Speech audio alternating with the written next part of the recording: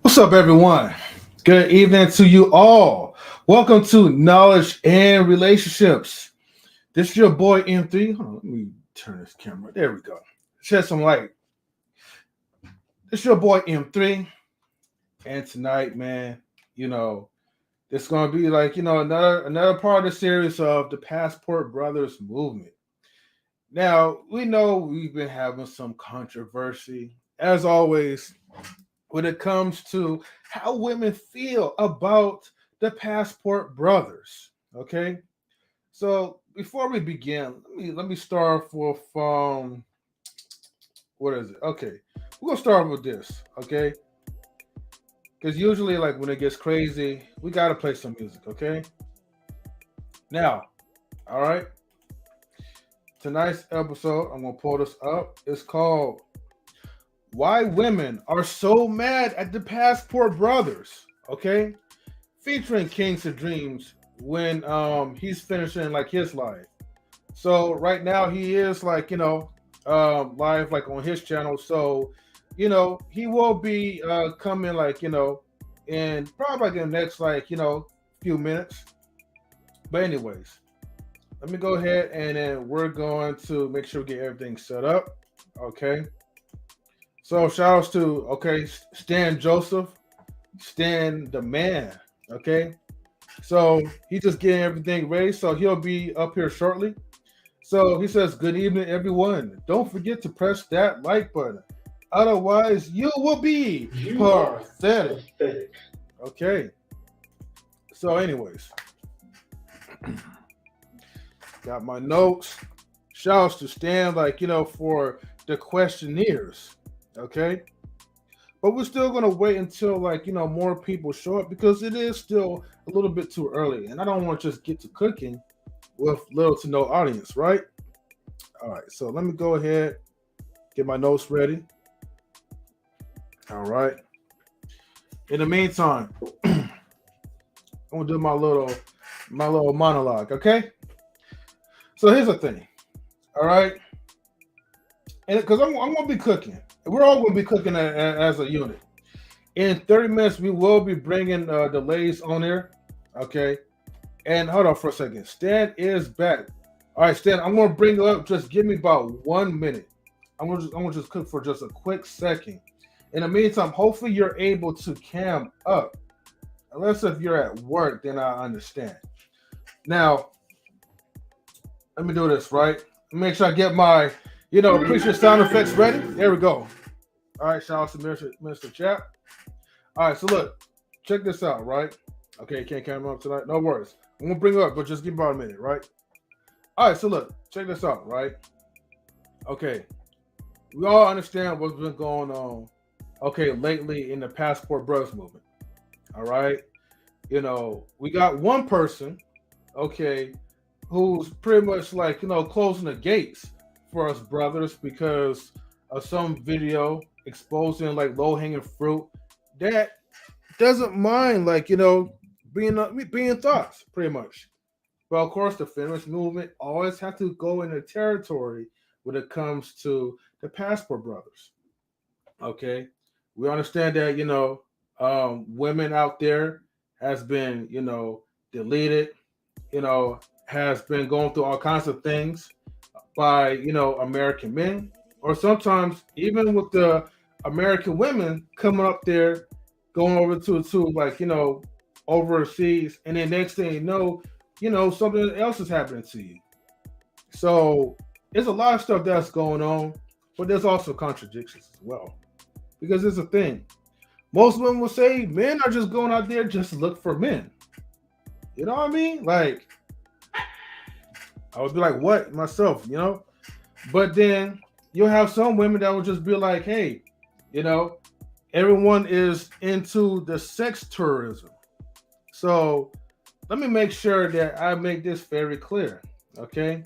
We have a lot of men that travels because they love traveling. And Black Passport Brothers are not the originals. Look, white folks been traveling overseas from time to time. We're just now doing it a little bit more and getting a lot of heat of it. But anyways, let me not go on for too long. Let me go ahead and add stand transformation. All right, because this brother's gonna be cooking as well too. Hey, good evening. What up, Stan the man? How you doing? I'm doing pretty good. How are you doing? I'm doing pretty good, man. You know, I know right now there's a lot of stuff that's going on in the YouTube streets. Everyone's attention is too focused on like the beef and the drama that's going on. But here, you know, we're gonna keep it lit for the Passport Brothers. You know. Yeah, yeah. When it's interesting when I done the research that this industry is not going to go away because it's a multi-billion-dollar industry for Blacks leisure travel. Yeah. So it doesn't matter what anybody feel. There's money here. That's one. And then two, the hypocrisy when you look at the data of how many Black women own passports and how many Black men have passports. Our numbers are really low. It's not that much. Right. And also you'll find out, number three, there's companies that cater towards women. And we've seen it in our, in the group chat, because we have a research group chat, that there are businesses that facilitate this stuff for women. So my only question for women, is it more like do what I say, but don't do what I do? Because I don't want you to find out exactly what I'm doing. And I'll leave it at that. And that's a fact, my brother.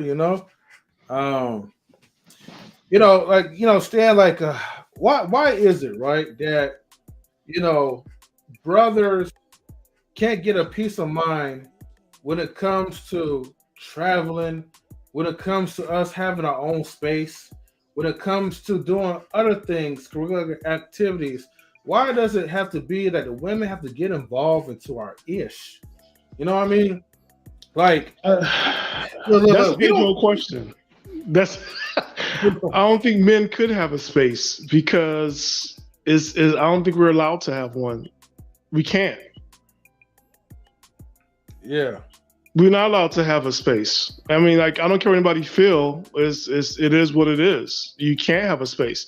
When you look at Manosphere, it's like the ladies, oh, you guys are a clown, you guys are a joke. You go ahead and you follow these false prophets and leaders. Okay, let me put it back on you, because for six decades, you've been following false prophets and leaders, ladies. You've been following people. You've been pushing out the message, and men been quiet. And this is not an attack. It's right there. I think like this generation that's coming out, people are like, men are talking. Men are not taking it anymore.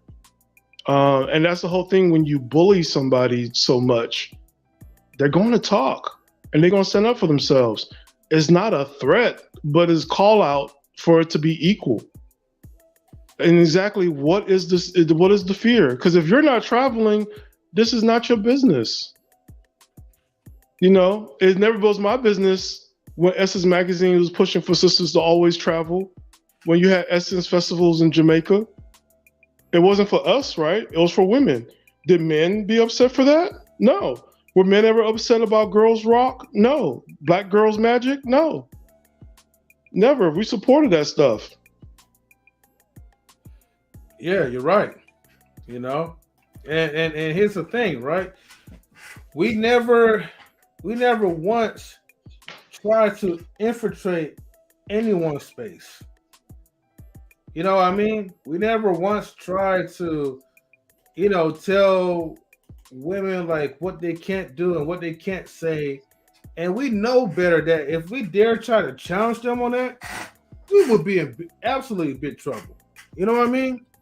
Like, yeah, but also we never try to hold people in captivity, because that's not who we are as a group of Black people. Now, when we're connected, that's not who we are. And you guys have to own up to certain stuff, women. You have to own up to it, because there's something that was very distinctive with the voting. And I'm sorry to interrupt you. I'll stop and let you go ahead and finish what you guys say, then I'll come in. No, you good. Go ahead. Good. Do you remember on I forgot what it's called? It was like Vivica Fox was on there with Ice Cube, and they made a distinction that Ice Cube was like women rights or black women rights were included, but he also included black men in there because it's all for black people.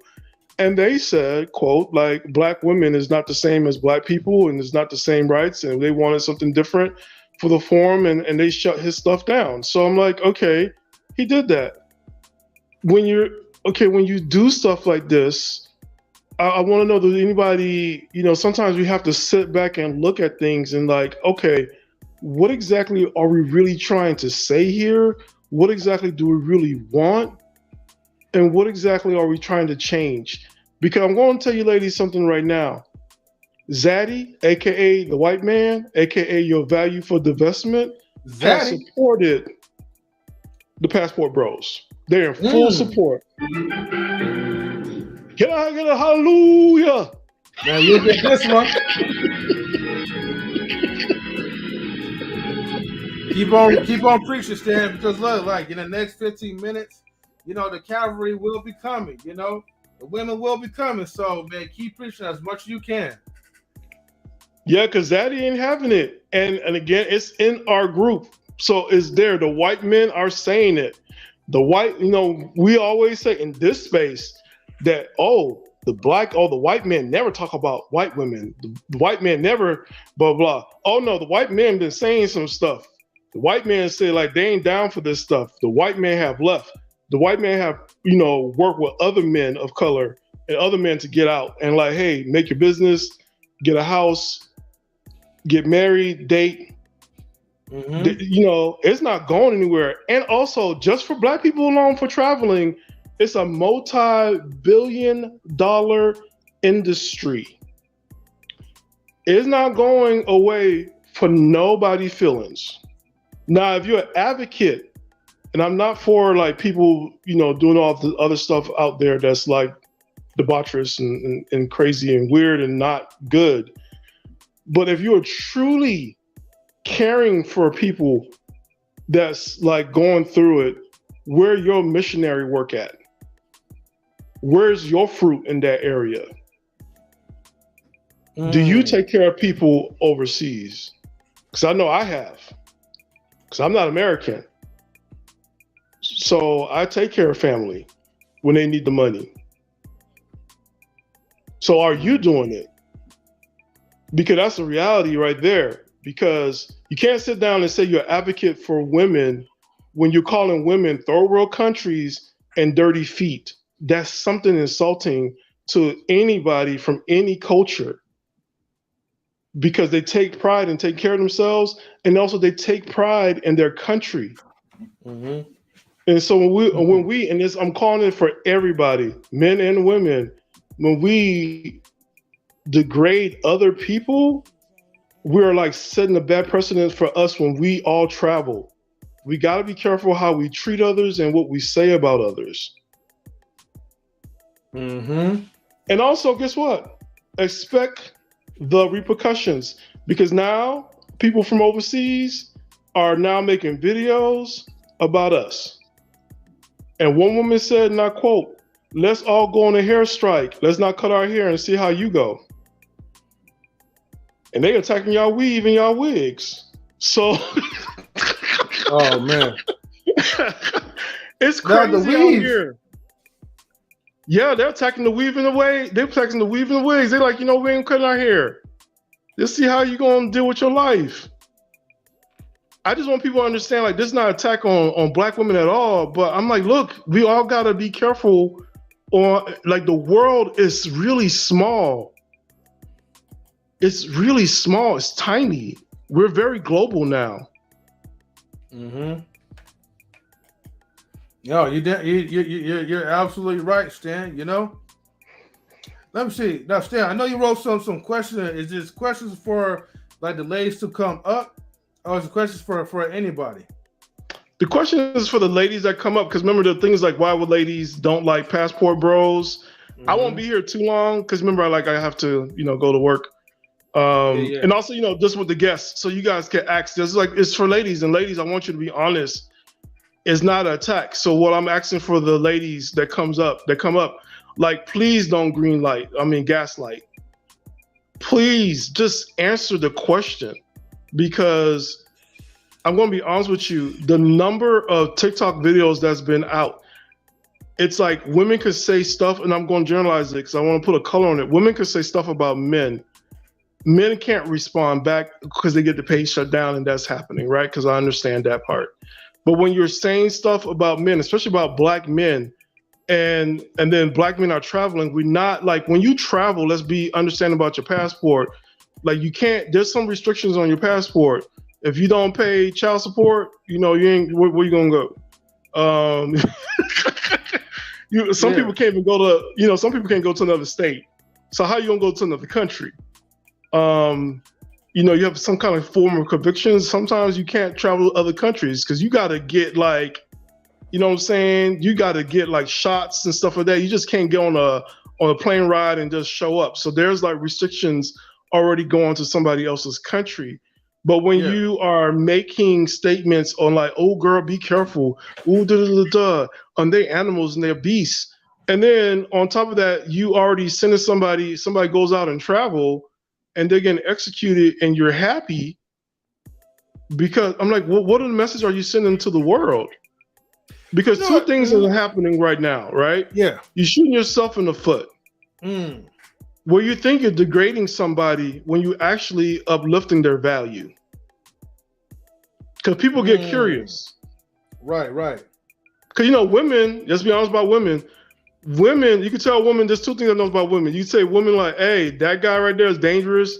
He done deleted people. And you know what she gonna say? Oh, you know what? Let me just find out. Yeah. Oh, let me just ask him like, hey, stranger, how many people you deleted so far? I just want to know. And then next thing you know, they get into this like deep, intimate type of relationship.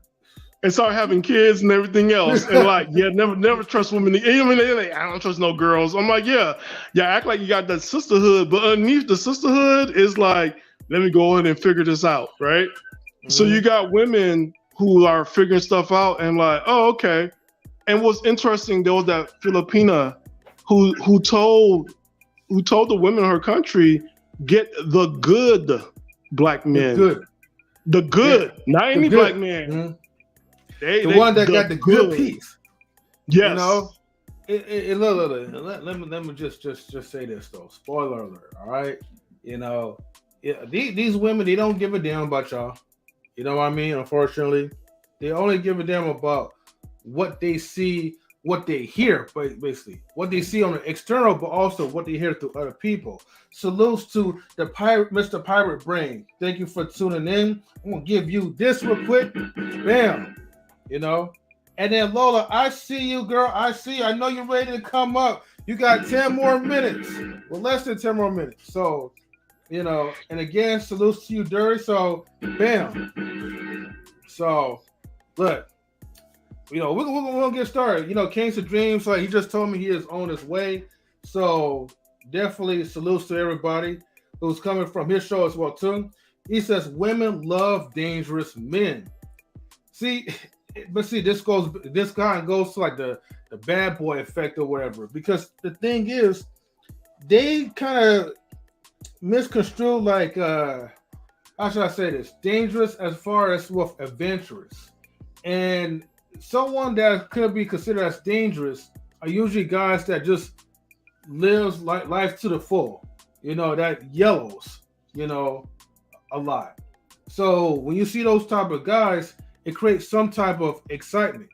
Speaking of excitement, we're going to be excited for Mr. KingzNDreamz popping up into the panel. So salute to you, KingzNDreamz, What's going on, man?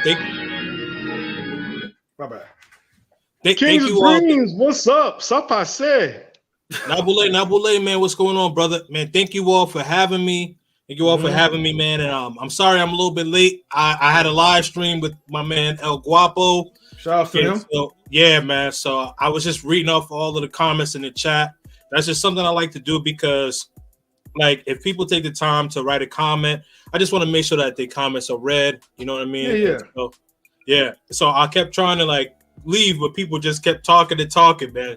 So, nah, hey man, like you all good too, though, man. Look, I would be doing the same thing, man. Matter of fact, I was in the comments talking as well too. But great stream, like you guys, and I'm glad that you're doing big things, KingzNDreamz and United Passport Brothers together.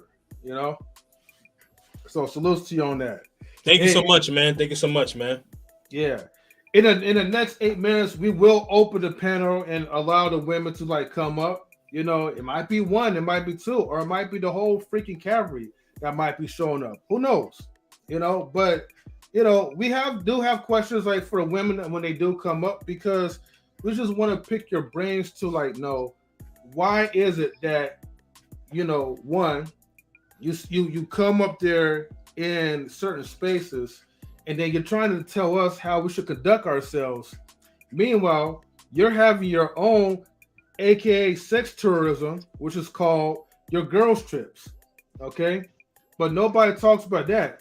Nobody talks about why the girls, they be traveling to Dubai and getting paid to eat dog shit. Okay, but let's go there. Why is it? One more thing, M3. Don't forget. Mm-hmm. Don't forget the growing number of solo sex tourism, because women don't want the competition from other women. Well, that's why they bring the ugly friends with them. No, they're not. They're not even bringing it. It's now the growing number of solo.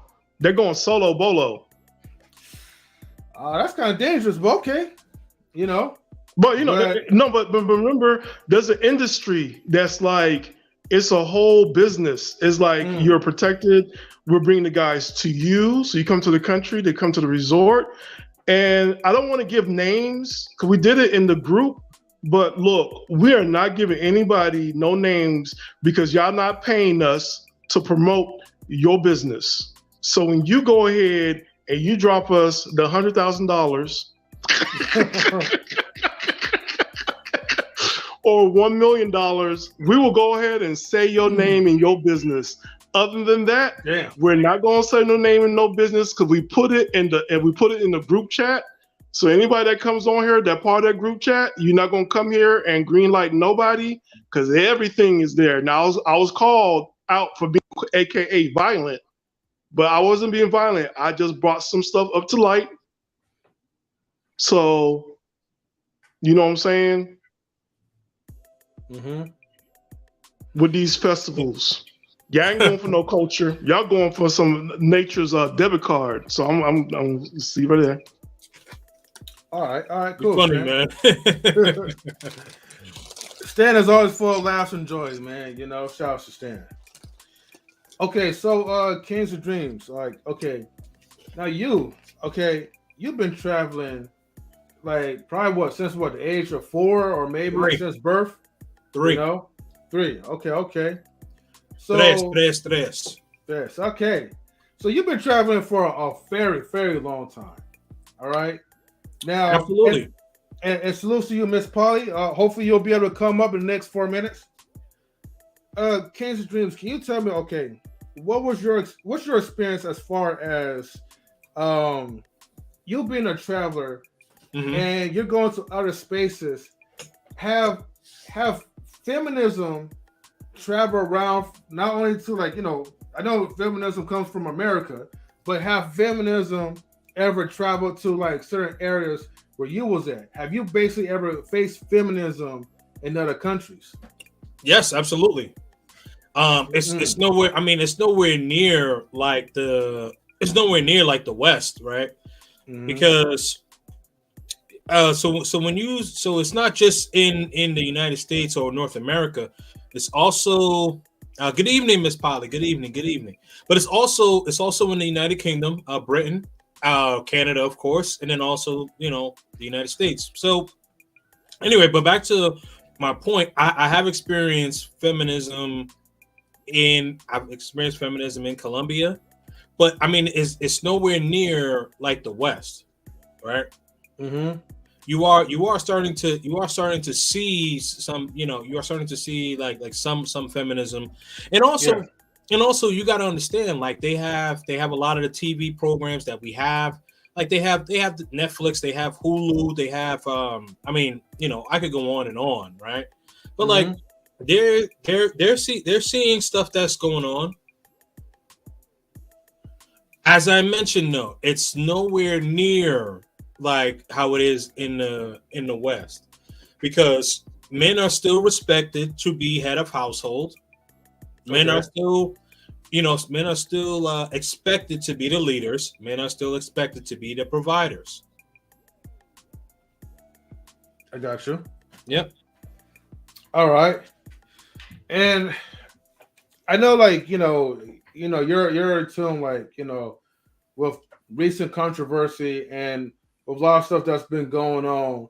Like, the last part of news that I heard was like, okay, unfortunately, a young man that was doing photography, unfortunately, lost his life for that. Now, same way how some of these women was doing, celebrating in the worst way about Kevin Samuels' death, they're making jokes and they're actually saying this is what the guy gets because he's a passport brother or he doesn't like black women, not knowing who the hell he is, But just because he was one of the men that actually had courage to go out there, which most men probably would not do because maybe they might be a little bit scared to try something new. Or they hear rumors about different countries, so they don't want to kind of risk it. You know what I mean? Yeah. You have a brother who's educated, father in the military. Maybe he wasn't street smart. I might give him that. You know what I mean? But no one still deserves to lose a life, and no one deserves to be mocked at. So they mocked him? Yeah. Oh, I thought, yeah, they on, of course, on social media, but yeah, they mocked him because, just of him traveling out there and taking pictures like in the hood. Well, so can you send me some of the content like on the back end of him being mocked, because I would like to speak about that, because that's really yeah, I got you. Really, I'm gonna put I'll put it in the group chat. All right, thank you, Stan. Yeah, I mean that's just so disrespectful, honestly. I mean this man is a photographer, and so he took a picture unwittingly about something that he shouldn't have, but he didn't know, and unfortunately he lost his life over it. And the thing about it is that when people got to realize that people have families. People have loved ones, people who care about them. And even if you don't particularly care for that person, keep your mouth shut and not say anything. Salute, Culture Invasion Podcast in the building. Salute. Keep your mouth shut and not say anything. Like if you really don't have anything nice to say, just keep your mouth shut. You don't have to say anything. But you don't even know this brother. And this, and it's not like this, this brother, he's a photographer. So he went to take pictures. And that's the thing, because they try to loop all of us in, as these, like, as all of us who monger and do sex tourism. Let me explain something. I've been traveling since 3 years old. I have not had, is this mic on? Is this mic on? Let me say this. I have not had trouble getting women in the States. Wherever I'm at, I could plant my flag anywhere and I'm going to get a woman. I don't need a passport to get a woman. I travel because I want to. And a lot of us do. And a lot of us do. It's some of the most ridiculous things that I've heard. Like, oh, you guys can't get women in the States, so this is why you guys travel overseas. Some yeah. Some yeah. But this guy right here, no. I've been doing events since I was 14 years old. Been throwing some of the biggest parties. I've met some of the biggest entertainers, some of the biggest artists, what have you. I've been around some of the most beautiful women in the world. I don't need to go over there and I don't need to go over there and flex and have a whole bunch of women and all that. Like, nah, man. It's almost 200 countries in this world. So what? I'm supposed to just stay and just die in one? Nah, B. Y'all can have that. Hey, can I add something on to that? Can I add something on to that real quick? Up, Miss O'Shun looking like she about to battle rap. She about to battle rap. She's going against the ops. She got the right. glasses. Oh my God! I'm not messing with you. I'll add on to what you said, Kings of Dream, about the guy. Mm-hmm. Here's something that's sad, right? Yeah. This guy, he's a lawyer, number one, in New York. He's dating a black woman. So that's what people didn't know. He travels. So like his best friend is his father. He's out there with friends, right? He's visiting a place like normally that's what he does. He travels, visit, that's what he does. He works, he earns his living, he works for the community, he volunteers, he do everything else. He just went ahead and took a photo of a building. That's what he wanted to do, and he got killed. And my question for this is this, right? And this connects to Austin, right? With all this talk on TikTok and YouTube about black men traveling and the negativity like that you put on black men, and I'm going to put this on for black women. When you put this stuff out there, are you contributing to the death of black men that travel? And I'm going to leave that alone for you guys to answer. All right. So before we answer, right, ladies, okay, I want you guys to come up. Miss Potty, I don't care if you just came from the gym and you sweating, all right? I want you to come up as well too. E, I want you to come up. So now it's your chance, ladies, to come up because, I just want to know. I want to know why do most of y'all hate the passport bro so much? I know we had our private conversations, but I want to see you guys come up. And shout out to Lola for being here. I think she'll be back. With the darkness in the background, the hoodie and all that. I feel like, man, we about to have a cipher going on. Oh, why do y'all be picking with me? It's a mess. Y'all is a mess. It's all good. It's because we love you, Lola. That's why. Yeah. My God. Okay, so you wanna wait till they get some gumption to come up here. That's what you wanna do. I mean, 30 minutes is already passed, so the link is up there. Now it's the time for anybody. Oh, okay, we got E up in here. Can't avatar as ever, avatar at best. Good evening, everyone. Good evening. What's up, E? I'm here. How y'all doing this evening? We are doing well. How are you? I'm doing great. All right. One day closer to Friday, and then it's the weekend. Happy pre-Friday to you, E. Thank you. Friday Eve. Yep. Mm-hmm. Now, E, before you speak, right? I gotta play your theme, so hold on. Oh, here we now go. Everybody is saying hold on, but y'all know E control that shit, so hold the fuck up.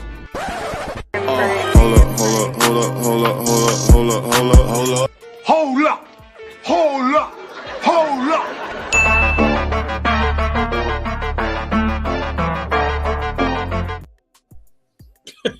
Uh-oh. Wait, was that E that was talking? Yeah, that was E. Oh wow.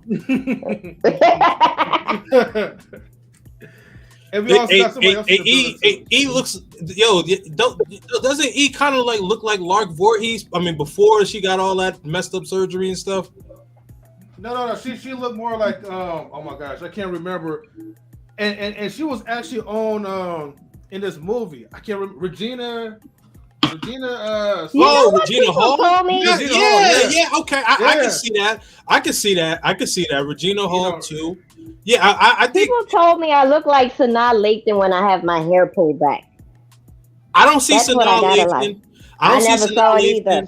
I see Regina Hall and Lark Voorhees. I will take that as a compliment. Thank you very much. Oh yeah. No. Lark Voorhees is fine. Lark Voorhees got a lot of us black teenage boys away from the white girls. We're like, Saved by the Bell. Yeah, right. Yeah, right. Everybody was going after Jesse and Kelly, and I'm like, you got the simpiest dude trying to go after Lisa. I'm like, what is going on here? Lisa was fine. Lisa had everything, and she had the little cute voice, and she had the little booty too. Lord, yeah. Y'all were really looking hard. R.I.P. to Screech. You know he died, right? Yeah, he had cancer. Yeah. Saved by the Bell, man. That was a good show, man. Yep. Hey, man, what's up, man? Good to see you as well, too. What's up, big brother? How you doing today? Very good, sir. How you doing? What's going on, Hank? I don't think I been on the panel with Hank before. I've seen you, but I don't think we've been on the panel together though. Hey, first time. You ain't been blessed yet, right? Tonight's a blessing, right? Who's doing the blessing, man? I'm blessing you today. Hank, what's up? Oh, okay, that's what we're doing. Okay, all right then. Look at Lola up there smiling hard too. Yeah. Lola smiling. She's ready to cut. You know what I mean? Yeah, she got her ammunition ready. I see. Hey, she was begging for the link, so I mean, I'm talking about the link. God, you know what? Wow. I'm talking about the link to the stream, guys. Get your head out the closet. Right. All right, let me start with the shout outs real quick, and then we're gonna get to the question. Since we got the ladies here. Shout outs to Marcus, thank you for tuning in and sharing the channel. Shout out to my man Marcus. Don GQ. He's never here, but thank you for being here. All right. Truth is never favored. Salute to you, my brother. All right. Salute. And then, and I already said salute to Miss Polly, but you know what, Miss Polly? I can't wait for you to come up. So hurry up, take that good, fresh, hot shower and come up to the panel. All right? So, all right. we're gonna start with Lady. We're gonna start with Miss Oshun real quick because she did came up first. But ladies, okay, according to Stan's questionnaires, he says, ladies, you have not only traveled, but you've been flown out to the DR, okay, Dubai and Brazil. So why all of a sudden the interest and dislike for Black men traveling? Go ahead, Lola. We're gonna let you answer this first. I think there's a couple things going on, and a few of these things don't relate to one another, and maybe one or two do. Okay. First of all, the vast majority of Black women are not traveled. Okay. The vast majority are not traveled.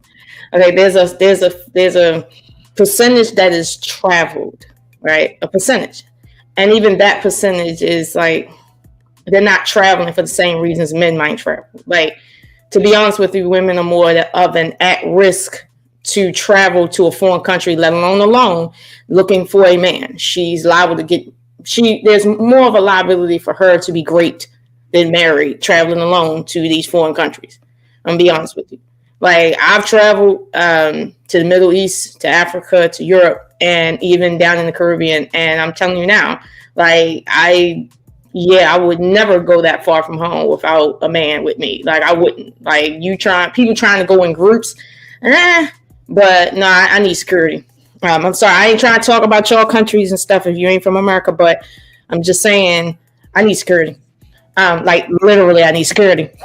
So that whole, so we're not talking about a big number, and honestly, the number of women we talking about isn't enough for me to really care about. I'm from America for real. If it don't affect at least 35% of the population, I'm just I don't care. I don't care.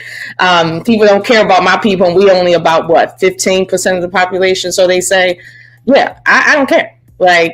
We keep that same energy. As far as the women are concerned, as far as the guys are concerned that travel, right? Everybody knows that traveling men for the sake of whatever, okay, has been going on since the day before forever. This is not a new thing. Black men traveling have not been a new thing. It's only become popular in the wake of MGTOW movements becoming popular on mainstream television, and now the red pill, per some of these dumbass comments that get taken to mainstream television and nitpicked down to almost nothing.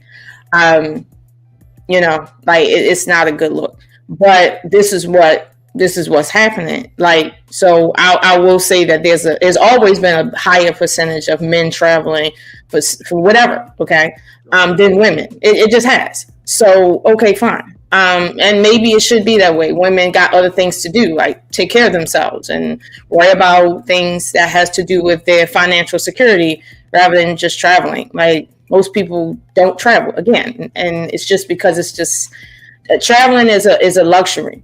Okay. Now, when you say women that get flown out, hey, Sienna, when you say women that get flown out, just the word flued out or flown out indicates we talk about whole culture, period.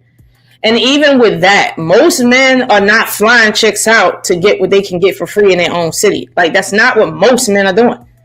And I mean, I deal with some regular schmegular men, and I haven't met one man that's willing to pay for a chick ticket, like maybe $300 to $600, and then have to take her out to eat, and then and that might be for a date, and that might be for sex. Listen, I don't know nobody doing that. So when this whole world, women feel like they traveled because they got on Spirit Airlines and went from New York to Philly or from New York to Nebraska, like, you are not traveled, period. Like, you're not traveled. You know what I mean? Like, you're practicing essentially prostitution in a way where the police technically can't charge you with anything. That's what you're doing. And honestly, I don't give a fuck about people like that. That's the lowest of our community. And trust me, we have a tier system for a reason. Like, we do. We got our goons at the bottom, and we got our low tier women, which has always been the case. Go to India. They got lots of tiers out there for you based on hair texture, skin color, who you born to, where you born at. They got all sorts of tiers out there. So it's like, who cares about the fact that a few chicks at the bottom get flown out for sex? Like, how is that impacting the community? Not at all. It's been going on. Like, prostitution been a thing. So I don't care. Again, I'm an American. I don't care about that. When it comes to the complaints that I see online from females about passport bros, like really the legit complaints, it's not coming from women that really matter. So I'm like, why is anybody like making a big deal about this? Like, when men say women hate passport bros, no. Be specific. Don't throw women in that category. Don't say that. Because I ain't never thought for a whole 2 seconds about who's leaving this country and how I don't see any more black men, and there's a shortage of black dick, and there's a shortage of all that. No. I ain't never seen that. So don't say women are angry at that. Talk about who you really talking about. You talking about the chicks that couldn't get you in the beginning or didn't want you in the beginning because they had unrealistic expectations about their own people. Like, these are the lowest level type of females. Nobody with any options is complaining that passport bros exist, let alone going overseas and come back, whatever the case may be. Like, that's not reality. Like, for real. Like, I think we were on the live the other day, and I was talking to I forgot his name that came on the live, and I was telling him, after a certain age, I mean, who can be mad at a guy that go overseas to do whatever he want to do? At some point, like I said, if it was my father and he's 75 years old, if his girlfriend break up with him, I'm probably going to buy him a ticket to go someplace and have a nice time for the rest of his life. He's 75. I mean, he got more years behind him than in front of him. Who cares if he goes over there and does whatever he want to do? Like, this is not a problem in our community, except for the bitches that can't get a man. Okay. And truth be told, they just want to feel like they got options. It's not because they would ever give these men like opportunity. That's not what it is. They just feel like these men making moves or whatever and being kind of visual on social media makes them look like, I mean, I don't have as many options anymore. It's like, no, you always had the same options you always had. Like, I don't understand like this talk. Like, this new generation of women, let's say 25 and under is, no, let me put it up there. 30 and under is really on some shit. Like, really, y'all on some shit, like complaining about men that go overseas. If you feel like that, won't you go over there and follow them? How about that? Well, if you feel that avid about the fact that they going over there, well, why don't you give one of them a chance with you? But you know you ain't gonna do that. And my thing is, I don't even think you should, because a lot of these dudes, it's not all of them, but a lot of them got fetishes. I'm not gonna go too far into that. Okay, everybody ain't marriage material. Some men just need to have sex and keep it right there. So I'm okay with that. So it's like, if you gonna complain, right, don't be part of the problem with that complaint. It's like, if you giving dudes chances as a woman and you feel like your options is getting low out in the street because more passport bros are getting passports, at least the ones that can get passports. It's like, okay, you're low tier, first of all. Second of all, again, I'm American. I don't give a fuck. You're too low on the tier for me to give a fuck about. Your percentages are not up high enough for me to give a fuck about. And it's the same thing when it comes to these passport dudes that want to get online and talk reckless about black people, black women, the black community, America. Listen, real Americans don't give a fuck. We don't. We got other issues, bigger problems. And honestly, if you feel like you get respect out in the street because you talk shit about your own, keep thinking that and go out there. And honestly, if people get killed out there, it's none of my business. Like, I'm here in my home country worrying about what's going on here. I don't got time to be worrying about the politics that go on in China or Korea or the Philippines or wherever the hell. I don't got time for that. It's like, if you go out there, you go out there at your own risk. And honestly, if a woman can be told the same thing, you go out there, you go out to, the Pancake Waffle House by yourself at 2 a.m. You go out there at your own risk. Anything that happened to you is what happened to you. That's how I feel about anything else. Go out on your own if you want to. Whatever happens to you is on you. It's no diss. It's just, listen, just keep it 100 for real. Like, that's just the reality. And it's fine. It applies to women too. You go out there fucking around with these foreign men. And then you catch something you never heard of over here in our medical system. That's on you. Don't be talking about foreign men like that. Like, shut up. I don't care. Just don't come around me if you got COVID or some shit. That's all I give a fuck about. Like, I don't fucking care. And honestly, a lot of Americans don't care as much as they pretend they care on social media. It's just entertainment. People don't really care that much about what people doing. They really don't. That's what I got to say. Well, you definitely said like a whole lot, Lola. So I will get back to you on that, but I gotta get to like Lady E. So Lady E, okay, what's your thoughts right now, Lady E? If you're still here, if you're not sleeping, I'm still here. Okay, it'd be nice to for you to cam up so we could see the dimples, live. I don't have a problem with the passport, brothers. If you want to travel, you can travel. The only thing for me is I just kind of feel it's weird that you have some men that specifically go and travel out the country to look for a wife. So for me, I'm not angry at that. I'm just wondering, like, what's wrong with you that you can't find someone in your own area for you to be compatible with? Like, what is it about you that can't click with anybody else that you have to kind of go out somewhere else? That's the only weird thing to me. I travel myself. I've been traveling since I was a child. I'm a child from, I'm first generation immigrant. So it's kind of like, traveling is the norm for me, going back and forth and traveling to different countries. And for me, if I'm going to be with a guy, like a must is a passport. If you don't have one, my next question is, can you obtain one? That's it. Okay. Let me piggyback off of this. You find it weird for men to travel, and you're asking what's wrong with the American women, or what's wrong with the brothers of why they can't get American women. I'm not trying to misquote you, but that's what I'm getting, right? I'm getting. Okay. Go ahead. No, go ahead. No. Melody, my thing is, like, you hear some people say, "Oh, people in America are this, that, A, B, C, D, E, F, G, whatever." But America is filled with a bunch of different cultures. And my thing is, do you hate Americans that much Or do you hate people in America that much that you feel the need to go out to another country and find someone to bring them back to America?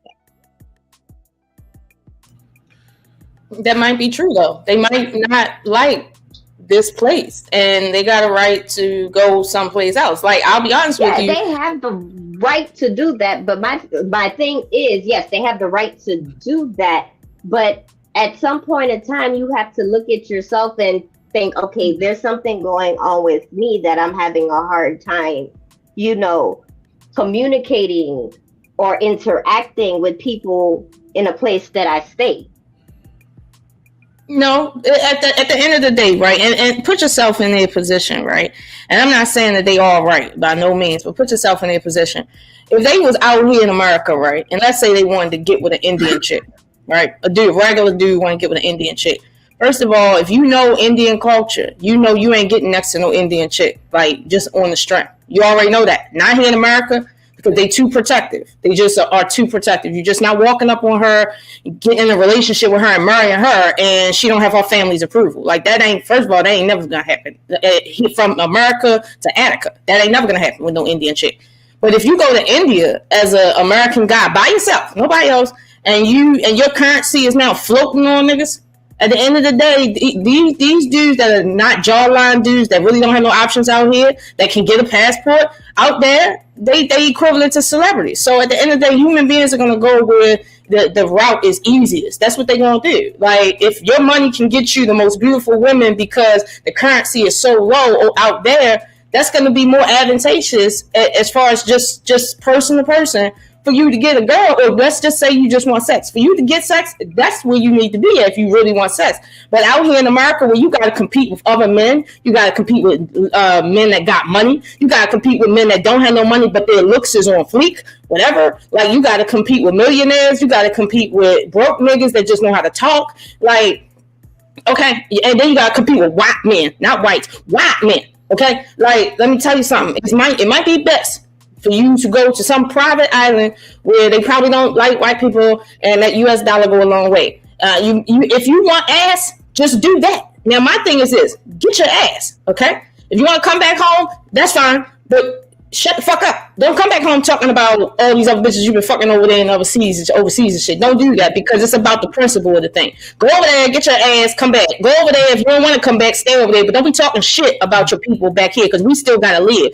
Furthermore, if you keep talking shit and something happened to you, I'm not coming out that bitch, yo. Seriously. And at the end of the day, if I see on your Twitter page you was talking shit, you ain't even gonna be a hashtag. You're gonna be a forgotten memory for me. That's about it. And that's what I'm saying about that. I see what you're saying with that, but what I'm just going off of my perception and things that I see, where you have a basic dude, or he doesn't have that much money to stretch, so he'll go overseas, get a woman, bring her back, then she gets here, and then she realizes, well, shit, he ain't got money. He's not living the American dream that we see on TV and we read in the magazines. So then it still creates a problem. I don't know if you've ever seen that show, 90 Day Fiance, where these men, they go out, get these women, and then they come to America, and it's like, wait a minute, we're not living the lifestyle that I thought you was living. Well, no, you are right about that, but here's the thing. It happens every day. Like, a lot of guys don't give the stories of the horror stories of breaking. You don't have to put your mic that close to you, because you're already loud. You don't need to. That happens every day. Guys have horror stories for days about that bring girls back here. This is why it's more popular nowadays to just move out there than to bring the chick back here, because it's not so much that she acclimates into American culture, because she probably don't even speak English and probably can't even get a job. But the issue is the way they see Americans over there is everybody is a millionaire, celebrity, living this luscious lifestyle. They don't understand that our poor is their middle class. They don't understand that. Like, our poor people can go to the government and say, hey, whatever, and then they can get a lot of shit, better shit than what they're getting from out there working. So at the end of the day, it's like, yeah, women come out here and be like, oh, you ain't really a celebrity. I see all these other men that got more money than you. They leave them with the quickness. This is why they tell them, don't bring them out here.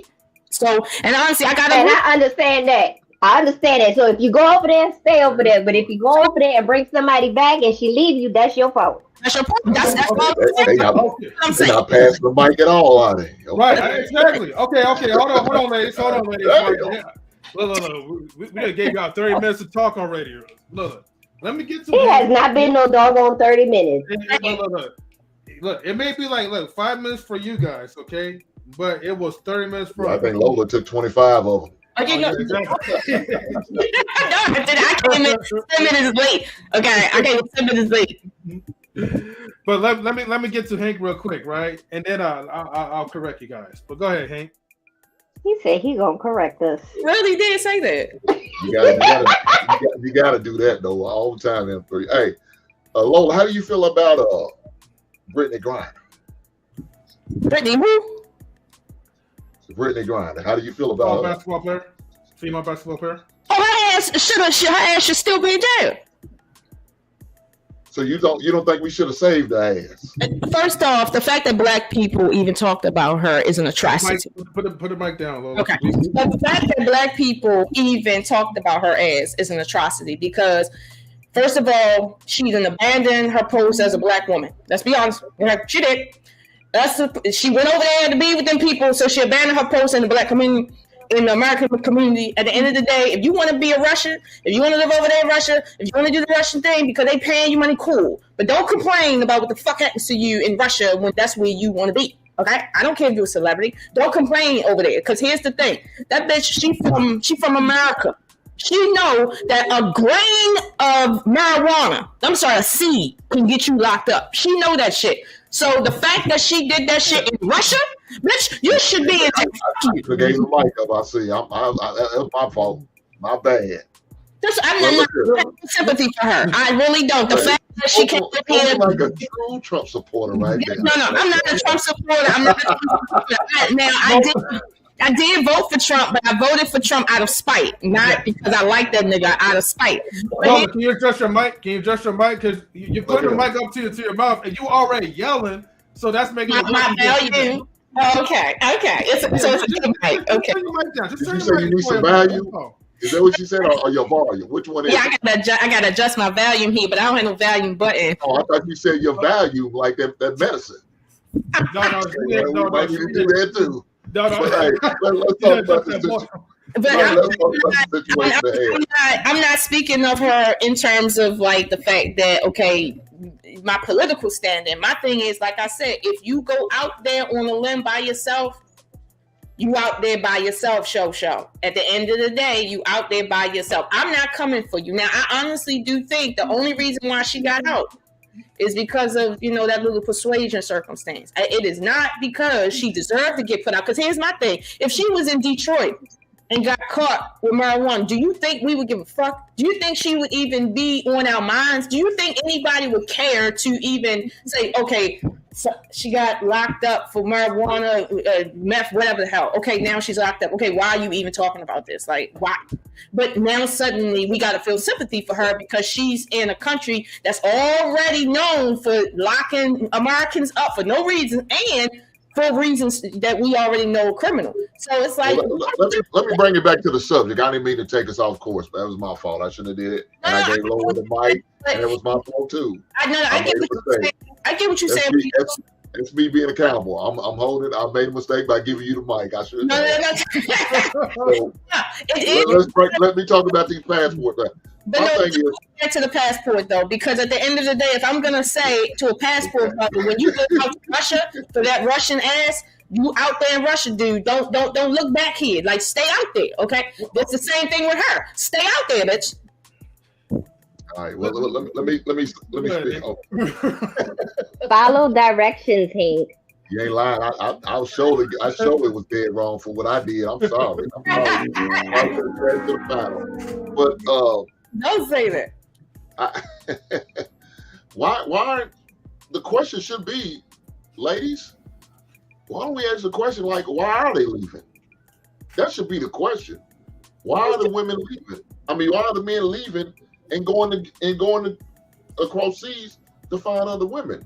That should be the question. Instead of going after them, going for the throats, taking shots at them. Why don't y'all ask them, hey, what are we doing y'all feel like y'all need to leave to find women elsewhere. That ain't the case. Every man ain't leaving because something wrong with the women here. Sometimes they leaving.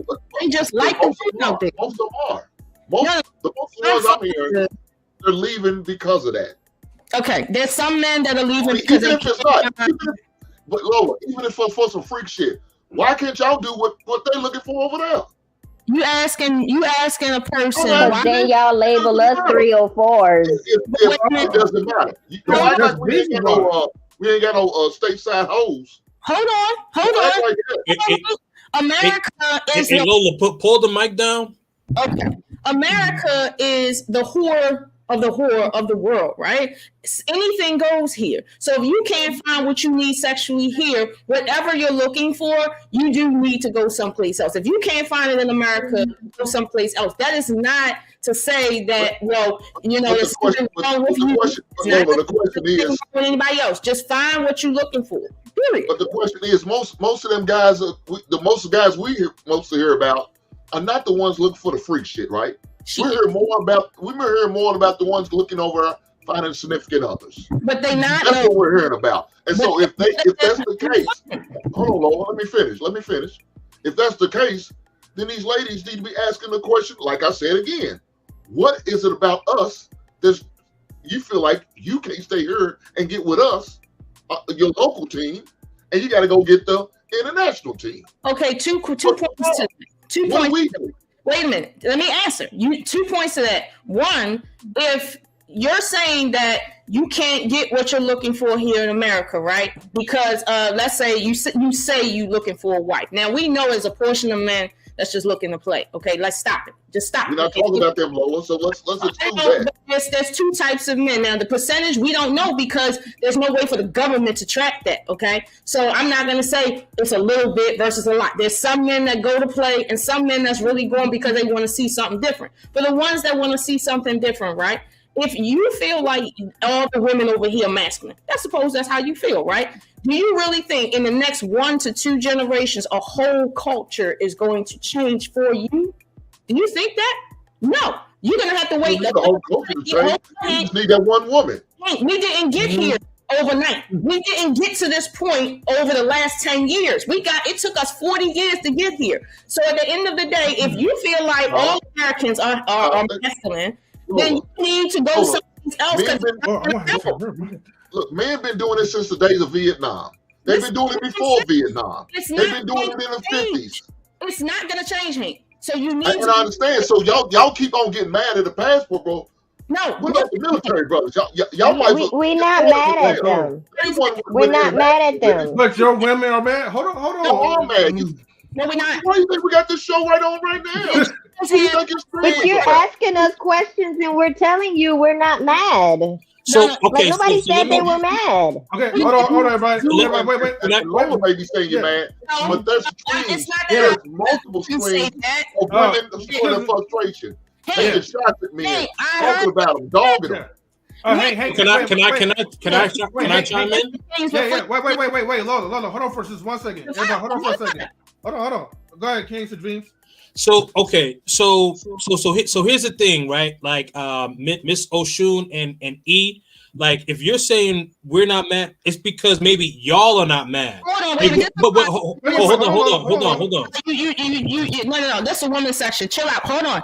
To Hank's point, okay, when it comes to who's mad, I already explained who's mad. Wait, Lola. We're not talking about Hank real quick. Wait a minute. I already said there's a position that certain women take, and those certain women are the lowest tier women. These are the women that niggas don't want anyway. Okay, they don't want them anyway, and these are the women that don't want them. So at the end of the day, what we're not going to do is say women are mad. No, you're going to say the lowest tier women that you really don't want, that ain't nurturers, that ain't mothers, that's freak hoes, that you wouldn't wife anyway, are the ones mad. Let's stop talking about who don't give a fuck about. So Lola. So wait. So Lola. Hold on. Yeah. Hold on, guys. Complaining. Okay, hold on, guys. KingzNDreamz was talking. All right. Go ahead, King. Yeah. So what I was saying is that whether these women are lower tier or what have you. Excuse me. Hank was saying woman in general, and Yeah, there are lower tier women that are upset, but there are also women of quality that are upset. So what we're saying is quality women don't have options. Lola, you got to let me get my words out. So what I'm trying to say is this. So what I'm trying to say is that like whether it be yourself, Lola, Miss Polly, I think Melanie Lux, she's about to come on. But like, you know, as an individual, look outside of yourself and look at the women that are responding. Like, it's all over TikTok, it's all over Instagram, it's all over Facebook, it's all over social media. So that's what Hank was trying to shed light to. So I agree with his statement when he's saying that, you know, that women, you know, that women are upset. Not all, but there's a portion of women that are upset. But we know good and damn well you don't give a fuck about the 5% of women in this loud ass bucket group, okay, on social media that might be good women. The 5% that might be good women are complaining. Come on now, y'all know y'all don't care about that. If it was like 50% good women, then you would care. But the 5% of women that's out here making themselves look stupid, complaining about men they can't get, but yet they're quality, give me a break. Quality women are not out here complaining about nothing. They're not. Yeah, but Lola, it's enough women where I've seen stream after stream after stream after stream. Name one. We're talking about it right now. Name one. Knowledge and relationships. This stage complaining about no men. Name a stream. Name a content creator that knowledge and relationships. Oh, you guys know I will go ahead and post and floodgate the whole chat with the streams. Oh no! And you know, what we all agreed to. We will not go ahead and do that because I did the work. I did the work. I put it in there so we don't go back into this gaslight. That's all I have to say. I was hoping somebody did the work so I wouldn't have to. But let me tell you, like, okay, Miss Polly, I ain't never heard her say anything bad about a passport bill. I never heard E say anything. I never heard me say anything. I never heard none of the women on this network say anything. He did say something about it. He said it's weird. No, it is weird for people to complain about what they're doing. That's a complaint, then Lola. That's a complaint. It's weird to complain about what you have options to do. No. That ain't what she said it's weird about. You don't want. He didn't say that. I said it's weird because that's my opinion, but I'm not going to sit there and drag somebody for their decision to make, because I could care less about that person. My thing is, y'all coming across all of these streams about these women that's bashing passport bros, but you got to sit there and look. What you follow on social media, what you follow on Facebook, Instagram, what you follow on YouTube and Snapchat, you're gonna get directed to other links that have the same subject. So this is why you're seeing this coming through over and over again. So if you surround yourself with those negative types of streams, you're gonna the social media is gonna continue to feed that to you. And so to the point where you pull up your social media, that is all you're gonna see. But you'd be right if it was from the same content creator. These are from different people. That's the problem. Yes, but that's what I'm trying to say. So you follow a content creator. A content creator doing it. Doing it. Knowledge and Relationship is doing one right now. We're doing one right now. I seen one on Cruise Season. How? Had the guy that was talking about. I seen one on another. I'm gonna get to you next. I mean, it's crazy. Look, again, if a lot of ladies have an issue with it, the ones that are complaining, why don't they ask the question to the guys who are doing it? Why are y'all leaving? Why are y'all going over there? What interests you? Mm-hmm. Why? What is it about the women here that you're getting over there that we couldn't do for you? You do. Wait, hold on. Y'all don't want to answer that question. Maybe because you're scared of the answer. No, I don't answer that question. Wait, no. I know you're gonna answer, but hold on for a minute. I saw Miss Polly. She's next though, because Miss Polly was gonna say something. So go ahead, Miss Polly. Maybe you have the right answers to say. No, I was just. Well, I was just gonna mention that, like she said, this is the issue with the algorithms and what we look at. So let's say, for example, me, E, and Lola You know, we like to look at it. So when we scroll and things we look at on Google, they're all kind of connected. You try your best to avoid it, but whatever is whatever. But it's going to only show you things that you're interested in that can tell you. That's how it's made. Google and all these Facebooks are all connected. So yes, so if you're not a person who talks about foolish or like to hear rah, rah, rah, girl on the street, you're not going to see that ever on your streams. You're not going to see that anywhere. What you have to do, if you want to, take all that stuff off or go to someone else's computer or the library, the computer where it kind of deletes everything. Sounds crazy. People like, don't go to the library, whatever. If you go somewhere where it's nothing on it, you will see how trendy, because based on what you look at every day. And if you do that, which I do on some of my phones, whatever, you will see that this is an issue. And it's right. A lot of times you don't think it's the women who have options that certain women do. Actually not true. I've seen very educated women actually have an issue with it. Like you said, the No Stand had a few that he did put on the, but also see it, you know, sitting there, they look like they have options.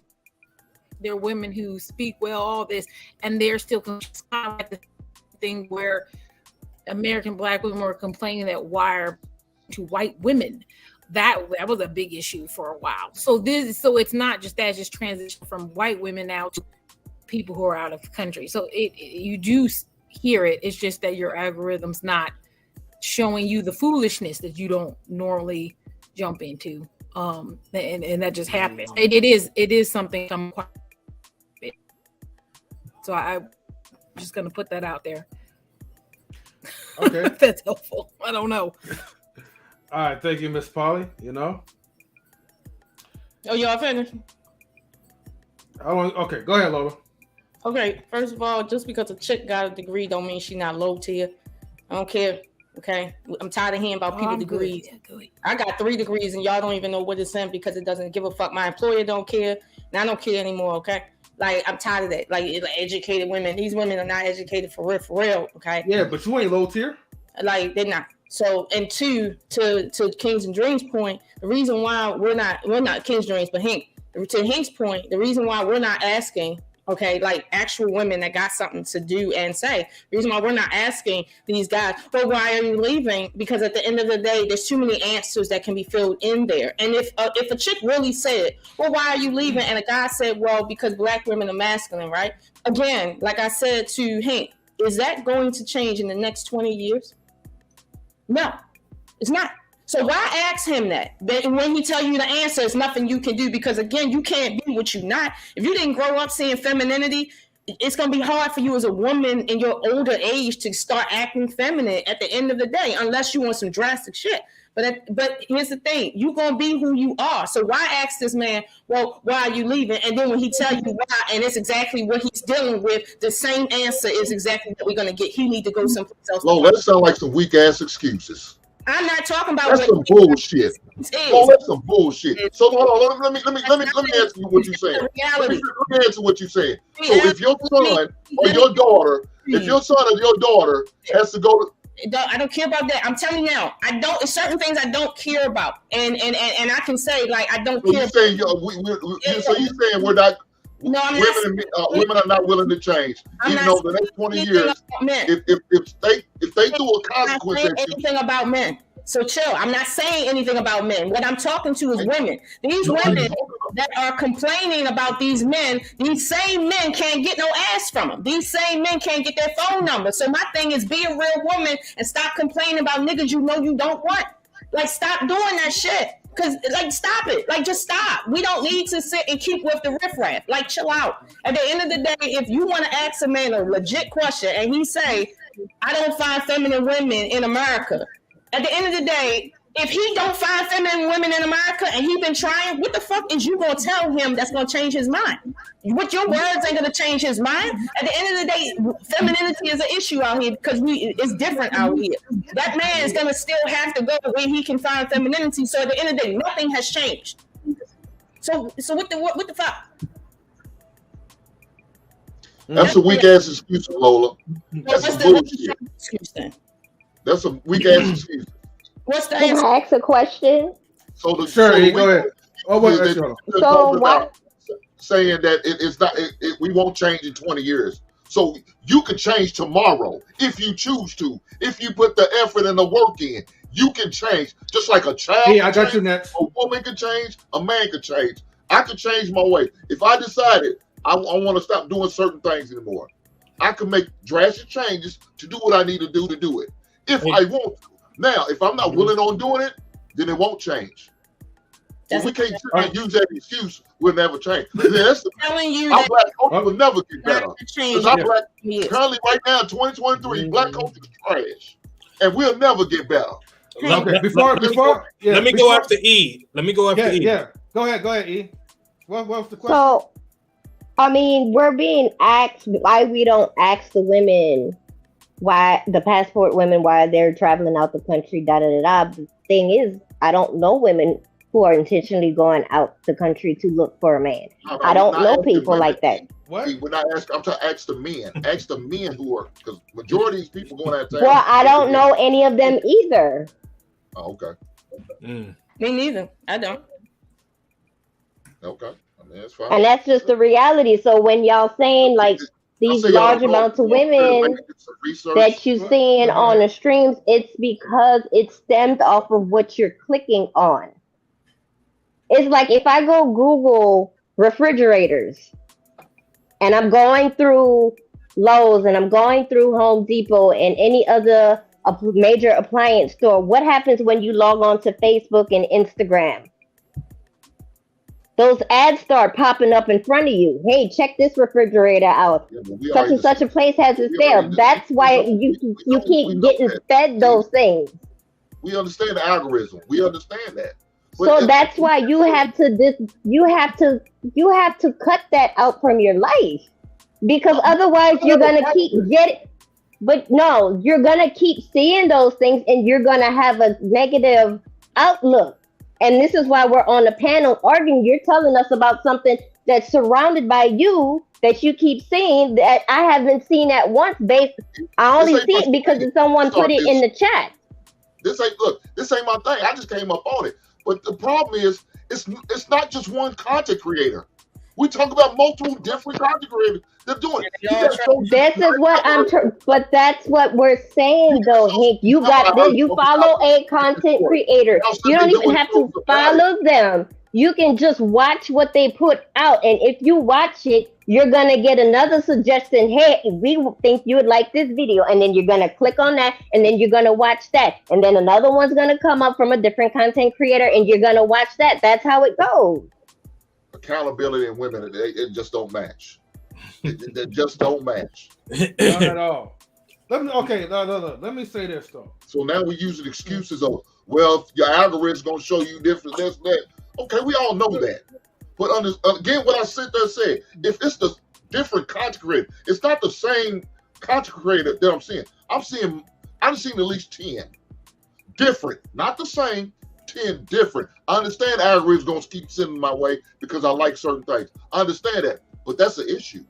And then 10 men out of how many millions? Okay, hold on. See, this is the main problem. The main problem is that anytime when there's a subject about passport, okay, who is the main group that ties us in as sex tourism? It's definitely not the men. And most of the times, no matter how much a real passport brother will show or highlight and showcase, right? Just the tourism. Some people actually just like traveling across the different countries and like to show off like different places. But there's nothing wrong with that.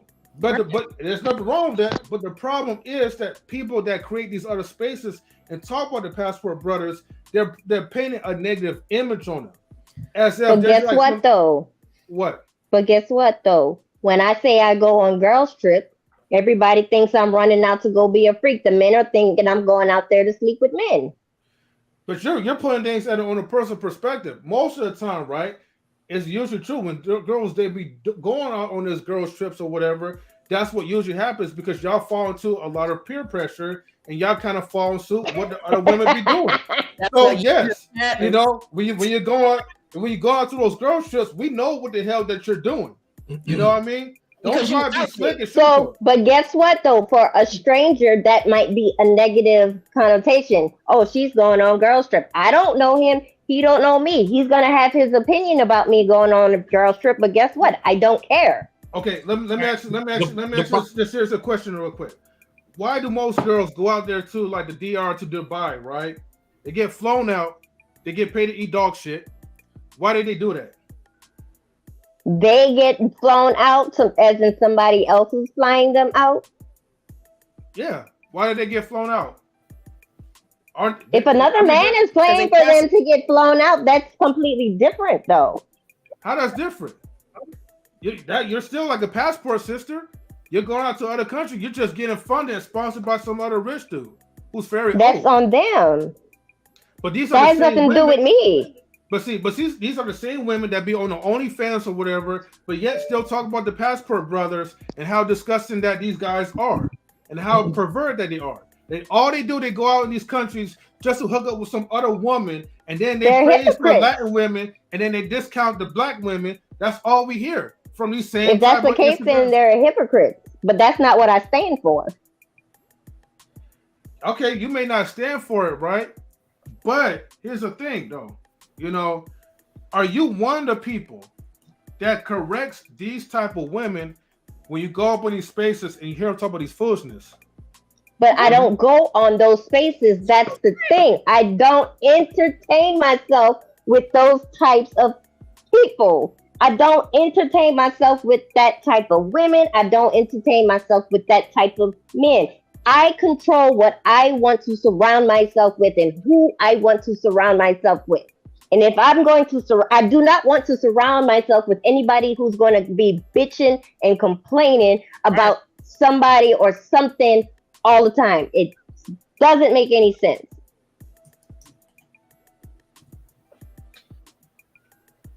KingzNDreamz, you have something you want to say, right? Yeah. So I think it was E, and correct me if I'm wrong here, but you had mentioned, I think you said that that some of the men bring the woman back. So that's not really the case. It's not really the norm. And then I've also heard, not from UE, but I've also heard from some women that say these women are just using you to get a green card, and a lot of these women are watching what's going on, and these women are offended. A lot of these women have jobs, they have careers, they're educated, right? So they don't look for a green card, and they are proud of the countries that they come from. Good. That's so like stay over there. There's nothing wrong with being proud of where you come from. He's not finished talking. He's not finished. Go ahead. So anyway, so the thing is that as I mentioned, like they're proud of their country, so they're really not trying to go over, trying to live in the United States. They'll come and visit, sure, but they would rather live in their country. And guys are turning into expats because they're getting more bang for their buck over there. Like there's a chart, right, that shows the average amount for a date around the United States. The two most expensive cities, San Francisco and New York City. New York was like $221. San Francisco was like, I think, $217 or something like that. Now you can go on a date with some of these other countries, a really nice restaurant, and probably spend maybe $30, $40, if that. So you have that, you have the financial aspect, and then there was some pushback about why can't you find a woman here?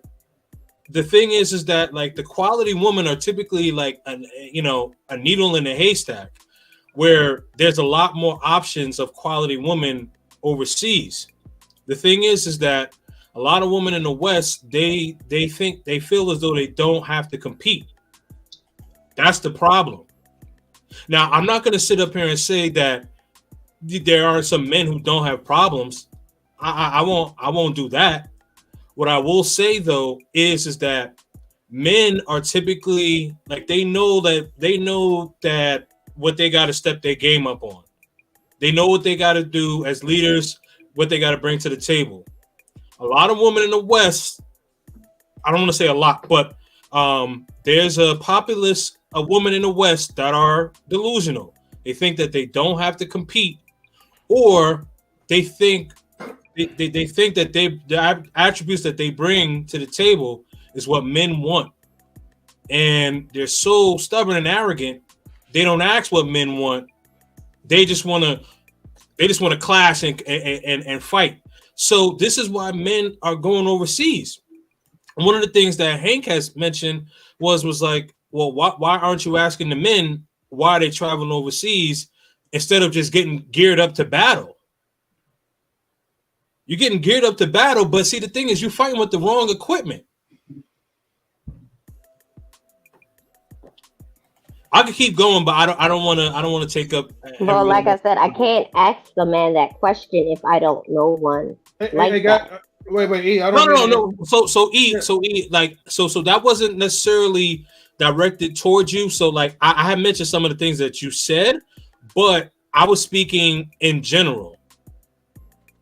So the thing is that, like, you know, if what I'm saying doesn't apply to you, let it fly, right? Mm-hmm. But if it does apply to you, then you know, then you can speak on it. But apparently that doesn't apply to you, so that's perfectly fine. Yeah. Hey, real quick, Miss Polly, she does have to go, but she want to say her last words before. Oh, sorry about that, Miss Polly. Are you good? Go ahead, Miss Polly. Oh yeah, no.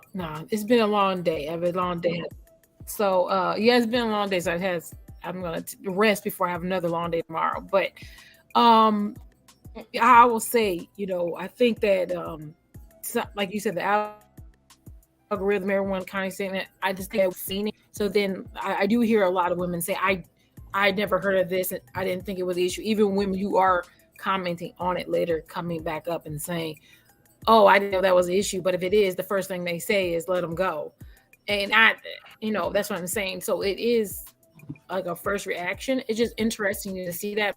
Like I said, I've seen our American culture before, like I said, where Black women, when they started seeing Black men started heading towards white women, they were like, it's an issue. And if you say no, that's not true, because I have seen that even to this day, where I hear women, people's grandparents all say, like, why are you choosing a white woman? And you're just like, I don't know, I just like them. And they're like, no, that's a big no. So it's just like, why? And then you really don't hear the opposite way. It's kind of weird. So you do see it. I don't really know who started it, but it is a thing where I think it needs to be talked about more. We are KingzNDreamz, me, Sunday, and we're going to have a panel of women, and we're going to do 2 shows. It's going to be 2 sets of women, but the first one, I try to kind of talk it out in different kinds of women from different areas and things like that. So, you know, their take on, you know, passport stuff. So we will like try to dive deeper, but I'll let you guys get back to it. I'm going to be listening. I guess I'm just going to rest. But if I'm going to pose a question before I get off so y'all can answer it, is why is it a difference between a Black male dating a white woman and now they're changing to I'm going outside? Because first it was white women are more submissive. Now they're saying international women are more submissive. And I think maybe not necessarily, you know, Black or white, but you know, I wonder what is the transition that American Black men are saying that they don't want Black American women, but they'll go to anything else. So that is where I think some women get offended who are Black and get offended, like, what are you saying was wrong with me? So that's where I kind of conversation is at, you know, not, you know, F it, if you want to go. Because of course, if you want to go do, you know, go somewhere else, you enjoy your life, you see submission somewhere else, you like it, you want to go see it, whatever. But why is it that American Black women are pointed out as being so unfavored? Even when we're compared to white Western women, we've been seen as unfavored. So that's kind of what I would geared towards like, what is that about? But I'll let you guys go. Thank you. I'll see you another time. Good night, Miss Polly. It's Miss Polly. Well, I'm gonna say it like this: people just have a preference. That's as simple as that. This is what's frustrating. If it's just your preference, why in the world would I be asking you, well, why are you leaving? And then when you say, well, it's just a preference, now the conversation is over. Like, so what's the point? Everybody got a preference. If he's going for his preference, what's the problem with that? Why would I even be asking him that question? This is what I'm saying. Everybody want to claim everybody mad, but they don't want to listen to what E was saying. The reason why you keep thinking everybody mad is because the system got you thinking in terms of your visual that everybody mad, when in reality, most people like, yo, we ain't never heard of this. Most people like, yo, even if dudes did go over there, what's the problem? He called it weird. That's how she start off. That's what That's said. my opinion, Okay, but I'm not okay. mad at that. No, You're I said it asking was. why are we mad? I never said I was mad. Just for me, I didn't it's say you weird. said it was bad, but you did say it was weird, right? Okay, and there's things that I do people find weird, and I could care less. That's what you said. I don't want to misquote you. Did you say it was weird? Yes, I said it was weird.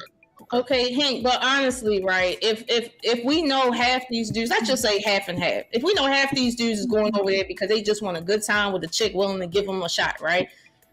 If they can't get a shot in a place like America where ass is everywhere and don't nobody care about marriage and just it's just sex, it's like, come on, like, you know, why are we talking? That's what you keep saying. Why do you keep thinking it's always just about sex? I didn't say it's always. I just premise my statement. Gave an example. That's your example right there. It's all about sex. I'm not gonna talk. If I'm gonna premise my statement and then you're gonna talk as if I didn't just premise my statement and say let's just give it a fair split, half and half. Half men want fun, half men want wives. At the end of the day, y'all keep going in circles and you're saying the same thing. Men want what they want. You can ask them a question, right? But after they answer, the answer is they still going, and it doesn't matter what you do or what you don't do. The only thing that I'm telling you that you don't want to admit to or even accept, and that's fine, is that if let's suppose I asked the guy why you leaving, and he said, like one guy did to me, he said because a black woman is the same as a prostitute. She don't offer nothing but the same thing as a prostitute. I asked him, well, why are you talking about overseas and black women? He literally told me that, and I told him, well, I think you should go then. And he was like, well, what you mean? I said, because there's nothing I'm going to tell you that's going to change your mind. If that's what you think about black women, that the only thing they offer is equivalent to prostitution, and I'm a black woman. Listen, go ahead, bro. It's nothing more for us to talk about. What am I going to do? Argue with you? But we ain't talking about sex. I'm trying to give you some constructive criticism. Again, let me finish. Just like I said there said, y'all don't like the answer. You got offended by his answer. You're missing my point. Nobody here is upset on this stage. Nobody that you heard of that is offended by the man's answer. You said black women are prostitutes. No, I didn't say that. What he said is black women, including me, are the equivalent of prostitutes, and we offer nothing but that. So he wants to go. You're missing my point, Hank. Stop being emotional. You're missing my point. My point is, I asked him a question. He answered.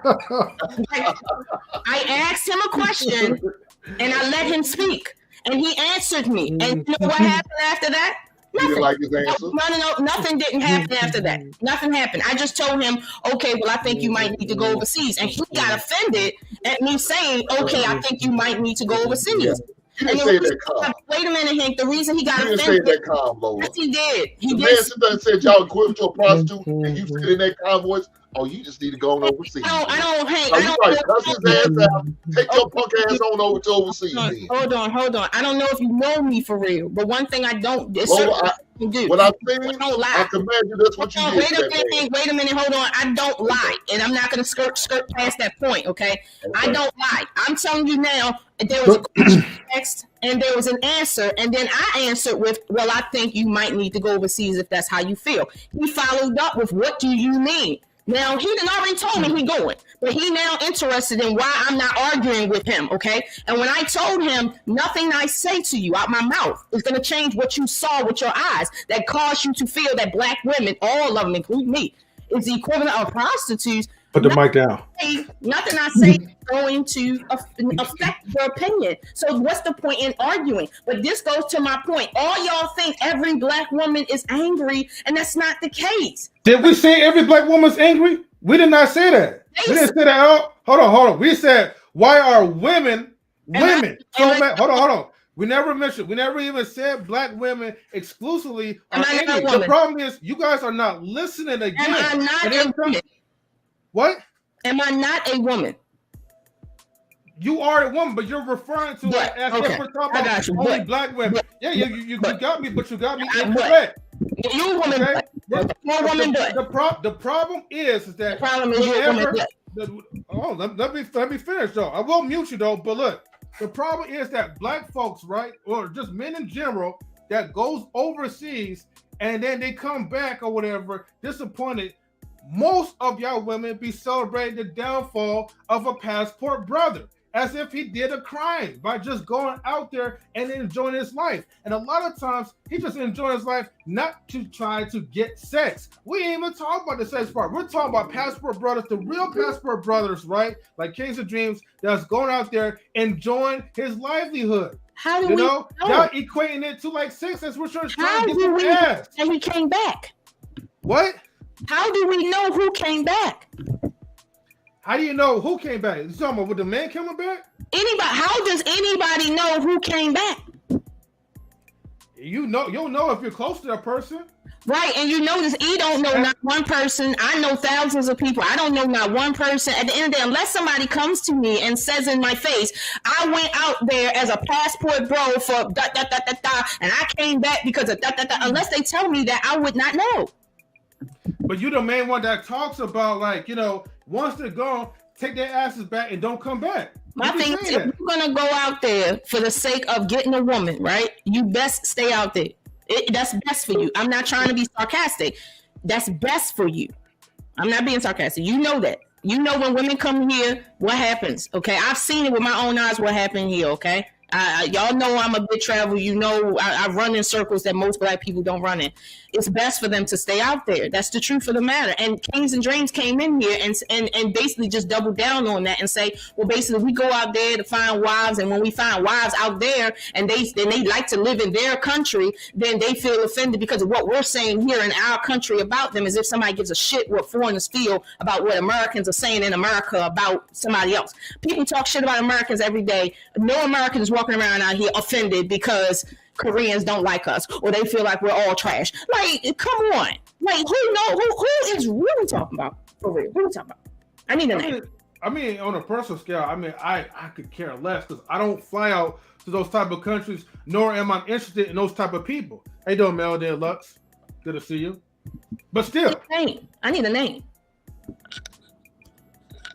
Hold on. Melody Lux, can you hear us? Yeah, I can. Okay. I'm here. Hey. And salutes to Mr. Best as well too. I didn't forget about you. But Melody Lux. Yes, right? sir. What's your thoughts right now? You know what I mean? On this, just in general, this passport situation. And you looking lovely, by the way.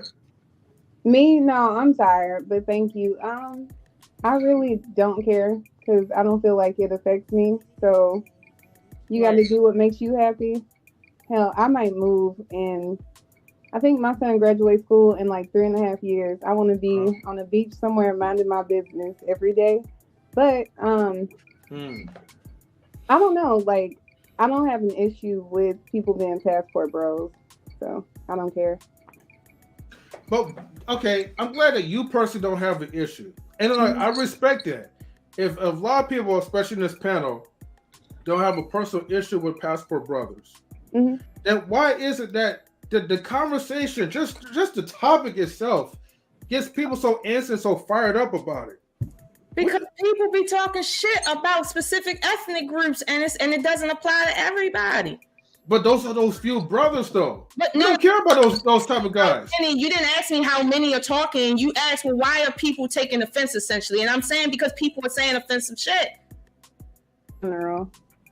That's why people taking offense. I've heard men say, black women, me, I'm a prostitute. Me, I'm masculine. Me, I don't offer nothing. Me, I'm a piece of shit. Me, this. And it's like, people say all types of stuff about me online to my face even. At the end of the day, people say inflammatory shit about whole groups. But I notice ain't nobody saying that same inflammatory shit about other groups here in America, though. They're not doing it, but they're clearly saying we're all the same, but they only talk shit about one group. This is why the world is coming to the defense of black women, even though black women might be dead wrong. The world is coming to their defense because people are talking too reckless. And my point is this: as a black man, do what you want to do amongst people who are not of your tribe, but do not go out there talking shit about your tribe, because that is not going to garner you respect. That's not what that's going to do.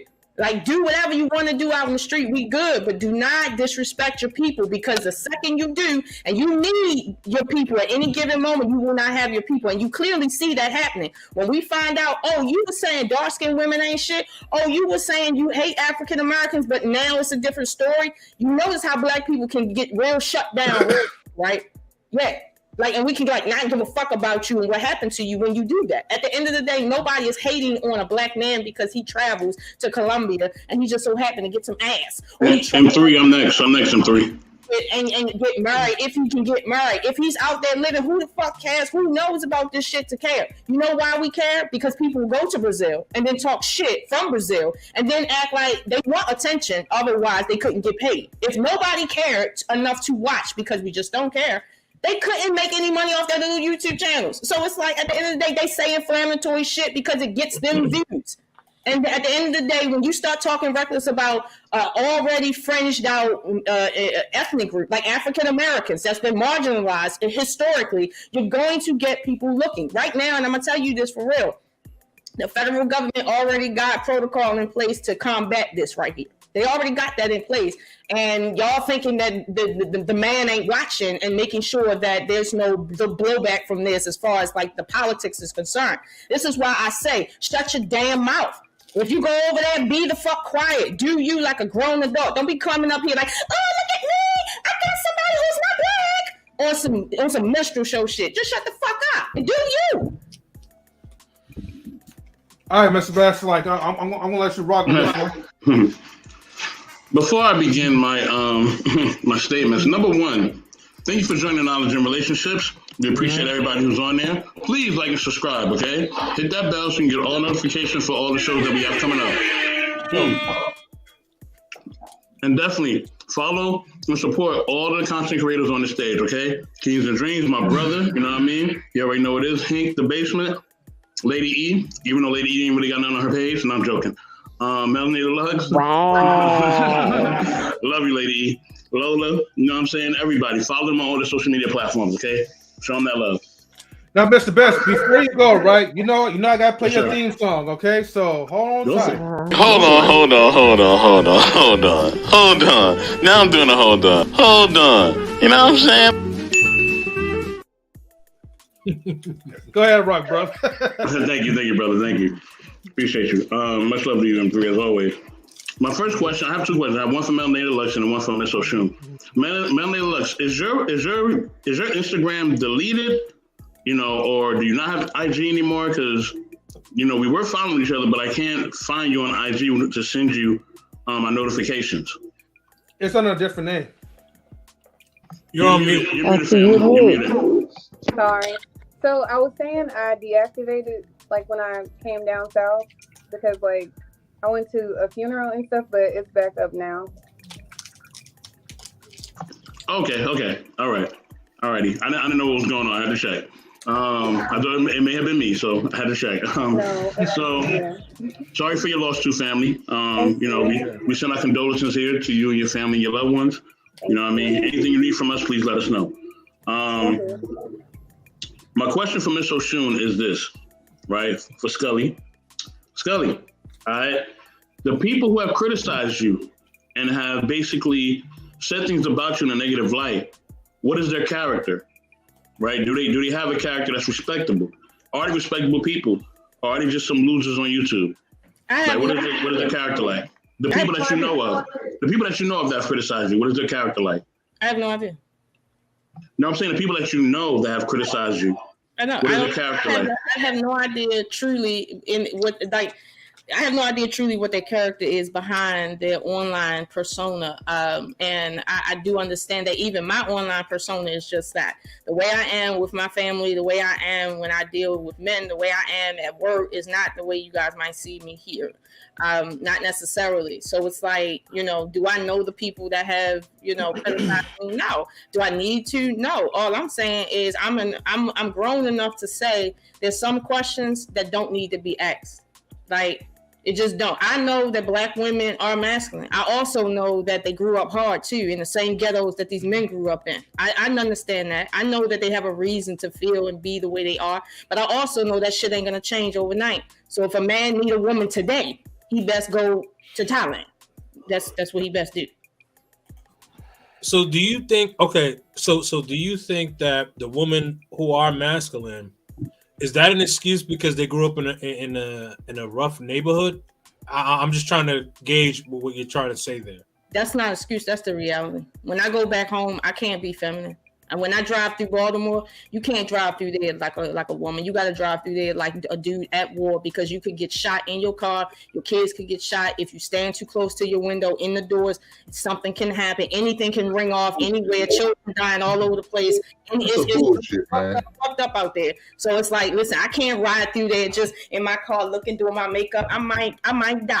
Like, no, that's not the case. So we can all use that excuse as Black people. Is that what you're saying? What? We can all use that as an excuse for Black people. I didn't say that. I come from a line of drug dealers, so I gotta be a drug dealer. I didn't say that. I didn't say that to you. You said I can't be feminine because I'm from Baltimore, and I can't ride through Baltimore doing this because I can't be feminine doing it. I did not say that to you. I said that when women grow up hard, that's exactly what they do. They grow up hard, and how you grow up sets the precedent for how you act as an adult. You can't change at all. Wait, no. Stop talking about who can change and who can't change, because we talking about too many different things in the pot to be saying, oh, everybody can change. First of all, we already know in Maryland, or the DC, Maryland, Virginia area, there's a big issue with incest out here. It is. Okay, we understand out here, 3 out of every 5 females are sexually molested by someone they know or a family member out here. That creates a problem with their sexual understanding as they come into adulthood out here. That is a problem, and it's been medically diagnosed out here. Okay, most people don't know that the major slave plantation that where they were forcing women to have sex with their own children and their own fathers and different stuff like that. That was right here in Maryland. Like, that's what they were doing out here, and the energy is still here. So it's like, we're not talking about that. But see, when we talk, black asses out of Baltimore, then listen, no. I'm not gonna black asses up out of Baltimore. If it's that bad, get the hell out. I'm not gonna. That's not gonna fix it, though. No, it doesn't don't affect me and my family. I don't care. If the rest of them losers and jackasses and dumbasses stay in Baltimore and live like that, let them. Me and my people, we got to get to go. Hey, I just told you in the show that if you want to go, you must go. Not that you can go, you must go. I'm telling you that you use the way as an excuse to be the way you are. Hold on, I'm repeating myself to grown people. I've already told you Lola. I understand you want to move the goalpost. You're doing a great job. You're doing a great job in moving the goalpost. Hold on, talking about Baltimore, incest, and all that bullshit. Okay, Hank, if you want to talk to yourself by yourself, do that. But I'm not trying to do that with you. Now, I'm not. Like, I don't have no dog in this fight. And there's too many women here telling you that for you to still be sitting here talking reckless like that. Really, it is. I just don't agree. I didn't tell you anything about Baltimore. I didn't tell you anything about your versus women. I didn't say none of that. But you talking shit about Baltimore when the only reason why I brought up my city is because we have a legit issue out here. Okay, and that affects women and how they approach men. Period. It does. Okay, you can't change. So you sit there and say, since I'm from Baltimore, I can't be feminine. That's what you say. I mean, I just. To me. Wait, okay. Hold on. Let's try and make some sense into this, bro. Okay, so just so nobody like gets confused, gets mixed up or whatever, right? Okay, on Laura's end, she's saying that in whatever area that a woman or whatever for women, I guess in this case, if a woman grows up in a hard area, eventually you're going to be in your masculine frame trying to protect yourself as a defensive mechanism. Somebody have an echo, and somebody must be watching. That ain't me. Hold on, let me mute you real quick. And then I'm gonna mute. Okay, can you guys hear me now?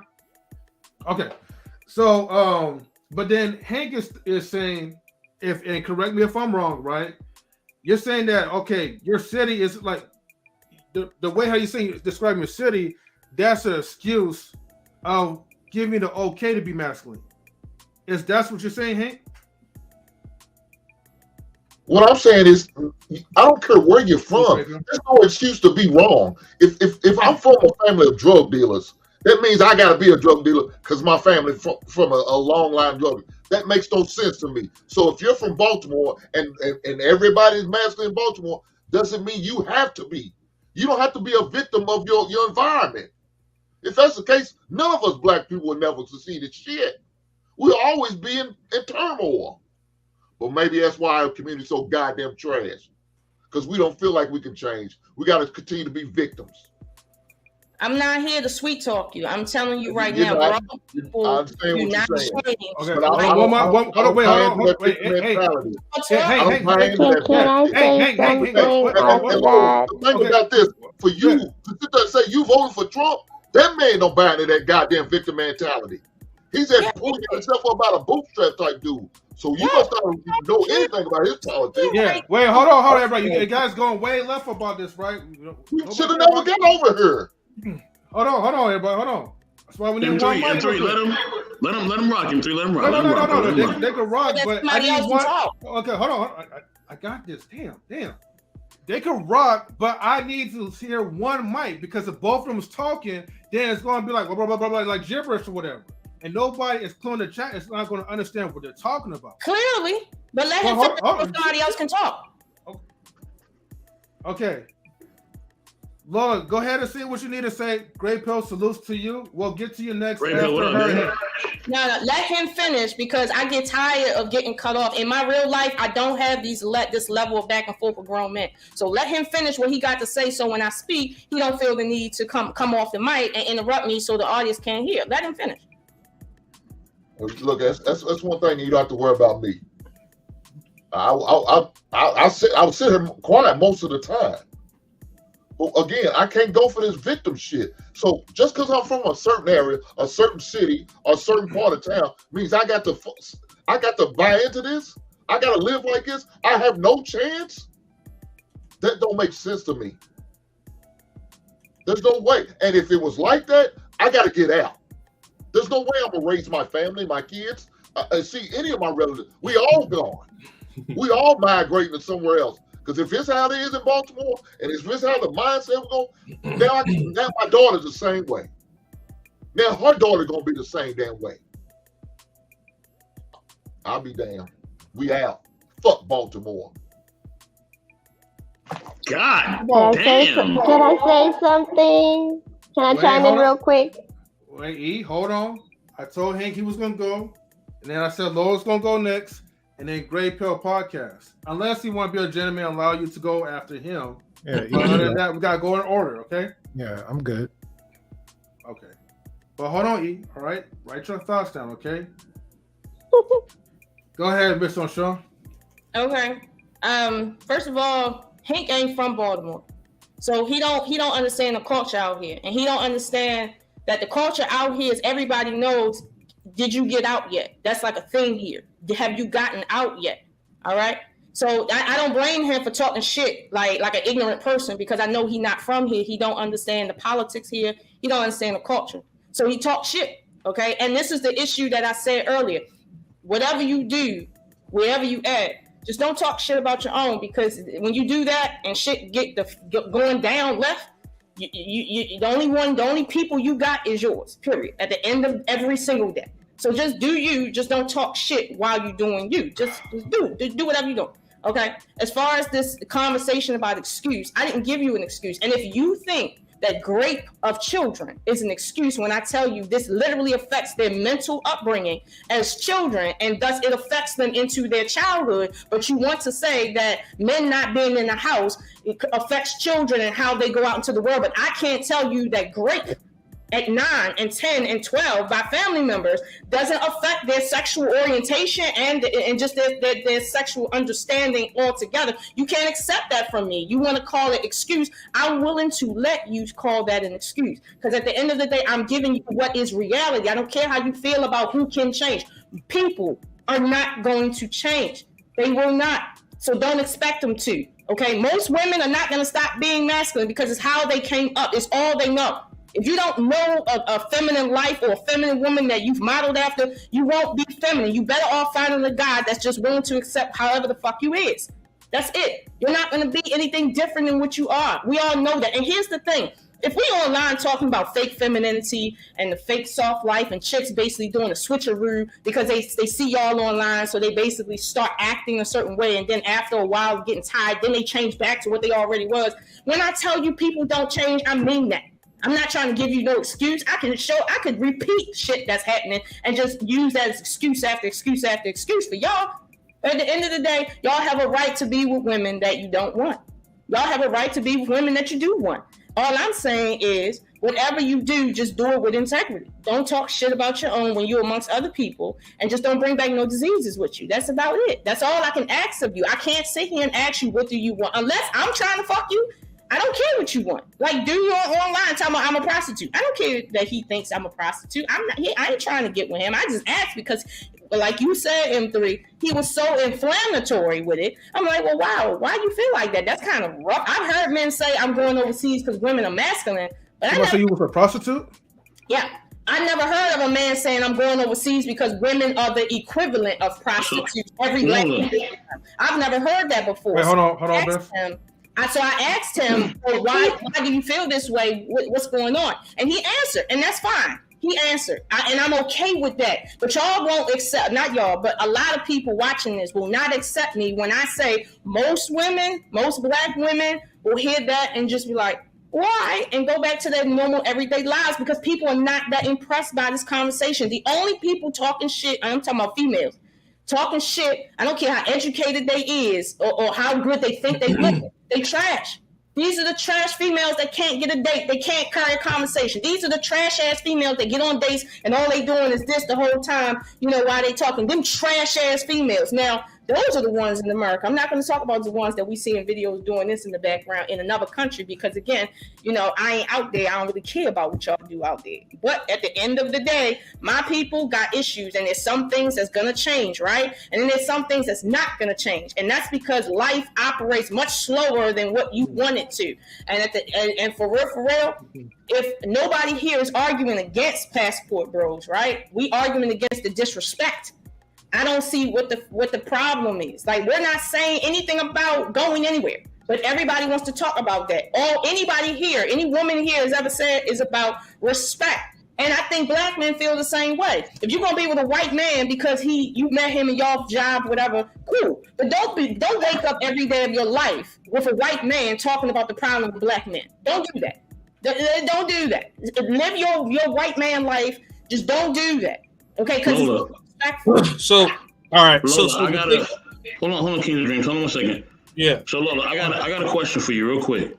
Everything you just shared, right? About everything you just said, right? You don't have to share any details. You don't have to share any details at all. But is that your experience for being in Baltimore? Because you're saying all the stuff that's happening to all the women in Baltimore, and I understand that, right? That's a real issue, and that's a real problem. That's something that needs to be handled, right? Effectively, immediately. There needs to be governing laws to handle that. Effectively, the community needs to speak about that. Big time. But is that your experience? Is that your exact experience? Have you been subject to these things that you are saying the women in your area has gone through? Yeah. I have. Every female I know has. And it's like, I've been out here for decades. Like, I'm a Baltimore, and I was born and raised in Baltimore. So it's like, I'm very familiar with the history of this region. I'm very familiar with how slavery has affected this region versus others. I'm very familiar with the culture out here and how bad where it came from and where it's at right now.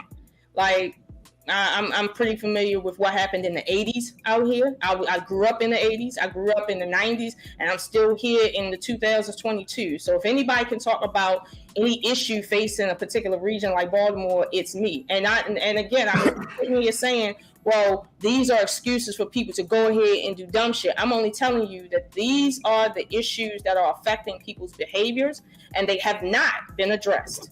Okay, they haven't. But when we talking about culturally, medically, they haven't been addressed, and shit is fucked up out here. Okay, so if you don't want a woman like that, don't come out here. Okay, I'm just saying, like, just don't come out here, because out here there's issues out here. I'm not saying that there's not greatness out here, but there's issues out here. And if all you want is a wife, just go to Thailand. I'm telling you, don't come here. Go to Thailand. Okay, let's take a quick pause real quick. I do have to get to E. Well, Great Pill, you say E's okay for her? Yeah, that's fine. I'll go out to E.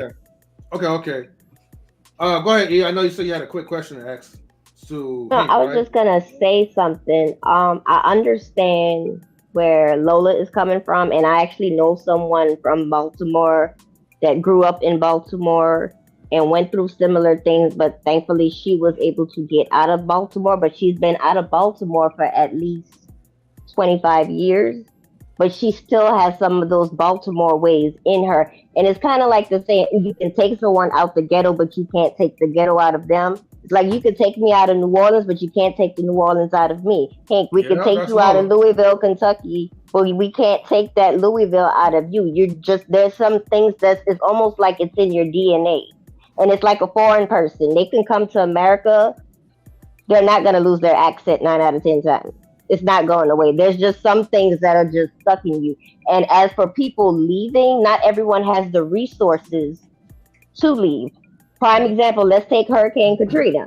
Most people evacuated, but there was people who did not evacuate it. And it's not because they didn't want to. They didn't have the resources to get out of the city. So they were stuck there, and they had to stay there, and some of them lost their lives, and some of them lost everything they had, and they ended up in the Superdome, and we've heard all the horrific stories that happened in the Superdome after Hurricane Katrina. So everyone's situation is different, and, we might change some, but there's still, like, those memories, those triggers that, depending on your surrounding or a situation that may be going, you're actually going to go into your defense mode, and it's because of past trauma.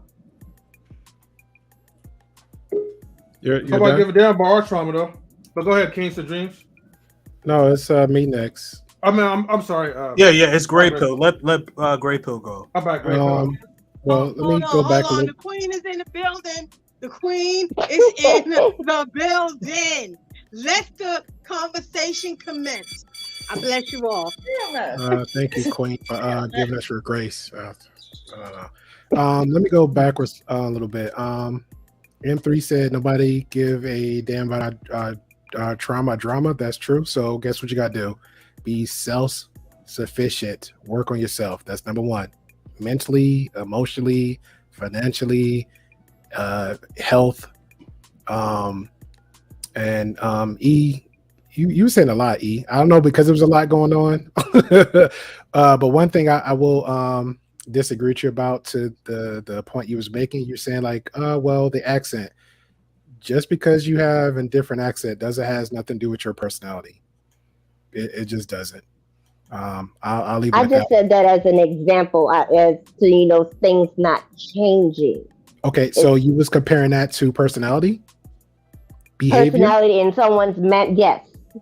Okay, so if I speak with an Irish accent, so that means I'm going to be Irish down the core? If I speak with a Southern accent, I'm going to be a Southern person? No, that's not what I'm saying. It's like a complete change. Your voice is not going to completely change. Okay, so a person leaving an environment is not going to completely change, their behavior. Okay, they're still going to mimic some of the things that they did over there. I think the point Hank and Miss Lola was touching bases on was about behaviors of men and women. So it doesn't affect accents. I don't think it was moreover behaviors of men and women. She was talking about leaving, and she was talking about sexual things that are happening in Baltimore. And Hank was saying, "Get up and leave." Okay. But even though some women are still walking around hard, and it's because maybe they have been raped. Okay, great. So a woman who's been raped is not going to walk around the same way. I don't know if she was saying the R word. That was because of her accent. So, all right. Okay. I can concede to that. All right. So Lola and Hank, I get what Hank, I think the point Hank was making, Lola, was not just saying F Baltimore in the whole, but I think he was speaking in the women in general. If you feel like this area is not good for you, especially as just yourself, or if you have children and this is not the perfect environment for them, then yes, let's start looking somewhere else to relocate and reside. I will hope any mother or any father will be doing that, because if you keep them in the hood and the ghetto, 9 to 10 times they're gonna get outside influences that's gonna be very harmful to the children and not very safe.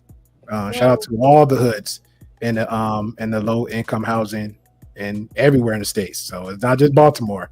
You know what I'm saying? Right. You ain't that far from me. I'm in Jersey. You know what I'm saying? We have our own accent. Shout out to E, but my personality is not going to match with my accent. I think we're saying the same thing, but it's a lot. And I will add this one in here. Just the fact we got a lot of people on the panel, try to condense the points shorter than a minute if we can. But yeah, I have to concede to both of y'all about the lean with Hank on this one. If it's not for you, take the time out to just work yourself to get out there. But if you don't have the means to get out there, some people actually stay in the hood, but guess what? They'll actually have the money to put their kids in private school somewhere else. It's ways to go around it. So yeah, we can't do the excuses, Dunbar, especially the world we live in now. And too much information out there, and it's for free. Well, I don't think that there's a conversation going on this panel as far as excuses, because I'm making it very clear that change can happen, but it's not going to happen overnight. But when a man wants to get married, he's not trying to wait 2 generations. He's not trying to wait 10 years. He's not trying to wait 10 months, to be honest with you. So that's fair, but a lot of women's not doing that neither. I mean, I can go back down to Ricky Lake days. There's women that's marrying guys here in the States. I'm not arguing that. Don't take it further than what I'm saying. All I'm saying is, in reality, right? People that are, let's say, 30 years old and they already set in their ways for real, they're not going to change as easy as they might say. Oh, well, that's all you want, and then it's going to be there. You go. Like, that's not reality. Like, for real. So that's all I'm saying. Like, if we're going to sit here on one end and complain about women doing that fake femininity stuff and then not see why they started off the way they started off and how hard it is for them to basically slow that train down, it's like, let's just be honest that there's some women out here that are a certain way. If you're a guy where you can't handle that under no circumstances, this is not where you need to be picking from. Now, if you can pick from a better pool of women or the top 1% out here in Baltimore, okay, fine. But if you're saying you're tired of looking and running into this in terms of African Americans as a whole, I'm telling you now, if you want to get married in any real time, like under a year or 2, right, you might want to go overseas, because this circumstance we dealing with is bigger than marriage. It's bigger than 1 or 2 people. It's barely bigger than our whole community, because let's be honest, we didn't get here just because of us. Like, there's other things that affected that. But this is the reality that we live in. And that's what I'm saying. I'm woman enough to say, in my reality, most men don't make a lot of money. In my reality, when you get married as a Black woman, you're not going to be sitting home as no stay-at-home wife. Those days are gone. And the women that do that, they're with very wealthy men, or they're with men that they're sacrificing their money for. At the end of the day, it's just not culturally acceptable to do that here, because I don't know if you've noticed the mortgage prices, but this is crazy. Okay, like, it's very crazy out here now. Yes, that's why I took Brothers Hank advice. I relocated and I move somewhere where my money can work for me in the But state. that's what I said in the beginning. I don't know if you were here, but in the beginning I said that. I think I was talking to E when I said that. I said, if you take in consideration the fact that when a man got money, right, and he can take his little bit of money and go someplace else and suddenly be top 10%, that's what men are gonna do because they're human, not because it's anything wrong. Like he gonna go where he can get the best for his dollar. Like that shouldn't really have anything to do with anything. Like Now hold it right there. So if that's the case, then so why there's large amount of women arguing about that concept? So I'm saying just to state. So if that man, so with your logic, so if that man is finding that little money and say, you know what, maybe I can use that same logic you just used and go overseas. Should that be a problem? That's not a problem. And everybody here on the panel said that. I even said that that's the logical thing that humans do. It's not about passport bros. That humans do. Like me, the only reason why I'm not leaving my city and my state is because I got too many people buried out here. My family rooted here. My roots is here. I'm not leaving. I don't care what the fuck happened. And that's me. I'll die out here, and if I gotta die alone, that's what's just gonna happen. But that's me. I'm not telling nobody else to do that. That's just where I'm at. All I'm saying is I've been very clear from the beginning that not all women have a reason to be upset, and the ones that you're referencing that are upset, right? When we look inside of them, their life, their experience, and why they feel the need to complain, we usually find it's a bunch of bullshit in it. It's usually they're the ones that the men are trying to get away from. It's usually that low tier, no matter what their education says about them. Usually that's what it is. I haven't found one that haven't, but I'm trying to be politically correct. But this is usually the case. Like usually. Okay. My thing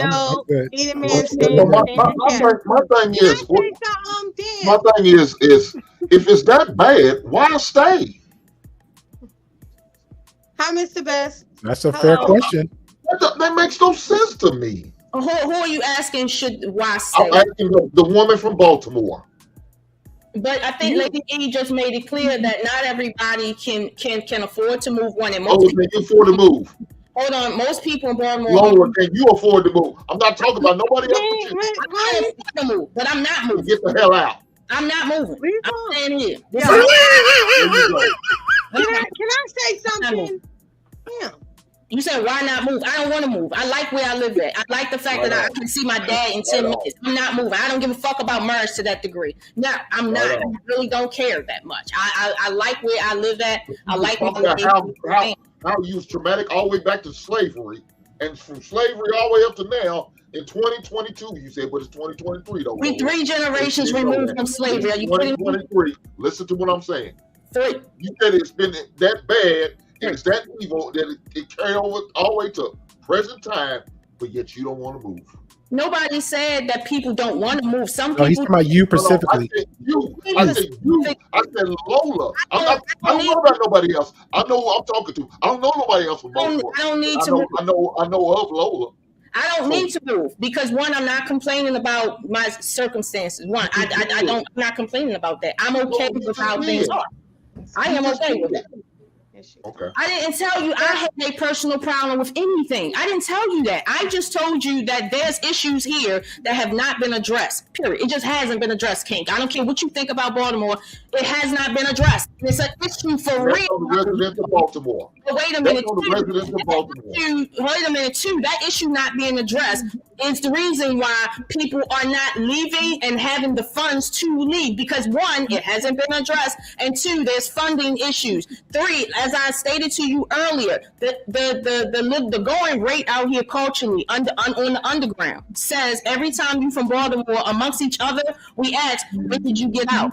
And like she said, she got a friend who got out 24 years ago. And we say, we finally got out, but you can't take Baltimore out of Baltimoreans. You just can't. And unless you from Baltimore, unless you've been down in Baltimore, unless you, like, for instance, the Wire, unless you live that life for real, you don't understand what I'm talking about. You don't have to. But that's what remind me now. That's what I wanted to touch base on, because that right there, I have to disagree with that part, because you're saying I'm not telling you that anything you can disagree with. If you're from Baltimore, you understand. Like, that's not something you disagree with. All right. So if I move to Baltimore tomorrow, does that consider me? Because you moved there. No, you ain't from there. Nah, you ain't I from just want to there. clear it. I just want to clear it up because I don't want to start muting people, but I will start muting people. I will start muting people. I will. Don't make me start muting people. Don't make the other side come out. Y'all know it's there. Now, and 3 steps away, I'm back on here. You know what I mean? Salute the Raw B. I see you pulled up. Auntie, happy birthday, bro. You know how we doing. I see you rocking the birthday. We know how it is. Queen, I don't know if you went already. You've been up here for a minute, but if you didn't go already. No, I haven't. All right, so Queen, go ahead. Went before her. What? Who did go? Hold on. I got this Melanie Queen. came Who? up here before her. Who? Who you Melanie talking didn't look. to? They need the mute button for you. Queen. Don't I don't want start. to drop you down. I don't want to drop you down, Queen. Don't Relax. start. I got this, Queen. I got this, Queen. Damn. Queen, I got this. Relax. So, Melanie Deluxe, if you didn't go yet, go ahead, and then Queen, I'm gonna get to you. I think I went already, but Oh, you did? Okay. Yeah, Queen can go. All right, Queen, go ahead. I would like to know what the question was because I came in on people going back and forth. So I don't know. I don't even know what the question is. So The topic is passport bros and why women so angry about passport bros. ain't nobody angry about it. You want to go, bye. Shit, leave your citizenship at the airport. Go, get the fuck out. Bye. See you later. Don't want to be here. God Good. damn. You want to go. Ain't nobody mad about nobody going. Shit. It's the reason why you go and how you put people down here, but you still take part of the issue with you. And I keep saying that. You have a bunch of failed relationships. There are 2 people in a relationship. So the only person that's the problem is the female. Keep believing that. Now you're going overseas and you still can't keep a woman over there because you're running through the women over there like you run through socks. That's not You everybody. still though. can't keep a woman overseas. So what you gonna do? Island hop? So keep hopping around. Shit. I mean, damn. And then you going for women that the men out there don't want. So good luck. Yeah. Good luck. I mean, look at what you're doing. I'm talking. I don't need nobody else saying nothing. One mic, y'all. One mic. Go ahead. Shit. No, I ain't got nothing else to say because everybody always want to jump in when Queen got something to say. So go ahead. Bye. See you later. All y'all disappear. I'm good. Take your passports, get your stamps, and keep it pushing. Oh shit! All right, let me get hold on. I'm gonna take a pause for the cause. Salute the Setting the Record Straight Network. Salute. Think that's Darrell Long. What's good, baby? Salute also the Big Rig Slaps. You know what I mean? So yeah, I'm gonna pass the ball to Raw B. You know what I mean? Give him your spiel. You know, what do you think about all this? And I'm gonna get to the birthday man, Auntie. Like, I don't know why everybody always wants to say all these women are like mad at the passport hoes. Like, listen, see the world. Like, if the only reason you're interested in travel is for sexual tourism, well, God bless the queen. I don't know what to tell you. My family has traveled for a long time. You know what I'm saying? Like, and it had nothing to do with no sexual tourism. I believe everybody should see the world. Get all the stamps in your passport, fill one passport book, fill up another passport book, and another one. Like, you don't matter to me.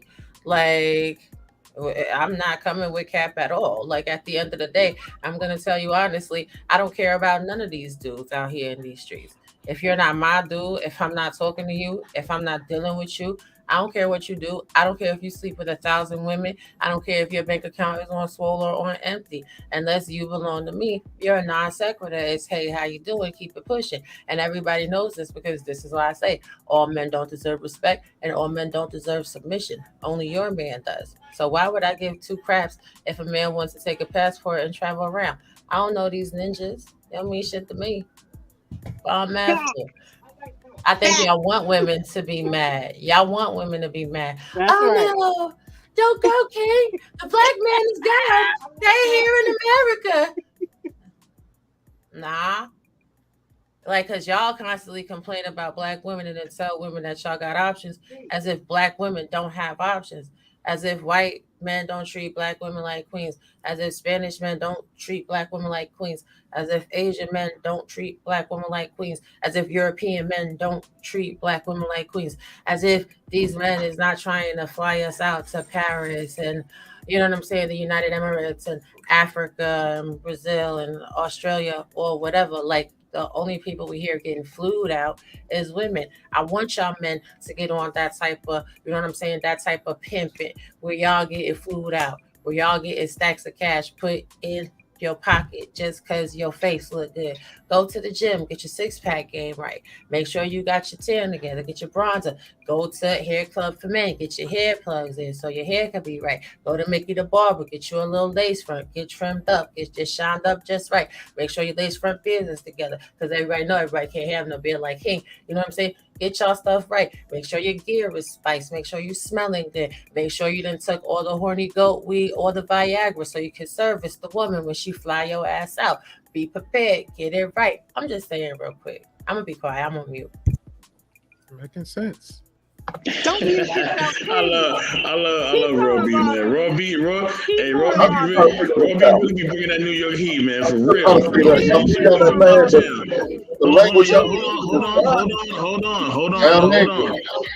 on, y'all. Hold on. Auntie is next. Know what I mean? Auntie is next. Go ahead, Auntie. All right. So when you're talking about the issue, the exact question which is in the title, why are women so mad? All right, so for the most part, you got a lot of dudes saying the reason why they're going overseas is not necessarily for networking. It's not business. It's not for self-improvement, to learn new cultures, add to it, or even take from it. And it's primarily not even for the women over there. It's because of the issues with the women over here.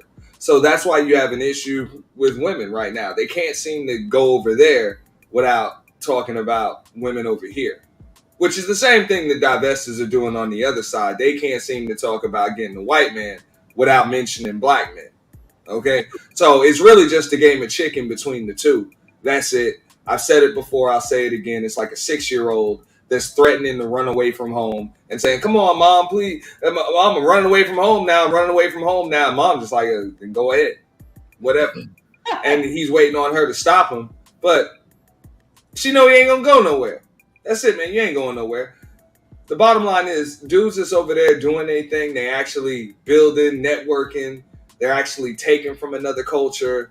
They're adding to a culture. They're actually, come on, you telling me that these women are supposed to be submissive to men? They respect manhood, masculinity more so than women over here. You telling me you're going to get at them without having to go through the men over there?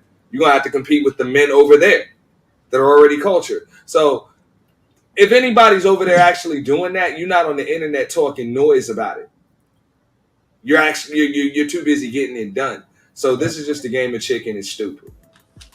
That part. I have one question for Queen though before you move on to next. Go ahead, bro. Queen, are you there? Queen? Yes, I'm here. What's up? Okay, just one question. Are you currently residing and are you a resident long-term from Baltimore? No. Okay, that nullifies everything you just said according to Lola. Next, please. I didn't. Okay. Check yourself. Queen.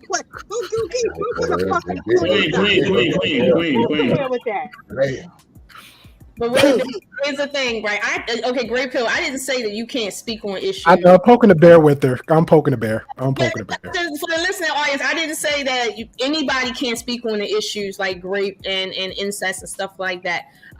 Period. It doesn't matter where you're from. You can equally speak on it because you have an equal right to speak on it. But when it comes to cultural issues within that region, I'm telling you, it runs deep. And it's like, it's not going to go anywhere overnight. And people not looking to wait even more for change. They just not. I'm just saying. They're not waiting to look. Thank you for clarifying. That's pitiful, man. So, I mean, for years and years of politics, y'all ain't put no policies in to make these changes. Y'all have done nothing. Y'all just sit there and grab ankles. The hell with that shit. No, they just out here just worried about the children dying from you can't be worried about children if you allow this shit to continue to go on. There's a lot going on here, Hank, and I will make some changes. Be a part of the change. Listen, I don't make no bones about the fact that change needs to happen. What I'm saying is, I'm not the one that's going to sign no policies into place. And honestly, right, there's nothing you can do about it, Lola. There's nothing you can expect the government to do about in-house issues like incest. Like the government can't regulate that. No, the government can. They call the police. They call the police. They call the FBI. They government agencies. The government can do something. How about y'all take the time to call 911? How about you snitch on some folks? Hey, when somebody calls 911, it's because something has already happened. It's not because the police are stopping it from happening. There's no time limitation on that. Listen, now you're going into something. Listen, I'm not arguing with you about this. It's like it's real. It's childish to sit there and say you need to call 911 and we talking about children. Like, stop, okay? Stop. I can't believe that I'm as parents, if y'all let y'all kids go through this bullshit and nobody do nothing. No, you know. Wait a minute. Your homicide went up, it's going up twice as much. Let them do something about something in order. Wait, is this conversation about passport bros or about child abuse? No. I brought up the fact that they were talking. I said that, like in my city, for example, right? We got a lot of masculine women out here, a whole lot more than passport women.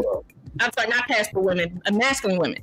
We have a lot of that out here. But I've also said there's issues facing this region that might not be facing other regions as much. Like I said, incest when it comes to households and children. It's very high out here, but there's a historical reason for that out here specifically. And I said, when you talk about children, hold on, Hank, no, come on, she's talking. Hey, be an adult. Let me finish what she asked me, okay? What I'm trying to explain to the whole panel is that it's not a matter of it being an excuse or not, but I'm telling them that the reason why issues are out here affecting women's behaviors is because, one, when they're children, things are happening to them that often makes them act a certain way. That's one issue out here. I'm not even talking about the other issues. That's just one issue out here. My overall reason for saying that is if you are a man right now and you're looking to get married in the next 2 years, do not expect Baltimore to change in 2 years. If you're going to pick from Baltimore, for instance, just for example, don't expect that. I'm telling you, and I'm from Baltimore. Y'all got a city full of trans women. Hold on, Hank, okay? I'll let you talk. I'm telling you, and I'm from Baltimore. Don't come here. Just leave. That's what I'm telling you. Don't come here. Don't waste your time here. Just do whatever you need to do, but don't waste time here. This is not to say that that's the only issue facing people over here, because at the end of the day, it's a lot of problems. But you think that I'm disagreeing with you, Hank. I'm not. Yeah, there needs to be a lot of change out here. But again, now you're getting away from the conversation and you're going into politics, and that's not the conversation tonight. Lola, he only responded to you what you said, and Robbie asked a question about, are we talking about, what's the topic of the question? I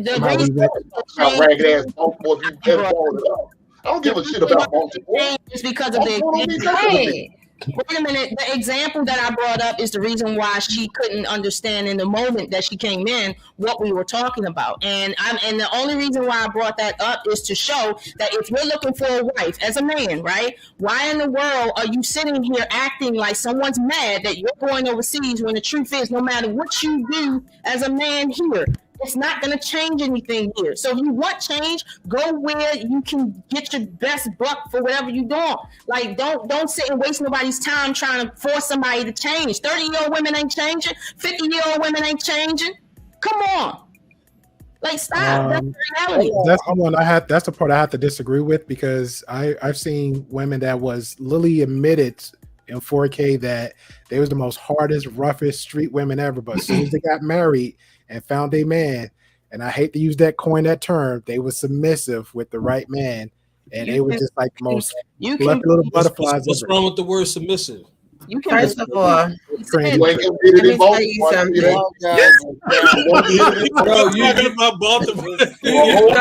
He telling me 45 and 50-year-old women, dog. Like, whatever. It's so much cap on this panel tonight. I can't believe I agree with Hank. But y'all are capping. First of all, you don't talk about stuff that you don't care about. So all these people running around talking about We don't care about this.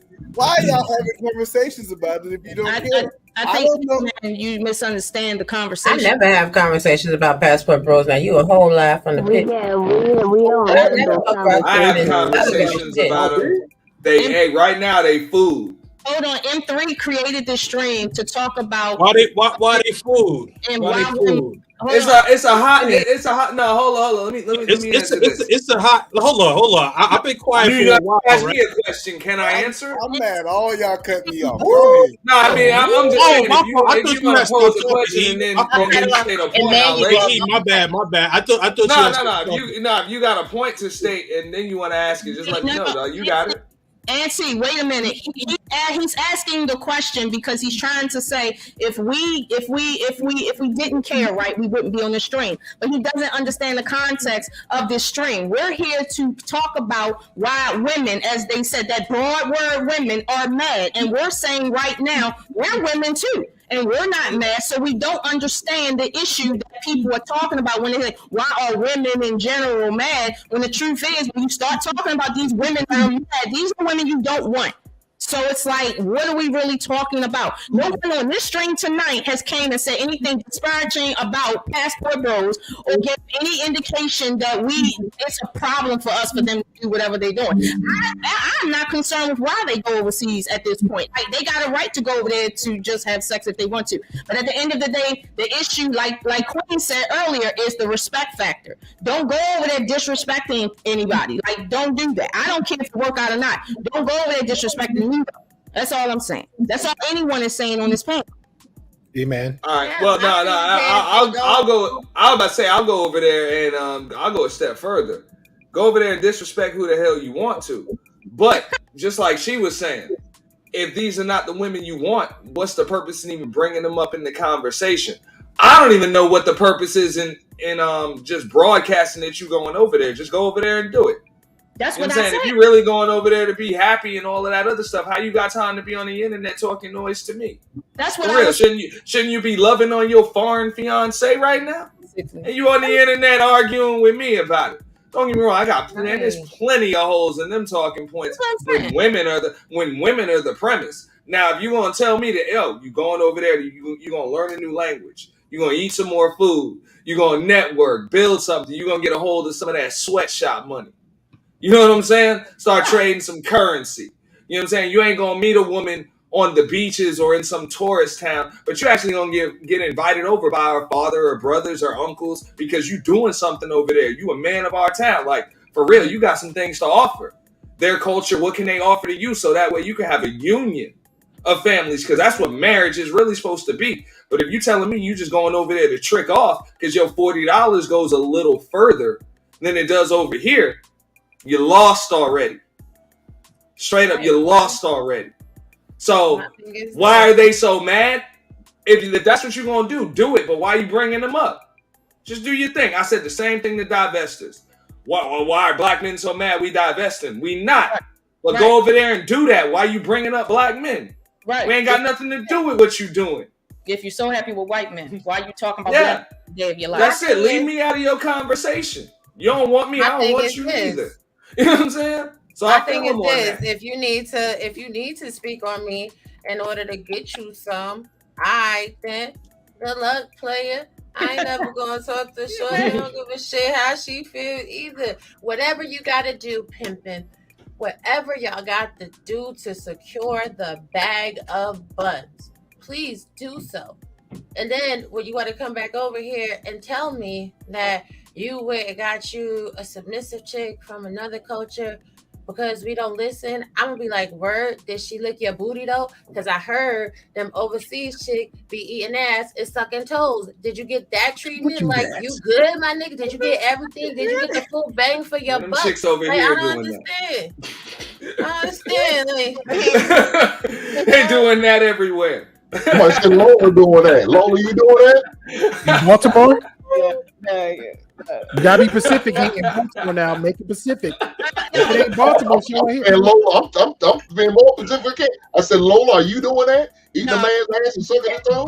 But wait a minute, I don't, but I'm not knocking nobody else that do, because everybody's sexual preference is equal to everybody else's. I'm not going to sit here and say the stuff I do ain't nastier. I'm not going to say it is. All I'm going to say is I'm not knocking people for doing that, but let's not act like people don't do that. Hold on. I never ate ass before. I never will. Shout out to freaky ass Lola. I'm just saying though, on this topic, and I'll leave it at that. I know Raw B was cooking, but I'm just like, look, I had the same smoke for the divestors. I can't have smoke for divestors without having smoke for these dudes, because it sounds like the same argument. You know what I'm saying? Like straight up, it sounds like you're saying the same thing. Same shit. Hank, I don't have to cook hamburger helper. I mean, y'all got to go overseas to get submission. All I got to do is go outside. I'm gonna get a man that's gonna take care of. You understand what I'm saying? I feel bad for y'all. I'm going to Baltimore to get me a woman. I say I love you. Like y'all got to do a lot, honey. Y'all got to do a lot. Bobby, I'm going to Baltimore to get me a woman, and I'm gonna train her right. Oh my God! Listen, hey, that's somebody there. Hey guys, hold on real quick. Hold on real quick. Look. I gotta personally give a nice birthday shout out to Auntie, man. I'm gonna highlight you real quick, bro. Yo, first of all, man, happy fucking birthday, man. Hold on, let me get the sound effects going on, right? Okay. Oh, shit. Come on camera. Oh my God. Yo, like I said, happy birthday to you, my brother, man. You know, hopefully you appreciate the that. best days of your life, man. You know. That's pretty much it. But yeah, continue. Yo, this is what 40 look like. Just so y'all know. 40. Well, I mean, you know, black don't crack, so I'm just saying though. Now you 40. Do you gotta go overseas to get submission?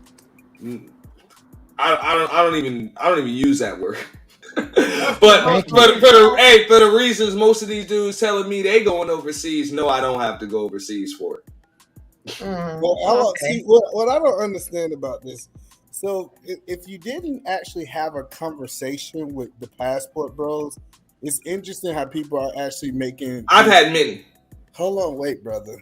Like I let y'all go, right? so the thing is, I have had conversations with a lot of people from this community that's going there. Most of them go for business. They're not going for sex. You know what I'm saying? They have business. For example, I was talking to an older gentleman. He's importing coffee from Colombia to Americans. He's doing like a reseller in it. And he said, while I'm here, I'm enjoying the women while I'm there. And he said, we never talking to women. We're giving advice to other young men, and the women are chiming in on the advice that we're giving. We're just saying, hey, we have learned that we have better options over here. If you about going to, and this is just the conversations I had. If you're about, getting on your purpose, getting on it, you want someone to kind of get on your page, and there's more of them from a population point of view, this is what we're taking our money and different things like that. So the point that I was making earlier, I don't think people talk about things they don't care about. If everybody just don't care about it, why do they feel like we have to have the conversation about it if we don't care? Yeah, I got a question. You mentioned the one gentleman you was talking about, right? How long was he mutually traveling or set these type of foundations outside the U.S.? Well, he been traveling for the last 16 years. Okay, cool. Did he actually come out his mouth and say, I consider myself a passport bro? Yes, he did. Really? Yeah. That's great pill. Hey, if I can add to that, most of the passport bros that I talked to have said the same thing that he's talking about. And they've come out and said, look, I'm a passport bro. Because that's where the pushback came from. I made the same argument. I'm like, man, y'all just going over there. Bro, I done went in on the because the guys that have that much time in, they don't never coin that phrase. They just say, I'm an expat because they've been there longevity. Oh, hold up. I'm just saying, most of those dudes have like literally cut me off and been like, look, man, we going over there to do business. We trying to learn new cultures and just see more things. The world is bigger than the United States. And just like he said, hey, we meet some women over there, we do. But I still had this pushback for him, like, yo, you understand that the dudes with the biggest voices are just saying women are just easier over there. So you're kind of where, you know what I'm saying? you're kind of holding the flag when you carrying that hashtag around with you. You holding the flag for sex tourism and sex trafficking. So what are you gonna do to separate yourself from them dudes? So no, because I asked, because I know a person who said women are easier, and I said, what do you mean? See, sometimes we hear people say something and we don't understand what they're saying. So I asked her, he said women are easier, and I said, what do you mean by easier? He said they're easier to get along with. They're easier to be able to build with. They're easy to be able to, like, he wasn't saying that. Why the other passport bros that these women hate, and why isn't those men is given that type of context? Because I don't hear that often. I'll literally see pictures being shown and talking about receipts, and they'll show the beautiful women. They're not showing the stuff that you and Auntie talk about. They're not showing that tells you what space you in. Because I mean, I was about to say, I hear more. Yeah, that bro. I'm just saying, good dudes have come out of their way to correct me, but I gotta respect them because they did have the conversation and been like, look, we get it. It's dudes over there doing that, but that's not what most of us are doing. Exactly. You know Exactly. Yeah. Exactly. right. And the thing is, before like all of you gentlemen came on the panel, so I'm about to be 38 on Tuesday. I've had my passport since I was 3, but people have called me passport bro, and I don't correct them anymore. But it's because I know what I'm doing overseas. You know what I mean? Like I've had an apartment in Medellin, Colombia, for about 3 years. In Great Pill, I think I might have mentioned this when I was on your channel at one point. But yeah, so like when it comes to building businesses and things of that sort, like that's what's most important for me. For me, like whether it's a woman overseas or a woman stateside, if I meet a quality woman, I meet a quality woman. It doesn't matter where she is. That's doesn't mean anything to me. But are you leading with money and sex? I'm sorry, what happened? Yeah, I was asking, but are you leading with money and sex like most of these others passport bros No, doing? well, see, this is the thing. You have to stop saying most, because now there are some. I'm not saying y'all because I don't want to speak in absolutes. No, well, I will say absolute. There are some, but they are not most. Because most of the men that you know that travel, as what E and Ant said, like they're going over there building businesses and what have you. But there are some, you know, that just go strictly over there for the woman. And we also need to get that trafficking thing. You know, we also need to take that trafficking thing out, because that's a serious offense. And the thing is that they have laws over there too. So there's no way that they're gonna let men from the West, whether you are in the UK, North America, go over there and do anything to their woman. Like they're not gonna play that. You know what I mean? Especially melanated brothers. Like, you know, we follow the laws. Now, if they are now as far as like if they're doing pay for play, some of them are doing that. But we got to take that trafficking word out. We do, because that's a serious offense. I agree. But that was my point, and I'm gonna just be real quick. I'm just like, look, for dudes like yourself and a lot of the dudes that have come up to correct me, what are you doing to separate yourselves from what the dudes with the biggest voices in the spaces have been saying? They just saying, look, man, this is strictly for women, and that's the audience and the demographic that they're appealing to. So what are you going to do to separate yourself, or do you even care to separate yourself? I know you care, but you feel me? I mean, for me, I let my content speak for myself. Most of the people on the panel have seen my channel, have seen what I talk about, and so like for me, it's I let my content speak for itself. And you say some of the bigger names are talking strictly for the woman. I mean, you don't have to out anybody, but I would be curious to know which names are you talking about, because the bigger platforms that I'm familiar with, they're talking about learning different cultures and becoming expats living over there, and a good number of them are either in long-term relationships and or married. Like you got one person in particular, right? I'll say his name, Richie Magzuna, Thailand. Like he has he's in a long-term relationship. Andre Love Crossing Borders, he's married. Richie Mack lives in Thailand. Andre lives in Colombia. Another brother, No Excuse Entertainment. He's married, but he's about to move back to Colombia right now. Actually, he lives in DC. He and his wife live in DC. So what all I'm saying is I can keep going on with names, but most of the men are traveling or in long-term relationships and are married. So while there are some that will talk about hooking up a woman and posting pictures and stuff like that, like I do think like that's ridiculous, and they're putting a target on their back. They should not be doing that. Hey, real quick, sure. I'm gonna make this quickly because, like, today, it's a special day for also another young brother. So we gotta give a shout out to Mr. Marcus, right? One of Knowledge and Relationship's best mods and also, best cool folks ever. You know what I mean? What's up, Marcus? Marcus, happy birthday, brother! Happy birthday! Happy birthday! Happy birthday! Bro, it's your birthday today too? Yeah. yeah. Oh wow! Yo, congrats, dog. Oh, we got February birthdays in the building. That's what's up, man. Nah, yeah, it's Groundhog Day. So somebody with the same exact birthday. Groundhog Day. Happy birthday, Auntie, man. I'm gonna wish you happy birthday. I got 5 more days. I got 5 more days. All right, yeah, man. Happy early birthday to you too, man. I wouldn't have guessed that, dog. And yours is 5 days. My younger brother's in 5 days. The 7th. Yeah, my so I have two older brothers. One of my brothers, his birthday is the 5th, and then I have a cousin. His is the 6th, mine is the 7th, and then my brother whose birthday is the 5th, his son, my nephew, is the 8th. So 5, 6, 7, 8, all back to back to back. a lot of dinners out there. Right. Hey, I'm chilling, dog. I'm not gonna turn up too hard until the weekend. Yeah. That's birthday same thing I stream did. coming, everybody. Maybe tomorrow, maybe Saturday. One of them 2 days. So I just wanted to come up here real quick before I drop and down. I'm deleting the stream so you can come on there and get loose.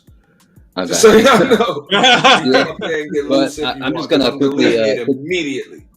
Yeah, I'm just gonna quickly head out of here though. But I want to say shout out to Great Pill, shout out to Hank, shout out to KingzNDreamz, Lola, Raw B, Auntie, E the Man Williams, Queen, Mr. Best, Mr. and Mrs. M3, and the rest of the cast who, shout out, support. You guys have made it entertaining.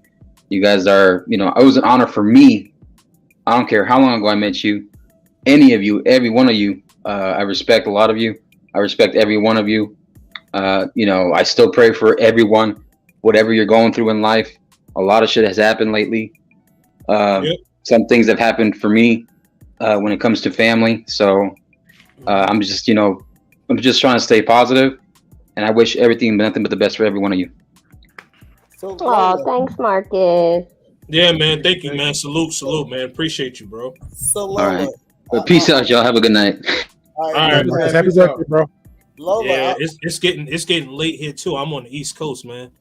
I'm not like Lola where she go to like 5, 6 o'clock in the morning. I'm not doing that. Well, we know Lola's a night rider. You know good. Night rider. My best not to keep you long. I tries, okay? It's all good. It's all good. Wait, Lola. How many times do you put your disclaimers? Lola, how many times are you putting your disclaimers that I promise y'all I'm not gonna go for too long. Don't make me go up too long, please. Right? And then like 12 o'clock, Pacific time later, like, woo. The operative word is trying. You call Lola on the phone. You call Lola on the phone. She be like, I gotta speak to you for 2 minutes. That 2-minute conversation turned to 20 minutes. Real easy. She always do that, man. Don't even worry about it. I got a bone to pick with Lola. Oh my God. Salute, Mr. O. Lola, wait, hold on. Before you talk to Lola, it's getting late for me, and I'm going to bed too. Good night, y'all. I gotta get up in the morning. Hold on, wait. E. I didn't, tell you to go to bed yet. I might let you go to bed early. Cam up a little bit. Extra submission. Cam up a little bit. You know what I mean? Let me just give my final statement. My final statement is we allowed a very small group of people to give a negative connotation to the term passport bro. and we're entertaining it. End of story. Agreed. Well said. Well said. I mean, All right. 1 second though. I'm not. Oh no, let me let her finish. My bad. Lady, go ahead. salute to Drake. No, what I was gonna Lady. say. Yeah, what I was gonna say is I agree with her wholeheartedly, and the only problem with that is that's what happens when it becomes a hashtag. Mhm. When it becomes a hashtag and it becomes a movement, one person is going to be responsible for the actions of the entire group, and the group is going to be responsible in a lot of cases for the actions of one person. It just happens like that. Like I mentioned this a while back, or not even a while back, a couple weeks ago. I'm like, it's just like the Me Too movement. You know what I'm saying? There were victims that came out. They were actually victimized, and they had a hashtag to support them. And now that entire hashtag has become synonymous with false allegations because of the actions of a few. There are so many victims that have dealt with. I'm just saying that's what's happened. We even say, "Oh, you Me Too somebody." So the Passport Bros movement is no different. You know what I'm saying? There are a few people that are going over there to trick and traffic, engage in sex tourism, prostitution, whatever the case may be. Just let's understand. take traffic out though. The tourism, cool. The traffic, we got it. We got to cut that. We got to cut that. Hold up. No, why is you wanting that's to diminish what the happens. fact that that's a whole industry over there? No, it is an entire industry. And when you're talking about going over there looking for love, the entire goal is the green card. They're giving out $25,000, $30,000, $40,000 in some cases for the green card. And right now, hold up. That is free if you just marry one of them. And if any of these dudes is talking about they going over there for women, are you gonna tell me that you ain't just their path to citizenship or straight up money? Keep in mind that's trafficking. You bringing them from one nation to the next. So yeah, it sounds harsh, but it is reality. All right. And when you over there talking about they easier, that's the industry in which you're promoting. Understand that, whether directly, indirectly, consciously, subconsciously, that's what's going on. Hold on, Hank. Another reality is Baltimore women are trash. Watch that petty. Listen, right? But listen, Ant, right? You talk. I'm not laughing at you. I'm laughing at you, brother Hank. No, it's all good. It's all good. But Ant, you talk about this green card. Most of these women don't want a green card. They want to remain in their country. They want most of these. To be women, honest with you, Chubby Checker got charged with trafficking for taking a Who? 17-year-old white girl across state lines. So there's that. You understand what I'm saying? Who's this person? Dog. They can stay in their country. Wait, what's this? Hold on a minute. What's this person's name? It was Chubby Checker, if I'm not mistaken. I have no idea who that is. Are you black, sir? I'm be quiet. I'm be quiet. He did the shake and shit. Yeah. But back to what I was saying, right? So the thing about it is this. So the thing about it is, right? Like most of these women don't want a green card. They want to remain in their country. So a lot of guys will either expat or they'll travel back and forth. All right. They want American money. And then this is what I challenge the dudes that go over there talking about women. Like, bro, if the premise of the conversation, when you on the internet talking about this hashtag, if we primarily talking about the women aspect, I want you to tell me, in how many cases are you not just this woman's path to citizenship, number one, or number two?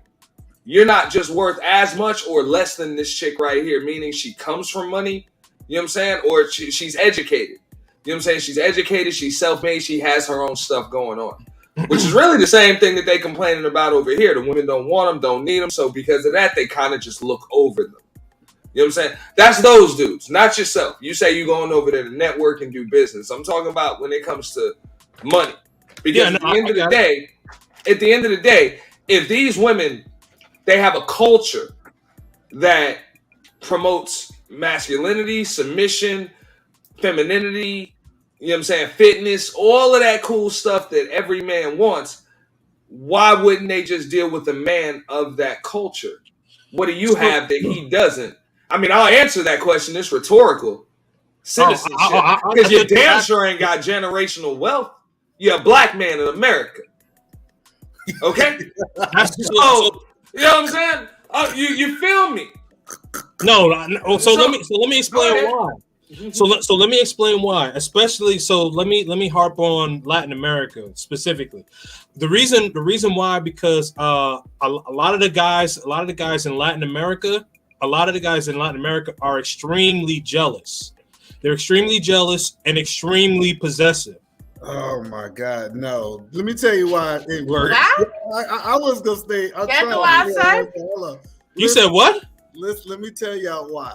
You are hold on. So you're gonna tell me I'm wrong, but I'm having conversations with these women in Latin America. You gotta let me hear the point before. Mira, right? Yeah, but they're very sexy, okay, muy caliente, okay, knock it off, all right? You hate it right now. Listen, yo, listen. Let me finish, King, and you can respond. I promise you, I'm gonna give you the flow. Listen. The reason that you're desired more when you go to other places is because you're rare. It's not a whole bunch of you motherfuckers walking around like this. Listen, it's a reason when a black man go to Germany, the German women are all over the black man because they don't see it on a normal basis. It's the exact same thing in down there. It's Latin men everywhere. They got 1,000 of them. But guess what? It's not black men everywhere. They don't have a whole bunch to choose from. Anywhere you go. When I came to Seattle, guess what? A brother from the South, these women was on me like I was crazy because I was rare. Anywhere you go that you're not from, typically you're rare. That's why the women want you. It's common sense. All right, so let me respond here, right? So in Latin America, you do realize that there's Afro Latinos, right? That's not an African American. You're still rare. Those two different things, bro. I don't want to lose the topic of conversation. So hold on a minute, bro. You're going overseas. Hold up, you going overseas. It took you 5 weeks to even save up for the damn trip just to stay for 4 days. Okay, what the hell can you offer this woman? And she's the upper echelon of women. She's the picture of femininity, fitness, friendliness, submission, all of those things you can't get from an American black woman. Why in the hell would she want you instead of some dude over there that's actually already indoctrinated into her culture, has connections over there, and is straight? That's what I'm saying. If these women have their pick of any man on earth they want, why the hell would they pick you? This is, but when I try to respond, my bad. One second. Before I go, I need 15 seconds to let me finish. 15 seconds, let me finish. And also, let's say this chick has her student visa, her work visa, like for real. You know what I'm saying? She can move with autonomy. She's got her dough. Why would she pick you? Go. Okay, hold on for a second. Hold on. KingzNDreamz has something to say. Go ahead, Kings. What I was saying is this, right? So I do agree with E when he says the rarity part. That is the point. There is another point though. What I was saying is that like there's a portion of the men there that are overtly aggressive towards the woman. That's what I was trying to say. And I've spoken with women from different countries all throughout Latin America.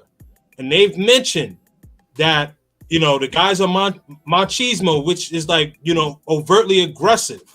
So what they're saying is like, yes, like the black men are a rarity, black American men are a rarity, but also because they say that the black American man is also more romantic than what they're used to. Bro, Raw. He just lost. Hold on. Respect to everybody here. Hold on. Respect to everybody here. But yo, I'm the actual guest, my G. So hold it down, man. Hold up. No. Listen, I know it's your birthday. But hold it down, B. Hold it down. Everybody, hold on. Yo, I'm telling you conversations that I'm having with women in Latin America. You telling me no? So you telling me that these women lying? Okay, if they lying, then they lying. No. Now I'm agreeing with you. I'm agreeing with you. Let me finish. Let me finish. I'm agreeing with you. You telling me that the women will pick you because you're just softer than the other men over there. That's what women want these days. They want a soft man, and you bragging for being one. What's up with that? Y'all got it. That's what he's talking about. We just more romantic and not. You know what I'm saying? But you gotta go overseas to be romantic. Nah, you know these chicks over here will just slap you because you work being slapped. You know what I'm saying? Like, they just slap you because you can. You know what I'm saying? Because you can. She just slap a dude like you.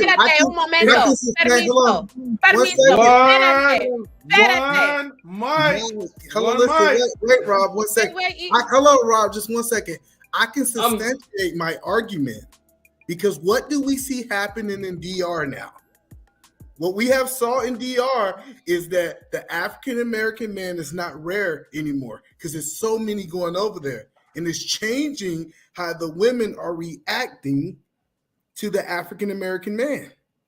So anywhere you go that you're rare, I'm telling you, I don't care where you go. Like it's a reason why you can go anywhere and be valuable. A lot of people just choose this. Lola, a lot of people choose to stay in an environment that they feel that they're not, that valuable. I'm just saying. So anyway, like how I was about to say, now I know you lying to me, KingzNDreamz. Now I know Panamanians, Hondurans, Brazilians, Dominicans, Puerto Ricans. Okay, you mean to tell me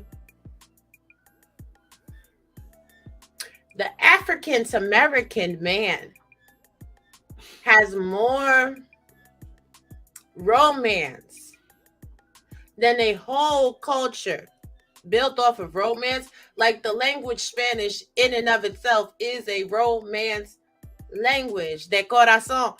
Okay, I'm confused. I'm really like, if women are telling you this, you do understand that's that good game, right?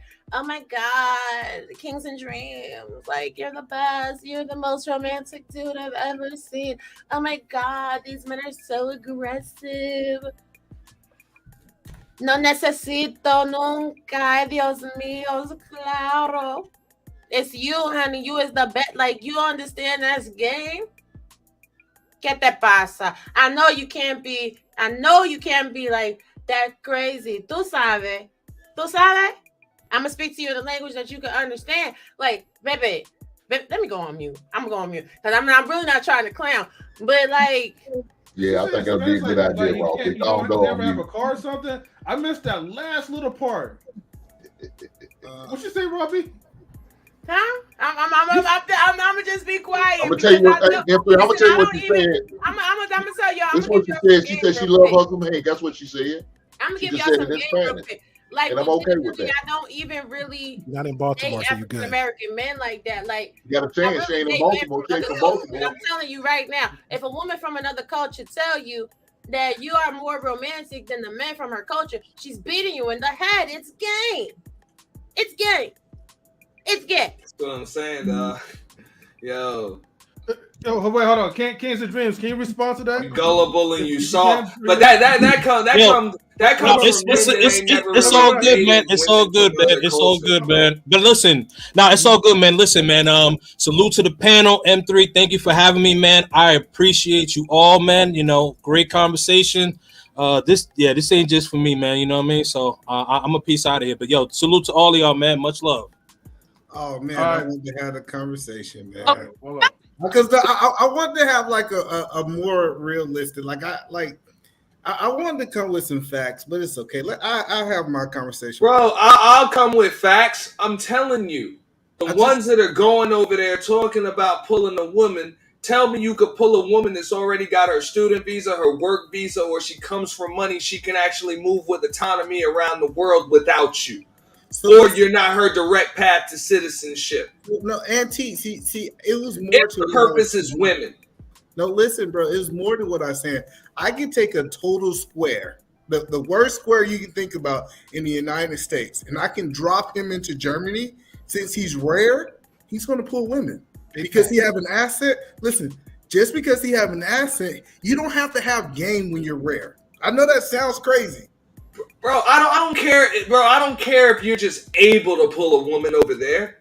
Why the hell would you want to be able to pull her? You could pull a woman over here the same reasons that you're leaving to go over there. You telling me you could pull a better woman over here? Hold up. You telling me that you can pull a woman that's an asset rather than a liability? Somebody that's going to support you spiritually, mentally, make it so that you're straight financially. You know what I'm saying? You in a good mental state to be able to build whatever it is that you're trying to do. And I'm asking you, how is that situation better when these women you talking about getting ain't got shit, don't come from shit, can't provide nothing? You just telling me, just like Raw B said, they just got a little bit more game. They able to finesse you a little bit better. But the chick don't come from money, which means her daddy, her brothers ain't got no real connections gonna get you straight. That's what I'm saying. I'm trying to get some of that sweatshop money, man. What's up? I want them weed bundles, dog. I want them Asian weed bundles, dog. If you ain't got no connect on it, what I need you for? You know what I'm saying? Like straight up. If I'm going overseas, like what I need some overseas chick, bro. I get big booty Brenda. At least she understand what I'm saying. Lola money don't mean shit to me. Lola's money don't mean shit to me. I'm gonna take Lola in and I'm gonna get Lola right. He talking about Lola. That voodoo out of bro.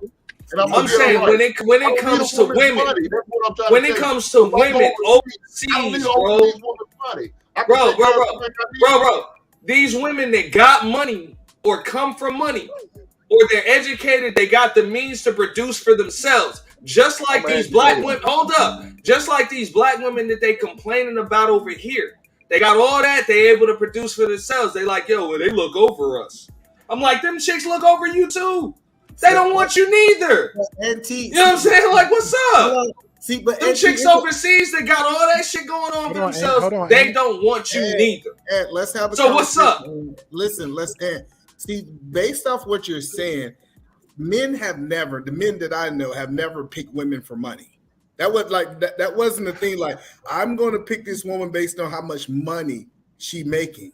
So the idea that you said now they should change their whole nature as a man and go look for money overseas doesn't even make sense. No, I didn't say look for money overseas. What Auntie is saying is that y'all saying you going over there. No. I'm a mansplain for you. What Auntie is saying is if you going over there to get business, if you going over there for business and business connections, and you trying to get some money, why would you fuck with a bitch over there if she can't put you into the money? That's what I'm saying. Marriage is a business contract. Marriage is a business contract. If not, you tricking off. Let me explain. Straight up. Okay.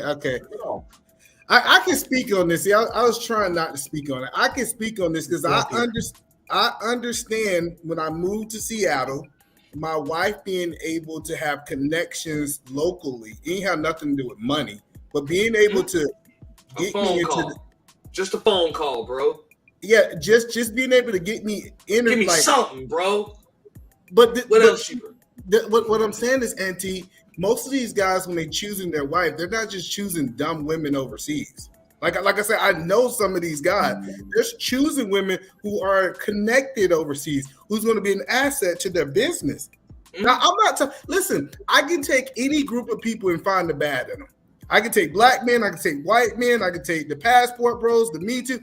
Every group got bad in it. But when we look at the group as a whole, they're not just going over to get somebody just because they're submissive. She's submissive in her uncle. Her uncle runs a shop that he can use to do XYZ. I think that you're really downgrading their how you aren't really trying to call them stupid that they only can go over there for vagina, and I don't think that they're just going over for vagina. What I'm saying is, I sat there and I watched the debate the other day with Auntie and the passport dude, right? And the passport dude, he said he was over there about that damn money too, and all he was talking about was colognes and clothes, and then showing off hoes. So I mean, if this is what Oh we're no, that's not what he exposed said. to, Oh, he said. I gotta be fair in that conversation. He said a lot, but no, just like she said though, when he said he was showing receipts, that's all he showed. he showed hoes. He did a whole slideshow on hoes. No, you ain't gonna do Marty like that now. You're not gonna do Marty like that. I'll officially offer him a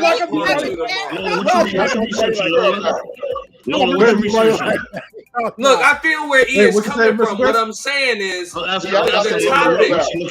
topic of the conversation, and I want to hear from Miss Lola in a minute, as well as Raw B and any of the other ladies on the panel, anybody else who wants to chime in.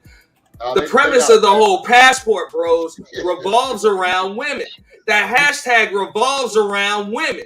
So if these dudes, if these dudes that are about business want to change the narrative, why the hell aren't they voices louder than the ones that are going to be talking about women? Because as long as these dudes are going to be talking about women, I'm going to poke holes in their argument. Therefore, they are food to answer his original question. Go ahead. Hold on. Somebody came up in here. I'm trying to tell this person you can come back up, but I need you to verify yourself. Yeah, you gotta come up. Verify. Cam up. Lola, what you researching, Lola? What you reading? Nah. Lola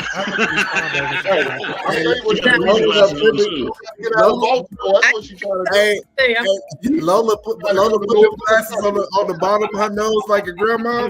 I do put. Now when she put them on the bottom of your nose like grandma, and you know you're in trouble. You know you're in trouble. Hey, I like to respond real quick. And she look at you over. Hold on, I like to respond real quick. I'll respond real quick. Hold on, let me respond real quick.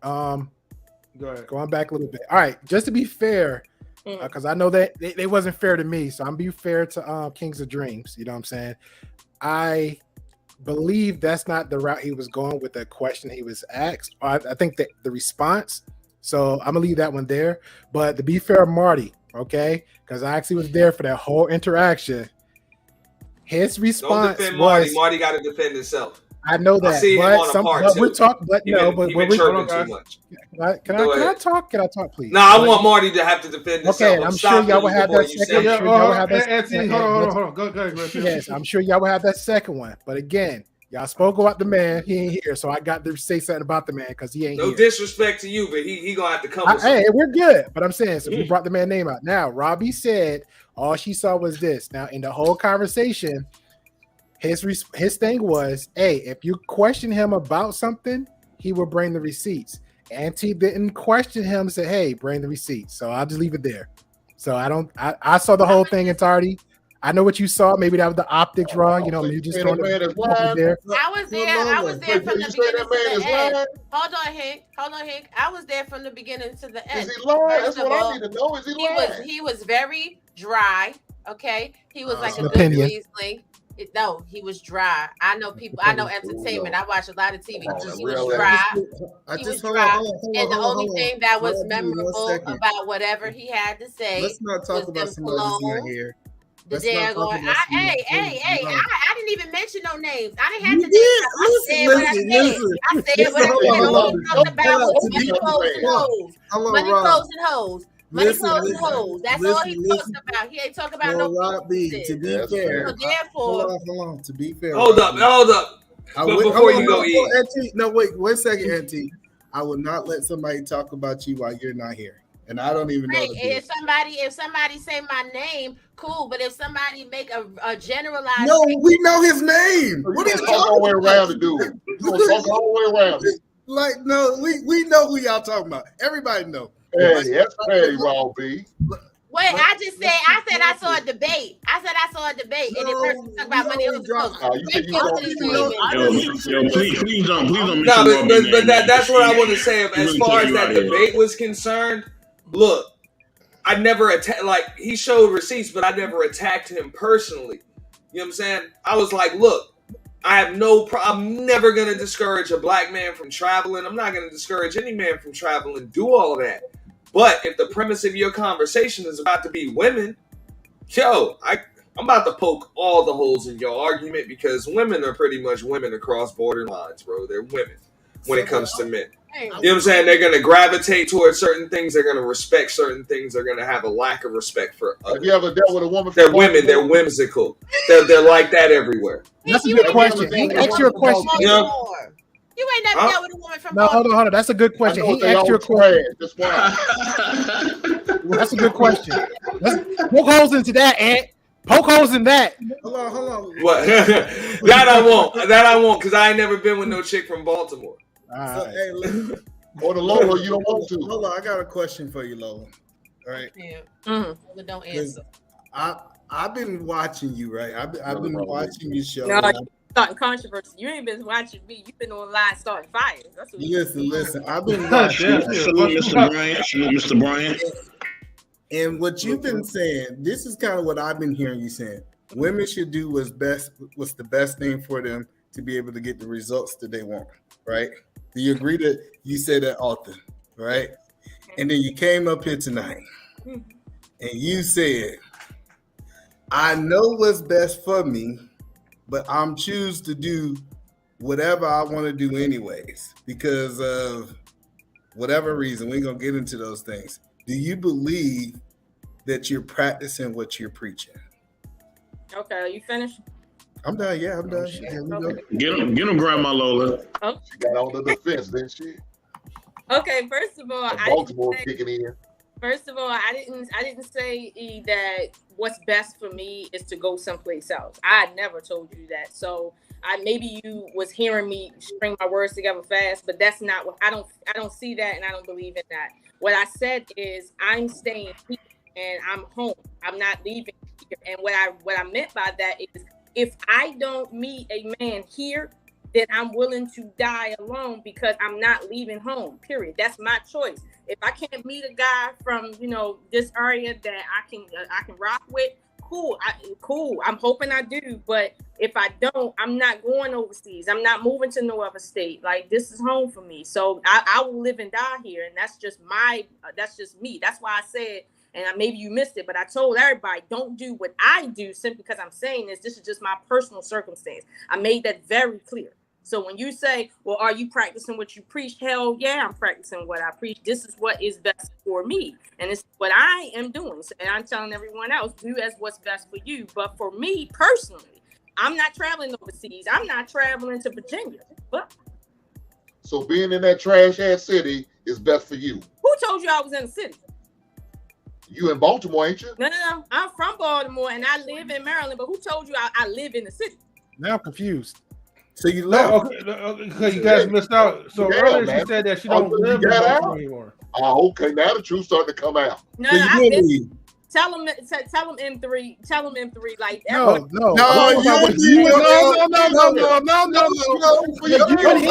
You and he had a whole good back and forth. I ain't missed nothing. You and he had a whole back and forth. So you're not in Baltimore. Back and forth about Baltimore, but just because I'm talking about my home city doesn't mean I still live there. Yeah, but you connected the word you said about Baltimore. You said I wouldn't leave. This woman died. Yeah. In Baltimore. Huh? Okay, maybe what you don't understand is the DMV. Oh, God. The DMV. Here we go. I'm not leaving where I'm at right now. I live about 20 minutes away from home. Lola, I'll bring you. You gotta explain where you live at, Lola. Oh, y'all, because y'all want to hear what I say, but y'all never want to let me talk. Because you ain't gonna do it. Tell us another story. Wait a minute, Hank. I don't live very far from the city. I live out in the suburbs, but Maryland is a small state. Like, you can literally go from DC to all the way up north in the same amount of time. It's a very small state. So I don't ready to come to Kentucky, Lola. But wait a minute, I don't live directly in the city, right? But I'm always in the city every day. Like, I'm in there. So it's like, Hank, so it's I'm gonna stay in Baltimore, but just stay outside of Baltimore so I can claim Baltimore, so I could be about Baltimore, but I'm gonna still stay outside of Baltimore so I can represent Baltimore. The crime limits. First of all, y'all don't know nothing about the DMV. Y'all don't know nothing about the DMV. The DMV is a whole area. Y'all better be quiet. The hell with the DMV. Salute to the DMV. Salute to the DMV, baby.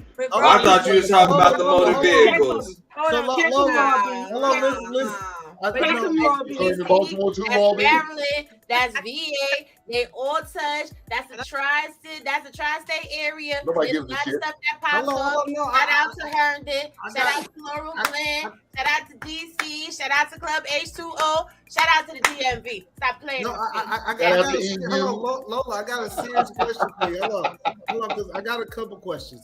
Can you tell me if you meet the man of your dreams, the guy that you've been praying for, right? The one you asked Jesus Christ as Lord and Savior. Which is Drake. Hold on, let me finish. Oh, it's really me. Listen, you find him, right?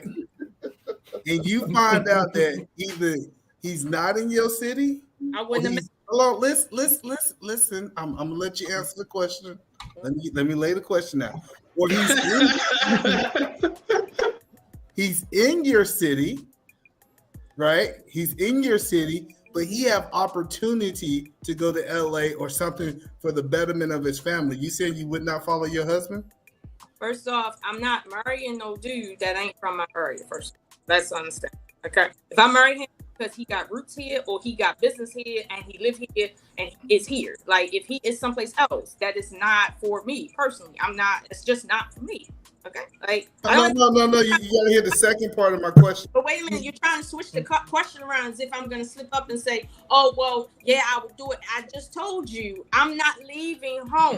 And the man that I'm with got to be situated here, and his business got to be situated here. As much as y'all talk shit about the DMV, there's a lot of nice guys out here, a lot of good-looking nice guys out here. And if I can meet one, cool. But if I can't meet one, again, I got roots here, and I'm not leaving, period. Well, there's a lot of good-looking guys and nice guys too out in California, Lola. I'm just saying. Hold on. No, it ain't. Don't come to the West Coast. I'm staying in the DMV. Listen, nobody out here.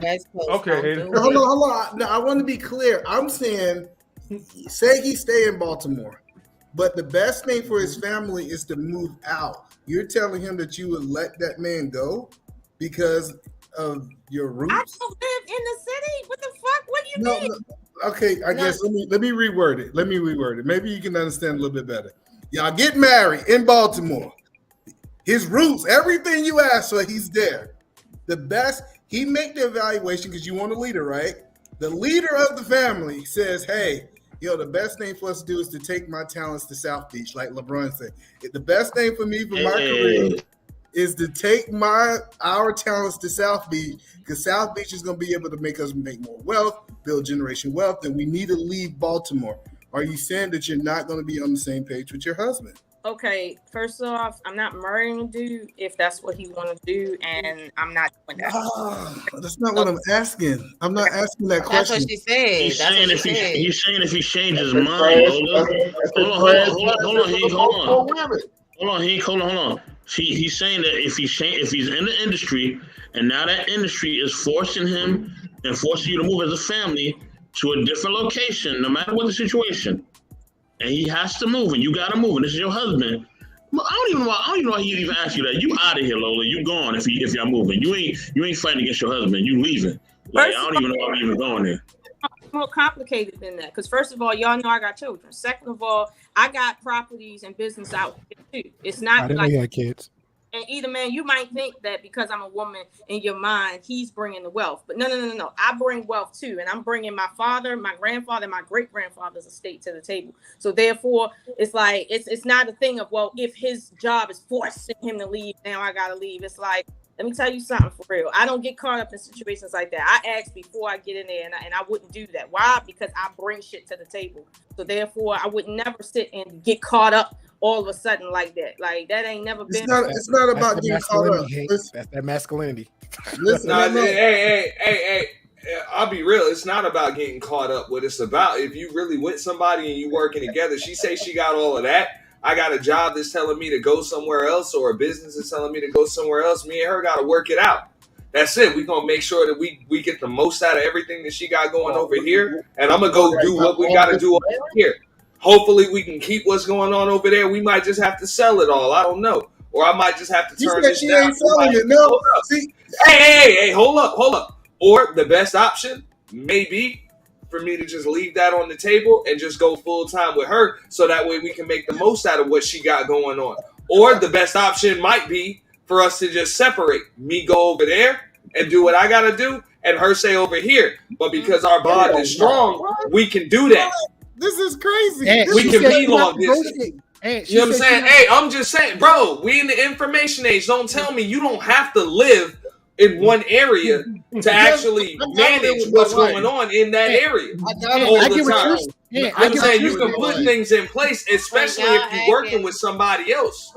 I'm just being real if y'all working together. Like you can't be in the city that you work in during your work week, and then when the work week is over, fly your ass home. There's plenty of people that are commuters and work on this stage.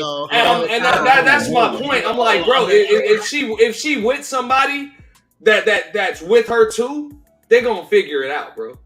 They'll be all right. You would make it in there. They'll be all right. Hey, on some real shit, bro. He got dough over here. He got dough over there. Hey, that's a good problem to have. I'm just being real. That's a good problem to have.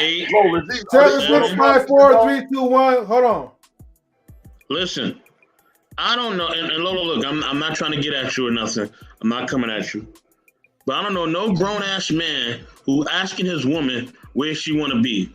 A grown ass man is making that decision, and that's it, and that's all. I'm not talking to no woman about shit. Okay? If I say we're moving here, then we're moving there, and that is it, and that is all. That's it. That's all. Hold on. I don't got time to be thinking about what you feel or think and all sort of stuff. Like we could talk about it a little bit, but once I really make the decision as a man, where we gonna stay, where we gonna go, that's really it. There's nothing else to talk about.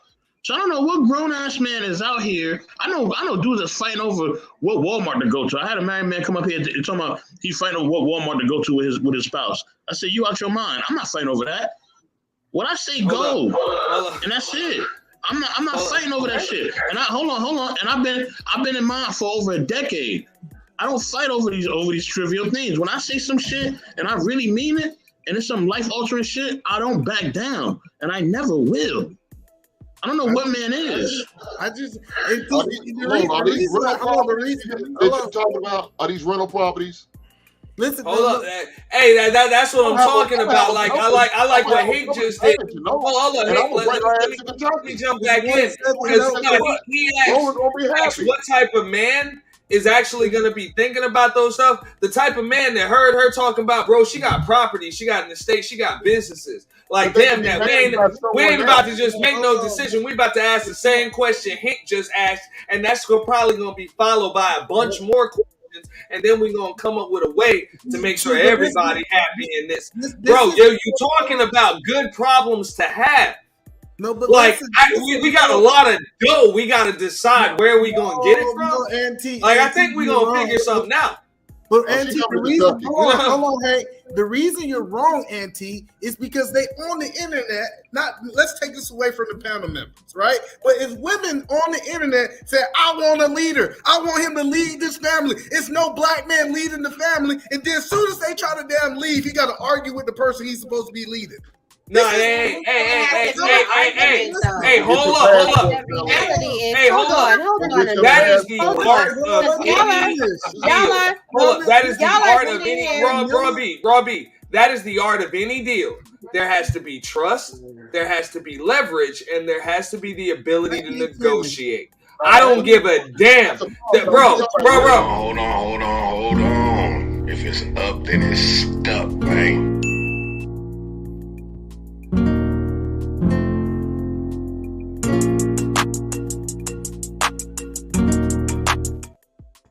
Yo, play that again. So anyway, like you guys act as if everything in a relationship has to be a whole dang on fight. Like it always strikes my ear that so many people on social media really have no idea how to effectively navigate an adult relationship. Like, what the hell is wrong with y'all? Do y'all not know how to have conversations with your women? Like, that's leadership. Leadership is having a conversation. If it has to be a whole damn argument, leave each other alone. Break up. Hold on. Hey, I'll be real, bro. I don't even know what the fuck Robbie is talking about right now. I'm talking about, she just said she got assets, businesses, all types of other shit. We gonna juggle this shit. No, we gonna make it work. I don't even know nothing about that. We're going to make it work. We on the same team, boo. I don't argue. Robbie, we on the same team. You got all that.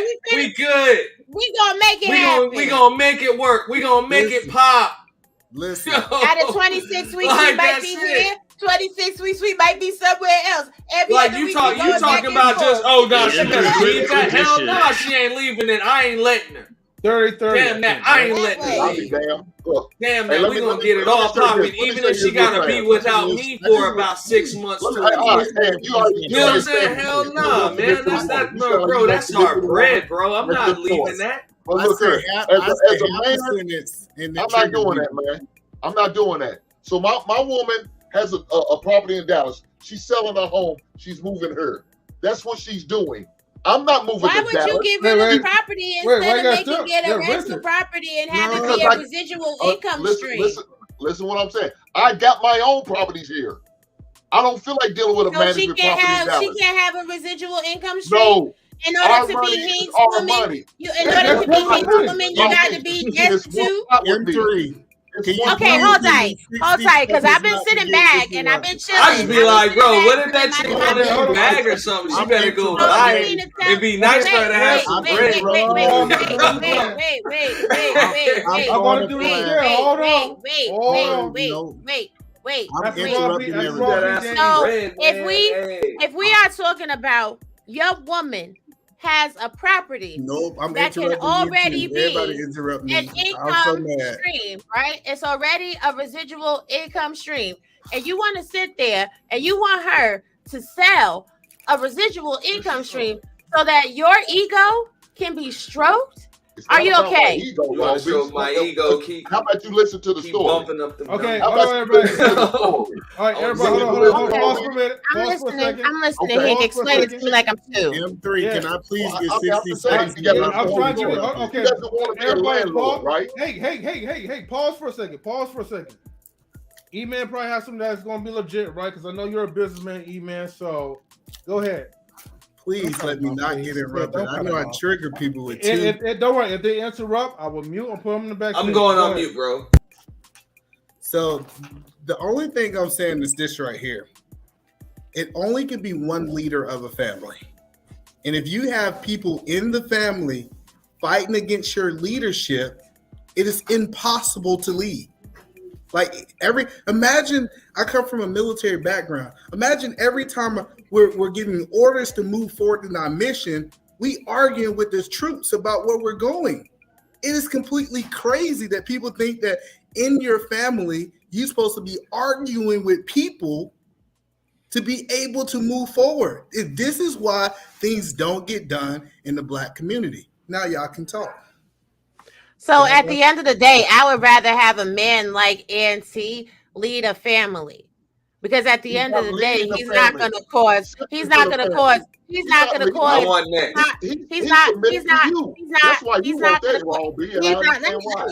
me adjust my microphone. Damn it! Do I have to turn up in here? Y'all know I'm bad at don't make me do it. Have no microphone war. I would rather have a man like Auntie leading the family because he knows how to effectively lead. He's gonna make sure everything is in our best interest for the whole entire family. If I didn't want to be a landlord, he's going to be like, don't worry about it, baby. We're going to hire a property manager, but we damn sure finna keep that income revenue coming in. What is it going to cost us? Like 10% of what we finna charge somebody for rent? That money's finna keep on coming the fuck on up in here. You ain't going to sell that house and hit a lick one time. You're going to make that shit keep on coming the hell on in this damn house. It ain't going to be no argument because certain things require conversation. Let's look at our assets. Let's look at our liabilities. I'm going to sit there and assess what we got going on, and I'm going to make the best decision for the family, which isn't getting rid of assets. This is hold on. Now it's my turn. It is when you can get more for what your buck is. I bet you Auntie gets submission from a woman quicker than I agree. No, you got to get more for what you're buck, but you got to understand that you got multiple options when you're talking about that. Okay, Lola was talking about, look, she got property, she got all of that. If it's rental property, let's look at every single possible scenario. Scenario number one, I don't do what the hell it was that I was offered to do. I stay with her, okay, and manage everything. Is it going to grow? Hold up. Damn. See, this is why the shit don't work. Y'all shut it down right there. That's an option, not viable, not going to do it. It's not going to work. Boom. What's the next option? The next option is the both of us, we split up. I go over here and do my thing. She stays over here and does her thing. I can tell by the look on your face. Mentally, you probably couldn't handle it. You seem like one of them tender dick motherfuckers. No, dog. Probably. Hold on. I know you're going to be worried about what she doing. I get it. Mentally, you couldn't do it and run your business at the same time. Not everybody's built for that. I think I can. But most men, let's just say for the sake of argument, you're not able. Now, next scenario.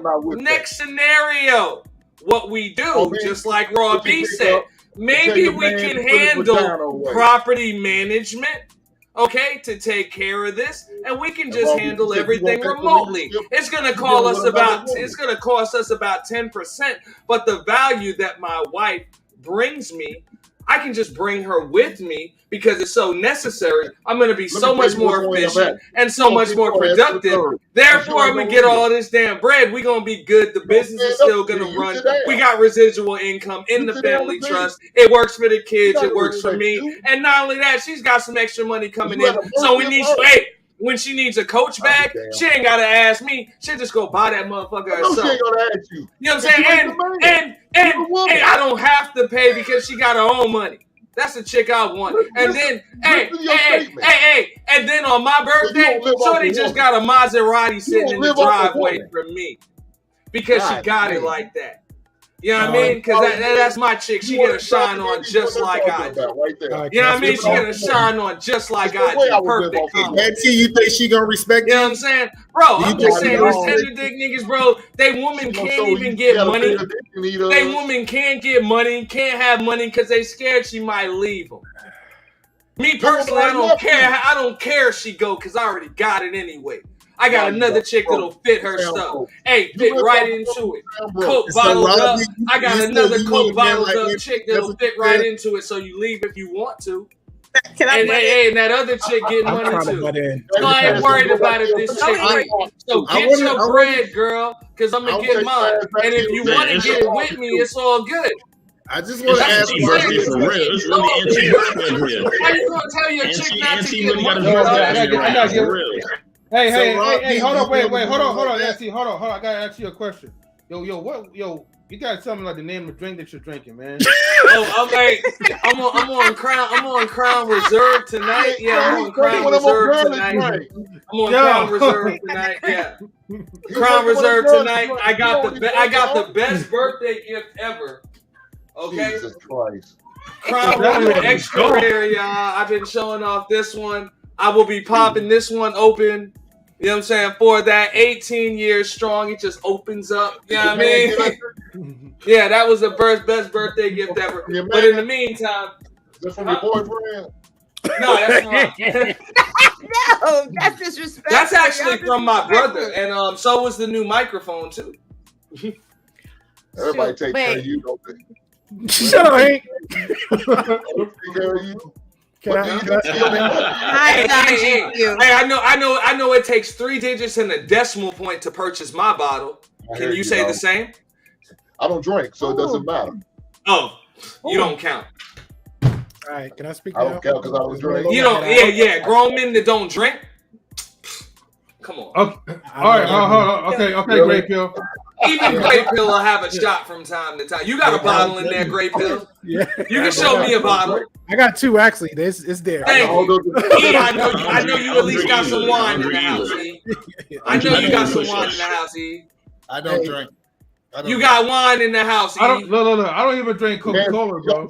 Damn. I don't do that either. I don't drink soda either. I'm too busy doing push-ups and sit-ups. Yeah, I'm used to drink no soda. You don't even come on camera. Stop the cat. I don't even put ice in my liquor, yo. You gotta come on camera. I don't believe you. Crown Royal Okay, Reserve. everybody, hold on, everybody. Great Pill was kind enough to raise his hand up, so go ahead, Great Pill. I feel like I have to. We're in the elementary class. I'm I feel like I have sipping. to. I'm gonna go. All right, but this is hold on. But this is my thing. Since we're posing a new argument, and just keep in mind, Lola had her hand up too. She's trying to get her voice in. Yeah. So Hank, just on the leadership conversation, right? So you're telling me as a leader, there's no negotiation or conversation at all with the woman, and please don't cut us off. I'm just asking Hank. And just as a leadership conversation with that specific topic, with if a woman in general have more assets or money than you, so you're telling me it's best for that person you shouldn't have a conversation with her, you should just make a decision and it should be done? Is that conversation going to be, if she's already a landlord, right? Correct, Lo? Are you a landlord currently? Yes. Okay, so since she's a landlord, I'm going to have somebody else managing the property, right? And now we're moving.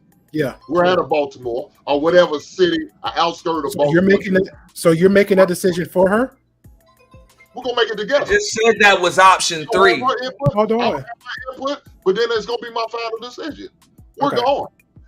Look here, it costs us less money to live in Kentucky than Baltimore. Why do we need to reside there? If we already have somebody managing the properties, we got a lawn guy if they need to cut the grass. Do you got grass in your yard? I don't know. Y'all might just got all concrete out there in ragged ass Baltimore. All right. I'm afraid no, you ain't gonna be up further now. Hold on.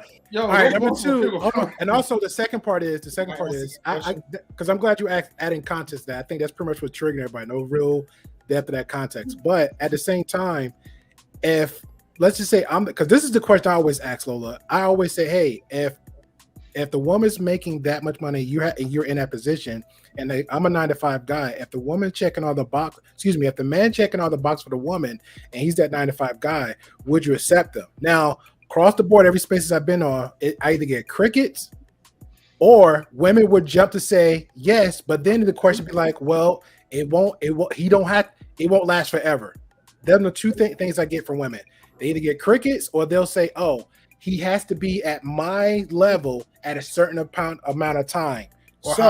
Or higher. Thank you. Equal or higher. Definitely higher. So the question is for you, just in general, you know what I'm saying?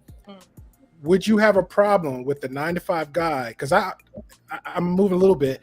Would you in general have a problem with the 9-to-5 guy, and your term is like, okay, well, babe, I'm presenting the argument Hank guy saying, if you're saying Baltimore overall is dangerous in all its forms, even with children might be dangerous, and then that guy say, hey, babe, wouldn't it be cheaper just Tennessee, Kentucky, Alabama, Georgia, or certain parts of Florida, and you'll still get bang for your buck? Hey, better yet, babe, the children might be happier, safer, more secure because of the opportunities there. Would that be opposed to? Well, okay, here's the thing. No, I wouldn't be opposed to anything that my husband wants to do. Like I would never be opposed to it, right? In that general sense. But let me be honest with you, right? Like my father told me some time ago, he's like, look, you're not gonna change a man ever, so don't try. What you can do is pick the man that best for you and accept that and understand you're gonna leave him, whether it be life or death, the way you met him. So one thing I'm not going to do is pick a dude that already has inclinations outside of the realm that I feel comfortable with. And yes, listen, 9-to-5. I don't understand why that's a question. Everybody should have a 9-to-5 by now. But at least, but at the end of the day, right, it's not just, for instance, the rental properties and the businesses that's out here, right? I got 2 elderly parents, both of them ailing from different diseases. I don't have any other siblings here to take care of them. I got custody of my mother. Okay, I have children myself here, and my children are at the age where I might even have grandchildren here.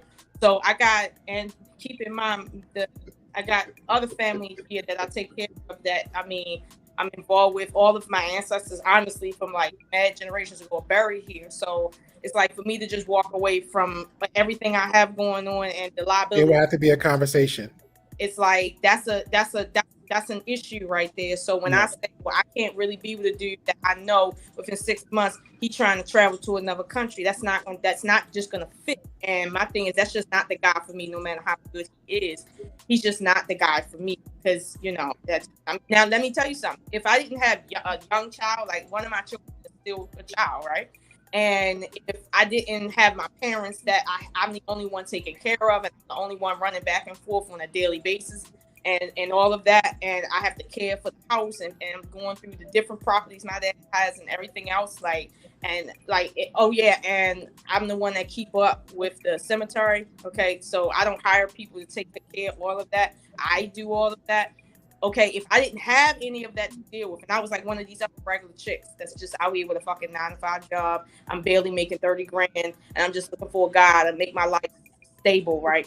Yeah, I'm gonna get on his program and go wherever the fuck he go. But in my case, my great grandfather isn't it worked in the field, but like to make sure that I had this choice that I have, and I have the assets that I have. I'm not fit to sell that under no circumstances. My father had already put it in his will that what's gonna happen when it comes to this business and these properties. So I can't change that if I want to, and I wouldn't, because at the end of the day, I'm not trying to marry a man that's outside of let's say that's not equally yoked with me as far as what I'm comfortable with. I'm not doing that. Fair enough.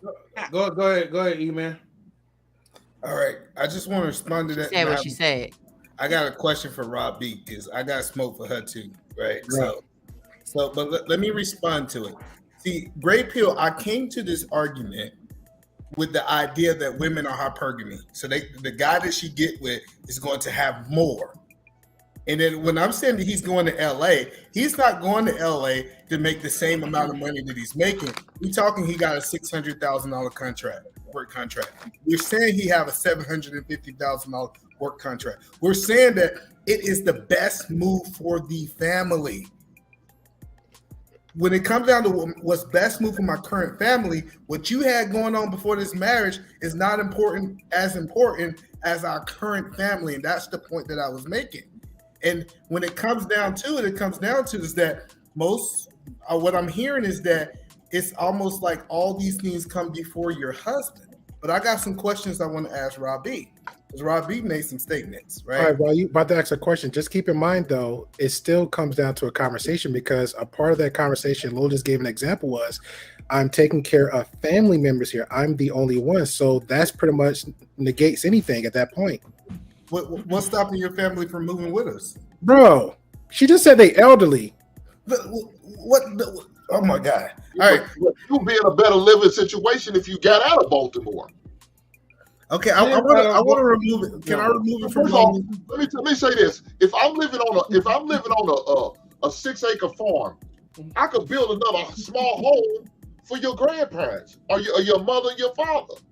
They can have a small house in the back of my property. I got the room. That's what I'm saying. Y'all don't understand, man. Y'all. Okay. No, let's move it. I'm gonna bring you home to Kentucky. You're gonna come home to the Bluegrass State. We're gonna get a rental manager to take care of your little properties. We're gonna hire y'all a lawn care service to get you in the little cemetery all the way right. They could come every week or every other week or twice a month. However you want to do it, we will make it happen. There won't be a problem. None at all. Bring your ass to Louisville. Hold on. So I want to move it off Lola, and I want to move it on to Rob B. Right? Lola don't want to drag it off of her. No, because Rob B said some things, and she must come to the front of the congregation. He's at the front. Okay. I'm bringing her to the front. So Rob B, you said come on, late to fall. Go ahead. You said it loudly. You said it from the deep parts of your chest. You said, I'd rather have a man like Auntie. And I was speaking, so I guess we can use contact clues than a man like me. Is that what you was trying to say, right? What I was saying is, yes or no first, please, You're ma'am. About the long stroke, I swear to God. What I'm saying is, I would rather have a man that is going to sit there and have the conversations rather than a man that's just going to dismiss my feelings. No, see, I never said I dismiss your feelings. See, the key is this is what happened. When leadership comes around, most women want it packaged the way that they want it to be. They want him to move. Thank you, Uncle Ramon. They want him to move in ways to fit her life. Most women nowadays are asking for a man to come fit her life. She's not trying to fit into his life. They want him to be fit to her life. And so my question I'm asking is, so I'm not saying that we're not having a conversation. I'm not saying that I'm not hearing your concerns, but if I made the final decision and you respect me as your husband, the question that you gotta ask is, why would you fight his leadership? So this is the thing, right? When it comes to me and men, I know how to get what I want. See, you gonna think it's your decision. You gonna think you made the final decision. But I know how to get you to tell me yes. All you got to do is say yes, and you're gonna be all right. Now I don't got to argue with you, because I'm be like, you know what, baby?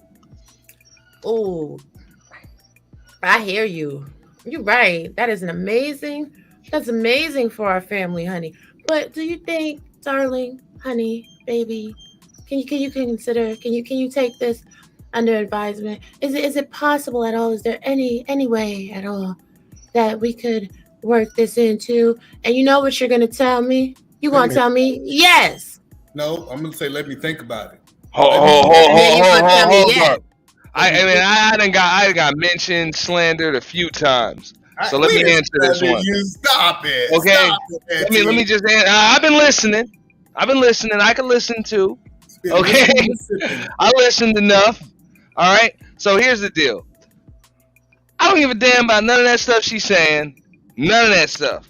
I'm about to weigh every single option. And whatever the best option is for our union, family, whatever the hell it is that we going on, our situationship, whatever. Not only am I going to choose that option, okay? Hopefully it's going to be mutually beneficial, but if not, it'll damn sure be beneficial to me. Well, no, I can promise you that. Hold on.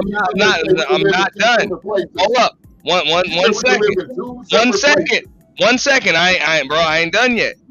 But also, if it's a program that I need to get her involved with, it's my job as a man to understand, bro, she's a woman, so emotions are going to dictate a lot of it's just gonna dictate a lot of the way she moves. So the fact of the matter is, I'm gonna have to deliver that message in a way in which she can receive it. Like as a man, like you gotta understand that. No, I'm bringing spreadsheets. No, see, I'm not saying I'm not educating on her while we making this decision. I'm gonna say this is what we're gonna be in 10 years when we do my decision. This is what we're gonna be 10 years when we do your decision. We're gonna be 10 times more wealthier. We're gonna be in a better situation, and this is what our kids need to be able to really build the wealth that they need. I'm not making an emotional decision. That's why I say I don't have to reason with emotion, because I'm making a logic decision. I'm saying is, I understand where he's coming from. I'm just like, yo, yeah. I mean, if you put it like that, if that chick is with you and she understands who you are, you should be able to state it just like that, and it's understood. You know what I'm saying? Right, but if we're dealing with a situation too softer, yeah, maybe you either number one shouldn't be with her, or you're gonna have to deliver that message a little different. Go ahead, bro. No, Lola has so something. Like if we talking about a situation where like if Hank is telling me something, you gonna sell your little ass property and you finna come live in my house. Oh, okay, sugar walker. Now I may lie. That's gonna cause a woman to lie. I'm gonna sell it. I'm gonna cook. I'm gonna clean, and I'm gonna keep my damn property, and I'm gonna have that money going to somewhere else. No, see, that's division. That's division in America. Ass woman right there. No, I wouldn't call it that. But well, if that's how you feel. Hold on. Let me tell you. You wouldn't even know. You wouldn't even know, bro. If you ain't gonna weigh all the options enough to make the best decision for the entire unit, then why ain't she supposed to make the best decision for herself? Hold on. You know what I'm saying? Let me explain the situation. That's common sense. Like y'all. Won't be speaking on what I said, right? So let me explain the situation.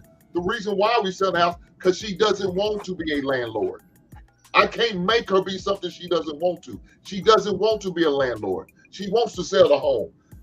I tried to convince her. She didn't want to do it. Okay, cool. You right. That's what we'll do. And we'll take that money and we'll buy us a new home. And the property that we already got, I got an apartment. So guess what? That's $1,500 each door. I got 6 doors. We're not worried about any goddamn thing. So we're gonna sell that little piece of property. We're gonna make that money, turn around and flip it to another home. I rent my current home out. I already have my first house. It's still being rented out. We're not worried about anything. Lola, come on to Kentucky, baby. So hold on. Don't do it. He gets controlling. Hold on 1 second. I got you right. I am different on that. If she had these properties before we got married, I'm not gonna try to force her to do something with her property. She can keep it. I'm not gonna say you gotta force it because I'm your husband. But where we live at, this idea, because I want to address this idea, I'm gonna stay in one state and I'm gonna come home to a bed alone, and you gonna stay in a different state. Marriages don't work that way. I don't believe marriages work that way. Okay. Well, I ain't worried about it. Hold on, time out. I think my issue, but a lot of y'all saying, hold on. You won't. I want a man that can trust me. I want a man that doesn't need to be in my damn space. I'm good, dog. He's talking about living in Don't you live in 2 different states with your woman right now? Don't you live in Dallas and you live in Kentucky right now? No. My wife when she get her, she'll be my wife. That's a difference. But the point is, you live in 2 different states right now. The point is, you live in 2 different states right now. Don't try to save yourself. If you already had sex with her, she's already your wife, and you already live in 2 different states right now. If you had sex with her, she's already your wife, and you live in 2 different states right now. We married when we have sex? Yes. Hold on, I'll be damned. Bible? I want to say this. Hold on. Who following the Bible? I'll be damned. Hold on. A lot of people claim they are. I'll be damned. Listen, I feel like a man is a my wife won't be living in 2 different Hold on. I want to say this. I think a man is a fool if he's in a monogamous relationship and his woman is in a different state. I think that's the most foolish thing. Listen, that's the most foolish thing a man can sign up. And that's I don't have a wife yet. No, I'm talking about marriage. No, he is talking about even in a relationship. No, I'm not. You get tried up. No, I'm just saying the idea that you want me to be only with you and I can't even come home and have sex with you because you got some business interest in a different state.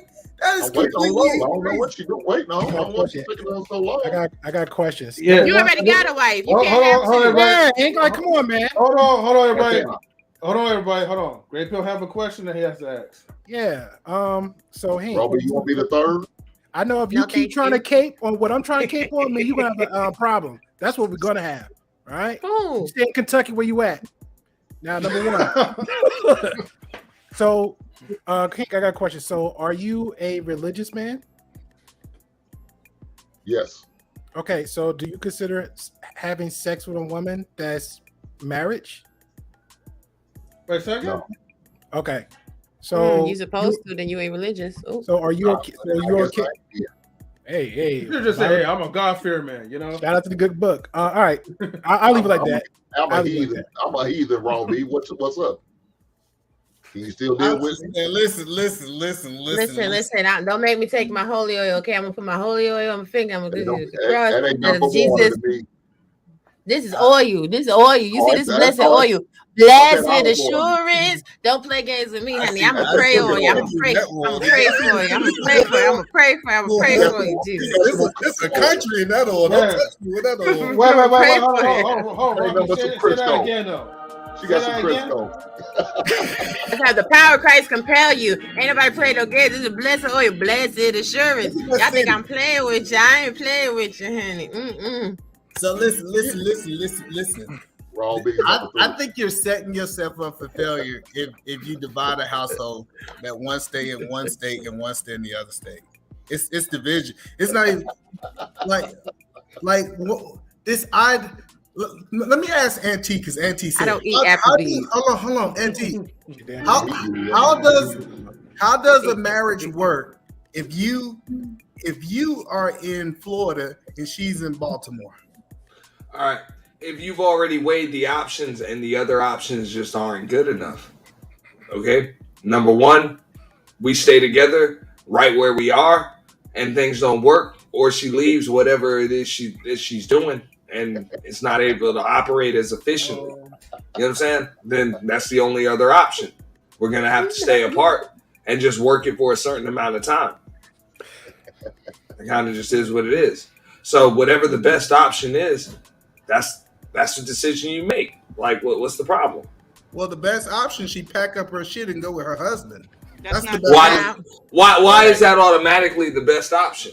Oh, I can explain it to you. It depends on what her properties are worth, how much money how much money? Hold up. How much money she's making, whether or not we should just sell them, whether or not it's just a good option in the long run to do that for the family. Hold up. And also for the legacy aspect of it as well. We got to keep in mind, she just said she had estates from her grandfather and her father as well. So all of those things need to be taken into consideration. But to just say, nah, this is what I want and what I'm doing, just pack up her shit and go. You're not making the best business decision, even if she wasn't there. Why should she follow? Think about it. You're not thinking in your right mind. Right there, you're thinking from a perspective of control. You know what I'm saying? From a perspective of control and superiority, rather than a perspective of just a leader that makes the best decision for the unit. So hold on, let me. Because I can promise you what, when you drive down Smithfield Street, the Smithfields done had that property in that street from their great grandmama, their grandmama, their grandpapa, their daddy, their mama. No, so you never seen what? So I'm from Georgia. Hold on. Hey, I'm from Georgia, and I have properties in Georgia. That doesn't mean I have to reside somewhere because I have properties there. Like this idea that I gotta stay and babysit my properties because I don't want nothing to happen to my properties. I need to make sure I see them every day. It's completely crazy to me. Bro. I understand that. That's why I'm like, is it the best option for her to leave and leave right now? Is it the best option to send her elsewhere and then you maintain everything there? Or for y'all to end up going together? The best option isn't always for you to stay together for that amount of time right then and there. You know what I'm saying? Sometimes it takes you 6 months. Sometimes it takes a year. Sometimes it's seamless. Hey, that's it. Pick up and go. Let's go. This is the best option. We got property management.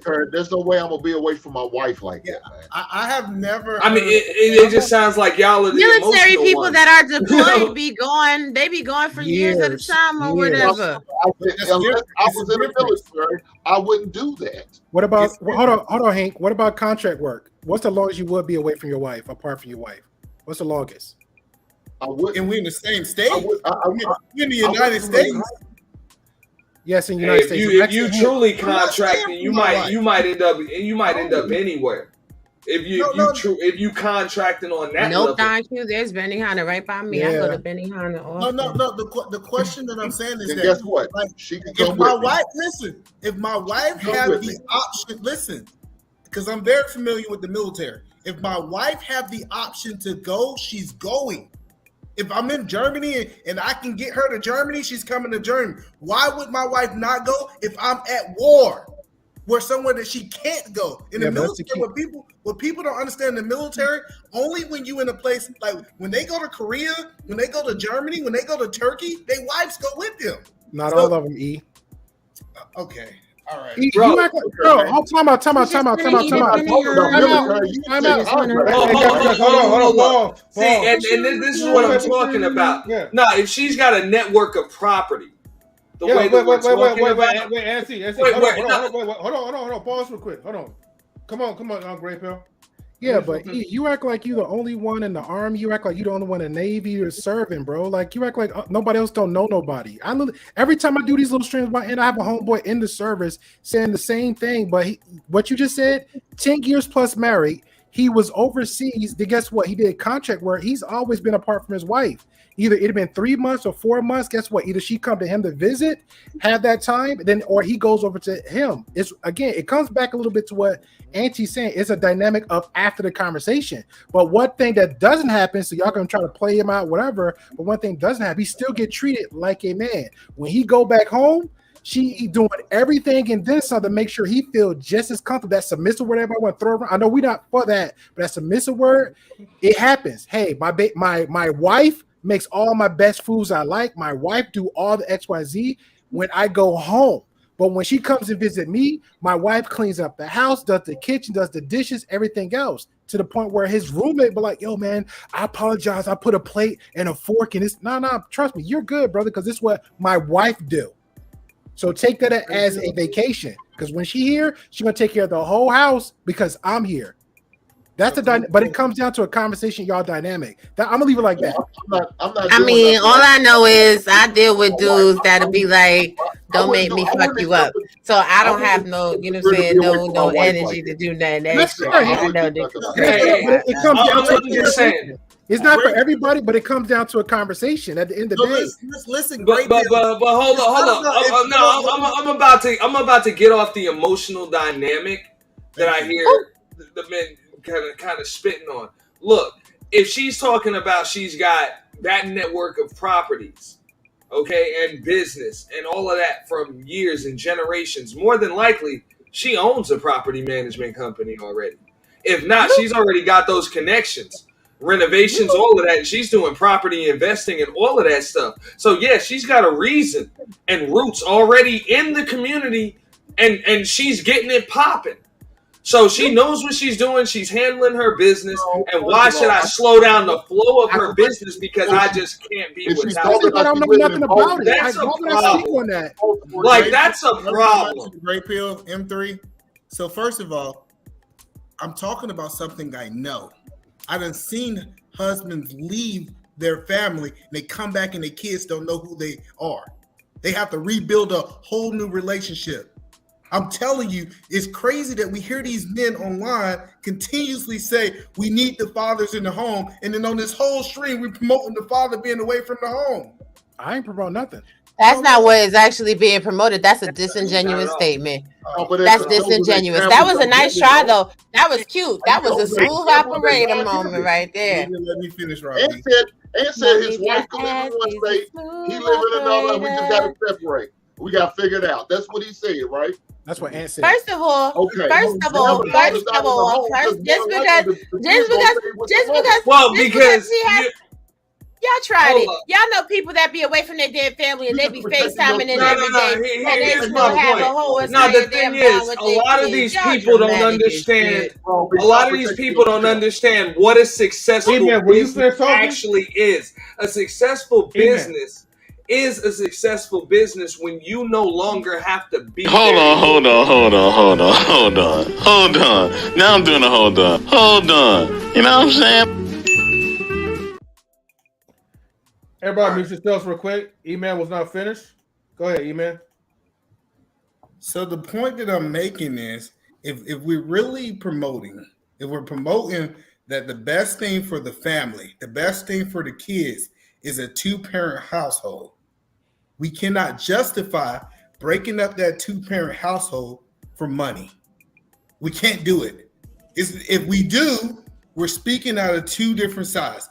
Is it cool for them to be like, it's cool if you say single mamas are cool. I'm cool with you. If single mamas is cool, you can break up a marriage family for income.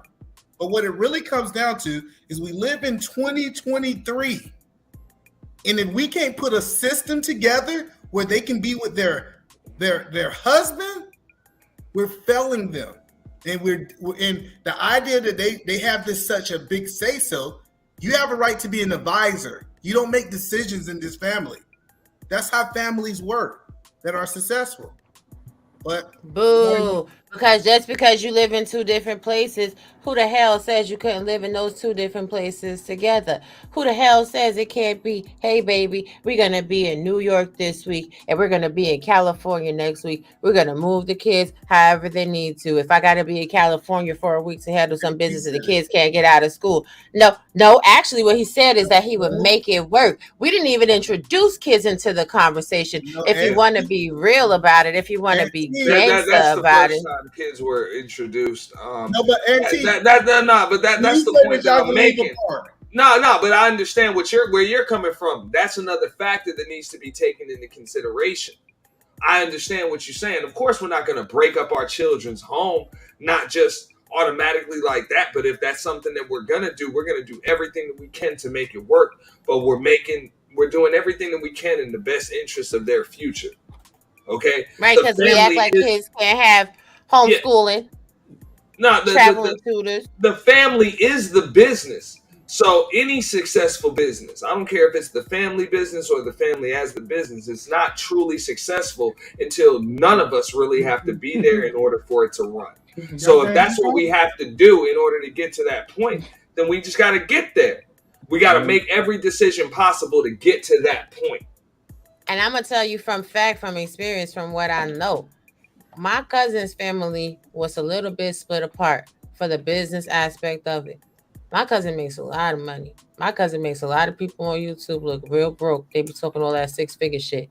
My cousin's wife was chilling with the kids, doing what she had to do. And then they moved all together in one house. Now my cousin his wife has a business where they are, and my cousin is getting ready to retire from one business endeavor and opening up another one. And he didn't never have to rebuild no damn relationship with his kids because they always been talking to each other every day, spending as much time as possible. Whenever he wasn't at work, he was spending time with his family. So I think it's just a whole disingenuous statement. And I know people that live it, so it is what it is that way. Okay, so Lola, you're next. Since you asked in a private chat. I know you've been choking your microphone for too long and yelling at it, so if you have a mic problems, you'll know why. Let's go, Grandma. Let's go, Grandma. Wait a minute. Okay, so I want to. Okay, all right, because I've been quiet for a while. Okay, Hank said something that I forgot what Hank said, but what I want to do is respond to it. Right? He's saying basically, I'm gonna tell you to sell the property. Come down here. I'm gonna put you up in whatever I'm putting you up in. Da da da da.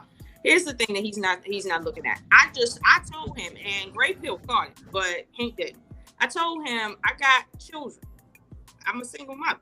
One of my children is still a child. Okay, and these properties are family-owned properties. Okay. So my thing with him is, if you, my husband, you come in and my sons and my daughter, you know, they grown, right? Are you gonna sell our family estate, and are you gonna leave your estate to my sons? No, you're not.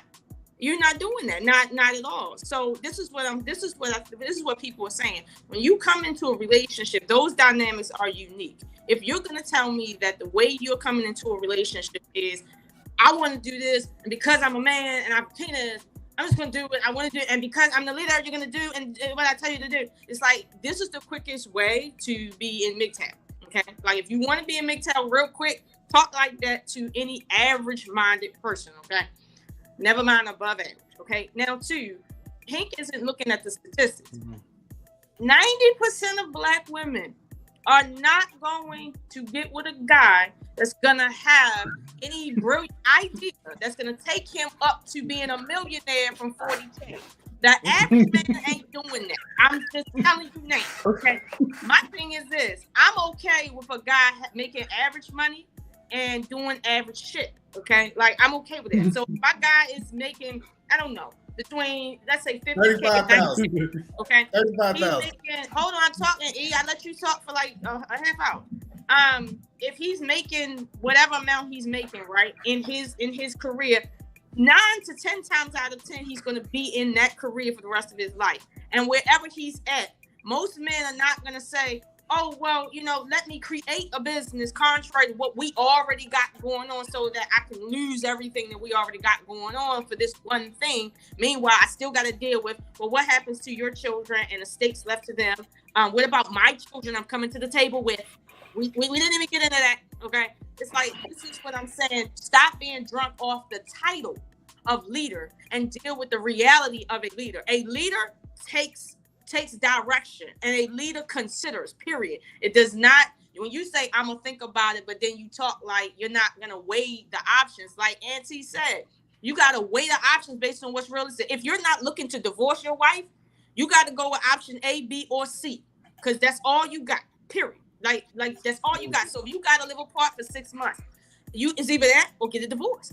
Like, which one do you want? This is the reality that we are living in right now. Like right now, not the no idealistic thing. No, right now, if you meet a woman like myself that's already got roots where I'm at, and you got roots here, and you want to uproot me, you better be damn sure that my life status, okay, is gonna go up more than five times. Most men are not doing that for most women, let alone black women. In reality, and Raw B, she put the stats out months ago.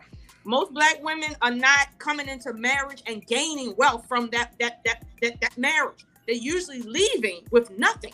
So don't tell me, but what if a man says we're gonna go get out there and get $600,000 more and be millionaires? Listen, I live in reality, y'all. For real, I live right here in reality.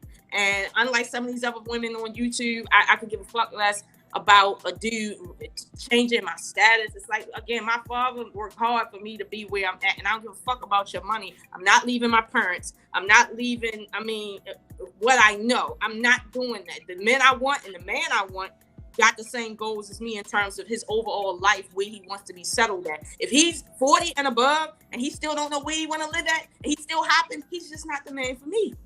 Like, for real, I'm willing to submit to a man that's in the way of something that matches me, not coming down to my level, because my father already told me as a woman, and it's not that it's unfair, it's just reality. When you meet a man, you're stepping into his world, not the other way around. So if you're stepping into his world, you better be sure that world is where you want to live at. And what I'm telling you is, I don't want to live in a world that's hopping from state to state. I don't give a fuck. I don't want to live in that world. I don't want to live in a world where a man don't know what he want to do, and he's still figuring out if he want to sit and be in China, in Beijing, or if he want to be in California, or where the hell he want to be. That's not the world I want to live in. At my age, I want to be in a world with a guy that's already settled where he want to be at. He might travel, but he's already settled. Now, if I was 22, no children, hey, I might be on that, but I'm not 22. In 3, I know you want to go, bro, so I'm gonna let you go. I'm gonna go last. Y'all can go ahead. Lola, be careful about saying stuff like that, because then they're gonna say you hit the wall. You hit the wall. Hold on, E. Hold on. No, she hit the wall. She hit the wall. Hold on, E. M3, go ahead. Go ahead, M3. Go ahead. I'm next. I'm after M3. Yeah. And Great Pill, you could be after Mr. Best. All right. Lord Jesus, man. Okay, I gotta get my glass fixed soon as possible. I'm gonna probably fix my glass on the weekend, man. Goddamn. Look, Lola. Okay. All this is good talking, all right, but look, can we all just stop the bullshit? Okay. Look, if this was Drake, right? If Drake came and pulled up in the Maserati, your ass would be gone. Okay, no, you know what I mean? If Drake came to my house right now, hold on. You already talked, okay? Hold on. Somebody mute her real quick. Hold on. That's the best. Can you mute her real quick? Let me call the police because it's. Can you mute her real quick? Thank you. So, thank you, Mr. Best. Look, if Drake pulled up, you women will be long and gone. The man is established. You can say he's a hoe or whatever. The man is well established. Okay, he could upgrade anyone's lifestyle, and he could take care of the entire family, and probably upgrade their lifestyle as well too, and even move them to Toronto. Okay, Toronto, Canada. You will be gone. You would change your American citizenship to a Canadian citizenship. No. Okay, you would be Canadian Lola right now. What? Right? If Drake pulled up right now. No. Okay. So look. Shout out to Baltimore, the city that you don't live anymore. But come on now, Lola. All right. Let's stop. No, 1% of men can do what you just said.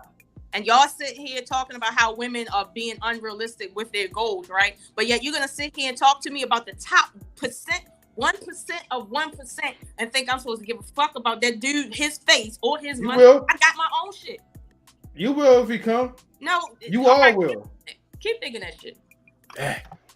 Lola said, F your stone said she got her own baguettes. She be doing things that she won't regret. Robbie, hold on, y'all. Hold on.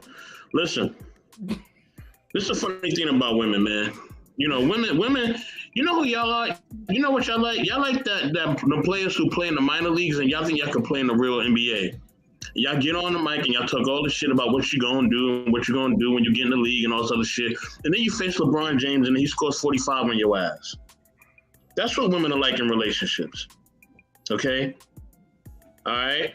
That's what it's like for y'all. Y'all talk all this shit about what y'all gonna do and how you gonna suave a man and this, that, and third. And Robbie, you could rub your face if you want, sister. It's all good. I see you. You know what I'm saying? Y'all can talk all that shit if you want. But when a real man comes, just like when God comes, shit gonna get real for you. Okay? And when shit get real for you, all that shit talking that y'all doing go out the window.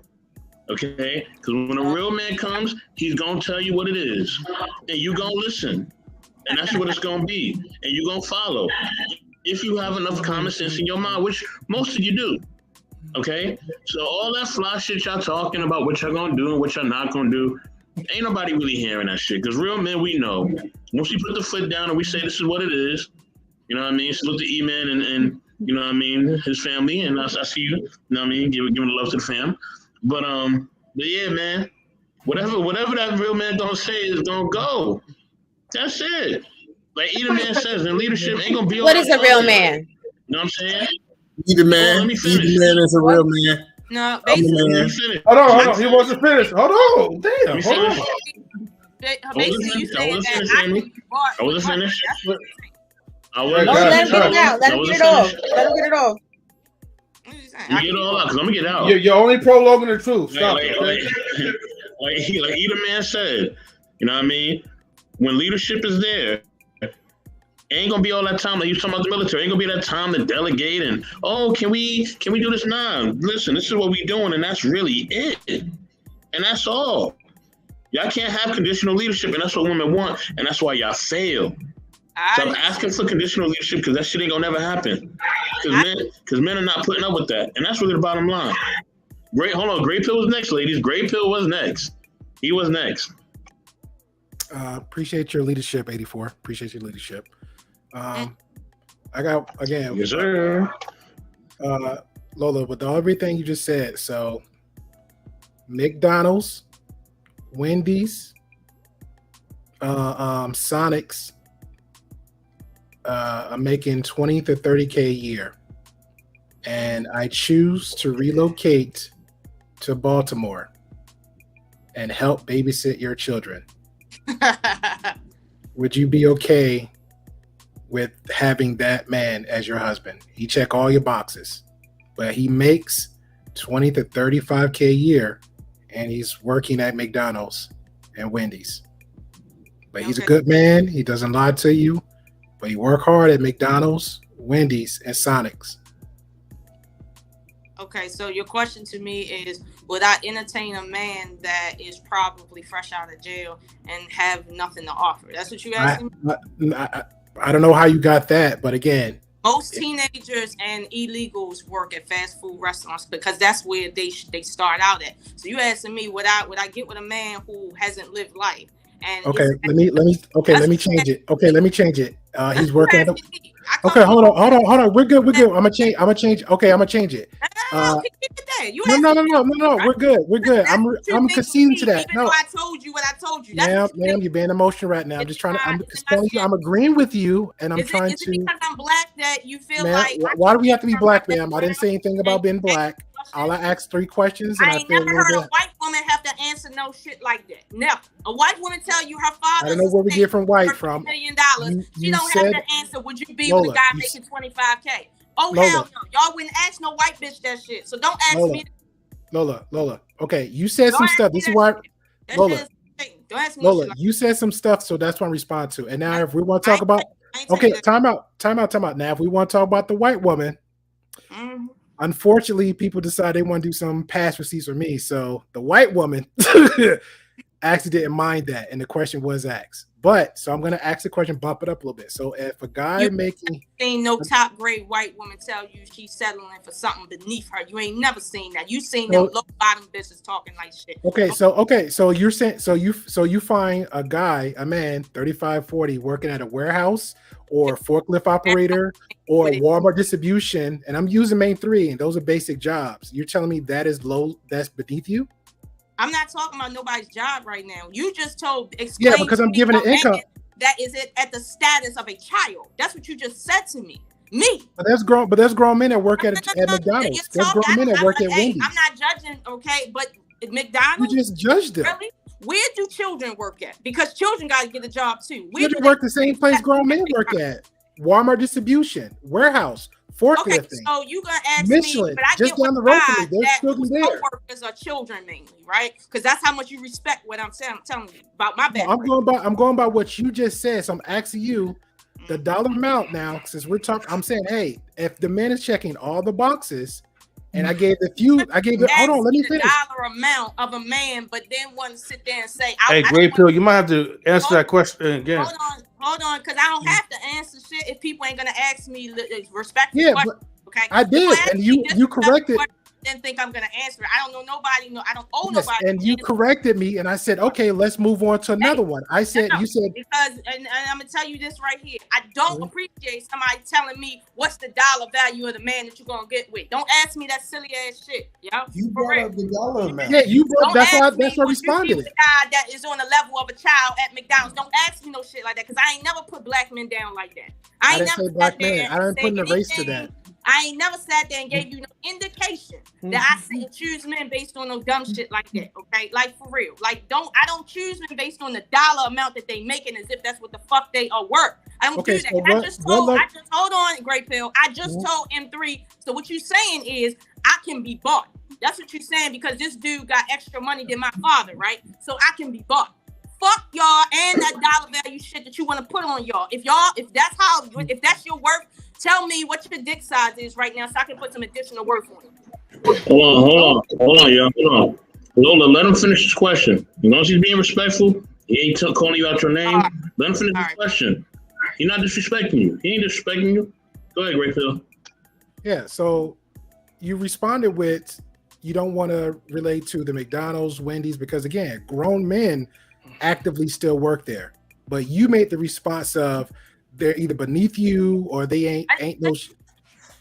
All right. I mean, we can go back. I don't mind. I'll go back and rewatch, and I apologize for it. So, and I said, hold on, time out. People, when I deal with I'm gonna ask you about people. I'm speaking in general. Of a child. That's what you're asking me. No, you mentioning child. Listen to the words that you're saying versus what I'm asking. Son makes more than that, okay, and he is a child. Like, what the fuck, yo? She actually said. Essentially, she said, "Oh, people that work at McDonald's are teenagers and illegals." Queen, you're right, Queen. And when she said that, that's not true though. No, hold on. And then she said, and when she said that, Queen, I said, okay, cool. Hold on, Great Phil. Hold on. Yes. Hold on. Listen, let him finish his question. Y'all, if y'all want men not to look at y'all unruly, y'all gotta be disciplined too. Because if you ask us a question, you can ask me anything. I'm gonna let you answer it as long as you don't disrespect me or you say something less. Let that man finish his question. Damn. So when she mentioned that, she said, "Hey," she made the comment about the McDonald's, the win. She said a child and what you say, Queen, to be in prison and stuff like that. Illegals. Thank you. And that's not even true. Now I said that's not true. So I said, okay, cool. I said, fine, we'll bump it up a level. Warehouse worker, forklift operator, machine operator. And she still was like rebuking that. No, I want somebody. No, I wasn't. In my opinion, you was rebuking that because you're like, hey, you still want somebody. Now, from what I'm hearing, now I'm on the verge of leaning to what M3 and 84 is saying. Hey, well, I guess you want somebody either making equal or above you then, because I'm confused. So if I can't, that's why I kept throwing out before. Hold on, I know I'm gonna finish with this. Trust me. Great Pill Podcast and just don't long stroke nothing. I promise you, I don't. So, you don't long stroke nothing. Hey, take it how you want to take it. Shout out to YouTube. So point I'm making is, I asked earlier, and it's coming right back to what everybody's saying. So is it the dollar amount? So is it, in general, not you, is it a top tier guy from the what the women say? That's why I always ask this question. I either get crickets or I wait and I pause and answer finally comes up and they'll say it got to be a certain amount of time. So, and I still ask on the top three. The first thing you said no. Now moving up to warehouse worker, forklift operator. Now we're saying no. My son makes about this much. So why would I want? So now I'm hearing, and correct me if I'm wrong. Why am I know. I'm saying again. Correct me if I'm wrong. So what I'm hearing is, if my man or future husband in general is making as much as my son, I don't want him, and I'll leave it like that. Okay, please listen carefully because see, Yes. you took the conversation further when clearly I had paused the conversation, and then you just keep talking, and in your mind, oh well, you're talking about the thing that I'm talking about now, and clearly I haven't moved past the whole McDonald's reference. But you keep saying, well, now I'm confused. I thought we did when I said I was corrected. I haven't moved past that. Because the fact that you would ask me that, I'm still on that shit right there. The fact that you would ask me that, like for real. Are you offended? Yeah, I'm fucking offended. Yeah, I'm still there. You asked me that shit after knowing me, right? Knowing that I was raised by a good man, right? Knowing that my father ain't fitting to take no, just no anything in our family like that. You would ask me that and put it at the lowest of fucking low. Now, I'm like, yo, white bitches never get these dumbass questions and shit while they claim they willing to work. They actually have. But hold on. They divorce y'all at the highest rate in the fucking world. But y'all want to sit and do that. And when I say, why is it that y'all don't ask white people these questions? Oh, no. They willing to work with people. This is why I say if you love that shit, go the fuck over there and just keep your fucking mouth closed. Because that's what I would do. That's what I'm saying to you right now. Don't ever sit and tell me, would you get with a dude, basically? And I don't need to sit and put no dollar value on him. I know what it's hitting for when a dude is fucking 47 years old working at McDonald's. You think I don't know what the fuck his life was, if that's what the case is? And let's suppose he got children. He working at McDonald's and his children is still small or grown. I'm grown enough to know what the fuck is going on with him. I don't need him to tell me, oh, what's in his background. I can take a fucking guess and bet my bottom dollar on it, okay? I don't need no help with that. I'm grown as shit. Now, when it comes to other types of men, okay, I'm not putting no dollar value on no man like that, okay? And I don't like that question because at the end of the day, you can't have it both ways. You can't say, I want a woman that want me for me. Well, how much money does he have to have? Listen, get on one side of that argument or the other because I'm not going to entertain both. Not at all. Well, there goes your cake, Gray Pill. You might as well burn that and become Red Pill. Listen, Red Pill. What up, Bruiser? This is a conversation. Let's be really honest though. This is a conversation that's kind of a moot point. If you're a man or a woman and you're in a relationship and somebody loves you or somebody's interested in you and your finances is not where they're supposed to be, the other person going to build you up so you could get to where you need to be. And I know that like people will say modern women are doing in today's society, but in fact they are, because there's so many Pookies and so many Ray Rays and so many people that are not high value. Like, let's be real, the median income is $61,000. Like, y'all not making all this money. Yes, the median income in the United States of America, maybe not for Black men, is $61,000 per year. So therefore, like, knock it off, will you? It doesn't matter. If you love somebody, then you love somebody. Like, income is it's a non sequitur. Money does help, and me and E have this conversation all the time about does money solve all problems? I don't think that it does. And I think too many people build relationships off of money. Fuck money. If you could get money, then you could get money. If you can't get money, you can't get no money. Like, I don't want to be with nobody that can't get money. If whatever money you got now, match it, double it, and add tax. Fuck out of here. I'm going to make you match that shit. I'm going to make you double that shit. I'm going to make you double it. Get in here. That's a contradiction. Yes, I hear E-Man. I need to hear E-Man. Who's the contradiction? You let me mind my business. You just basically you're saying that money doesn't matter, and then you look around as money does matter. And this is where what I said was money does not matter in regards to a relationship. If you're a person that knows how to get money, then you're a person that knows how to get money. Whoever is in the sphere of influence around you is going to be influenced to get money. Like if I love somebody and they happen, or if I'm falling for somebody, they happen to not have no money, them not having any money is not going to change the rate of which I fall for them. But it will encourage me to help them do better. Just like with dudes. Dudes be dealing with chicks that don't got no money at all. Get them a little job, help them turn up. Let's act like that don't damn happen. We see whole ass celebrities picking up bitches at Hooters and then turning them into whole fucking wives and getting them a job down to the country club, or having them be the secretary, the executive secretary for somebody's CEO, Fortune 500 company, turn her into somebody's model, have her pumping some shit. Please. That's not what they saying. Nah. Can I hop in here? Let E go, because I think he caught what I was saying.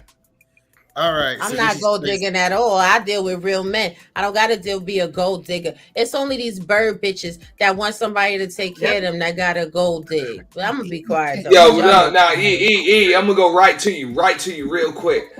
What Lola talking about? No. She talking about, look, it ain't a dude working at McDonald's, you 40-something years old. It ain't because you don't make a lot of money. She just know what type of dude you are. You ain't got no career goals. You ain't got no aspirations. More than likely, you got some F's in your resume. You go back in the day. You know what I'm saying? Like, for real, you done did some time or something. Like, something ain't working. Something ain't clicking. You ain't her type of dude. It ain't really got much to do with how much money you making. It's because of likely who you are. Because of where you working at the age you're at. That is what it is. Go ahead, E. So it's crazy because this is what I'm hearing, and if I'm wrong, don't correct me if I'm wrong. You know what I'm saying, because let's just call it what it is.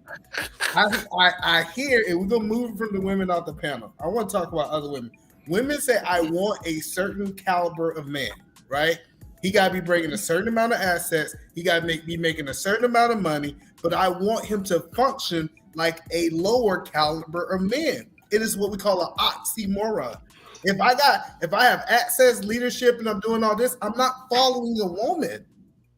Like you're asking for this anomaly of a man to be there. So I love what Great Pill asked, because what you did say earlier, Lola, you said you would take a man making $30,000, $40,000 a year. That's what you said out your mouth. That's the words that came out. So when he circled this question around, he started giving you the type of jobs that make the money that you said that you was willing to accept. Okay. And so, the word 30,000 didn't come Not out. finished talking. I didn't say that, but He's not finished talking. So you said he was not finished. Oh, yeah, sorry. he's not finished talking. So the idea is this right here is he was put. I love Great Pill because he used words and he tried to make sure people paying attention. He said a good man. He didn't say a man that got out of prison. He didn't say a junkie. He said a good man. It's a reason that McDonald's have Hamburger University, because it's good people that's working for their company, and they send them into management to run these organizations. Just because you're working at McDonald's. Matter of fact, when I was working at Kroger's, the manager at Kroger was making about $95,000 a year. So the idea that I have a regular job and we regular folks, this idea that I got this regular job, mean that I've been to prison, that I haven't got my stuff together, I think it's completely crazy. Okay, I hope that you can pause for a second, because first of all, I tell you, I didn't put no dollar amount on nobody's head like that, and I damn sure didn't tell you, oh, well, I'm taking somebody based on the fact, well, if they make 30,000, I'm gonna take. It could be a whole fucking great.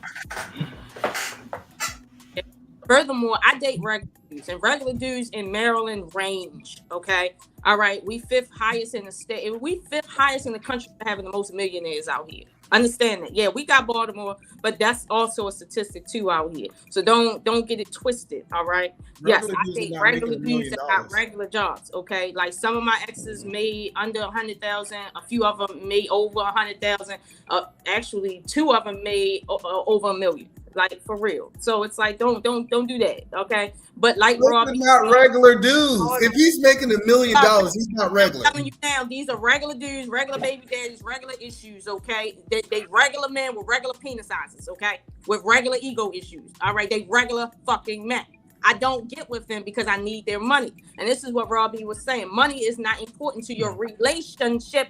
It's only important to your legality when it comes to your marriage contract and all of that. But your relationship got to be deeper than no motherfucking money. Okay? Seriously. And it's like, I don't... Nah, sis. According to them, it's all cap. You understand what I'm saying? Listen, at the end of the day, sis, we got to rest our femininity. If they believe that they got to have 6 figures, have 6 packs, be over 6 feet tall in order to have a sustainable relationship, let them have at it. I need to see more brothers making 6-figure incomes any fucking way. I need to see more brothers in the gym any fucking way. I need to see more brothers stretching their body out any fucking way. I'm 5'11". I need me a tall man in my life. But at the end of the day, like, listen, you can't tell these dudes nothing because no matter what you say, it's gonna be all cap anyway. So yep, it's all cap. Yep. I hope you find the gracefulness in your heart to let me clip it. I'm clipping it anyway. Add me. I'm telling you right now. You better call your YouTube lawyers. I'm telling you right now. It was a lot of stuff that was said.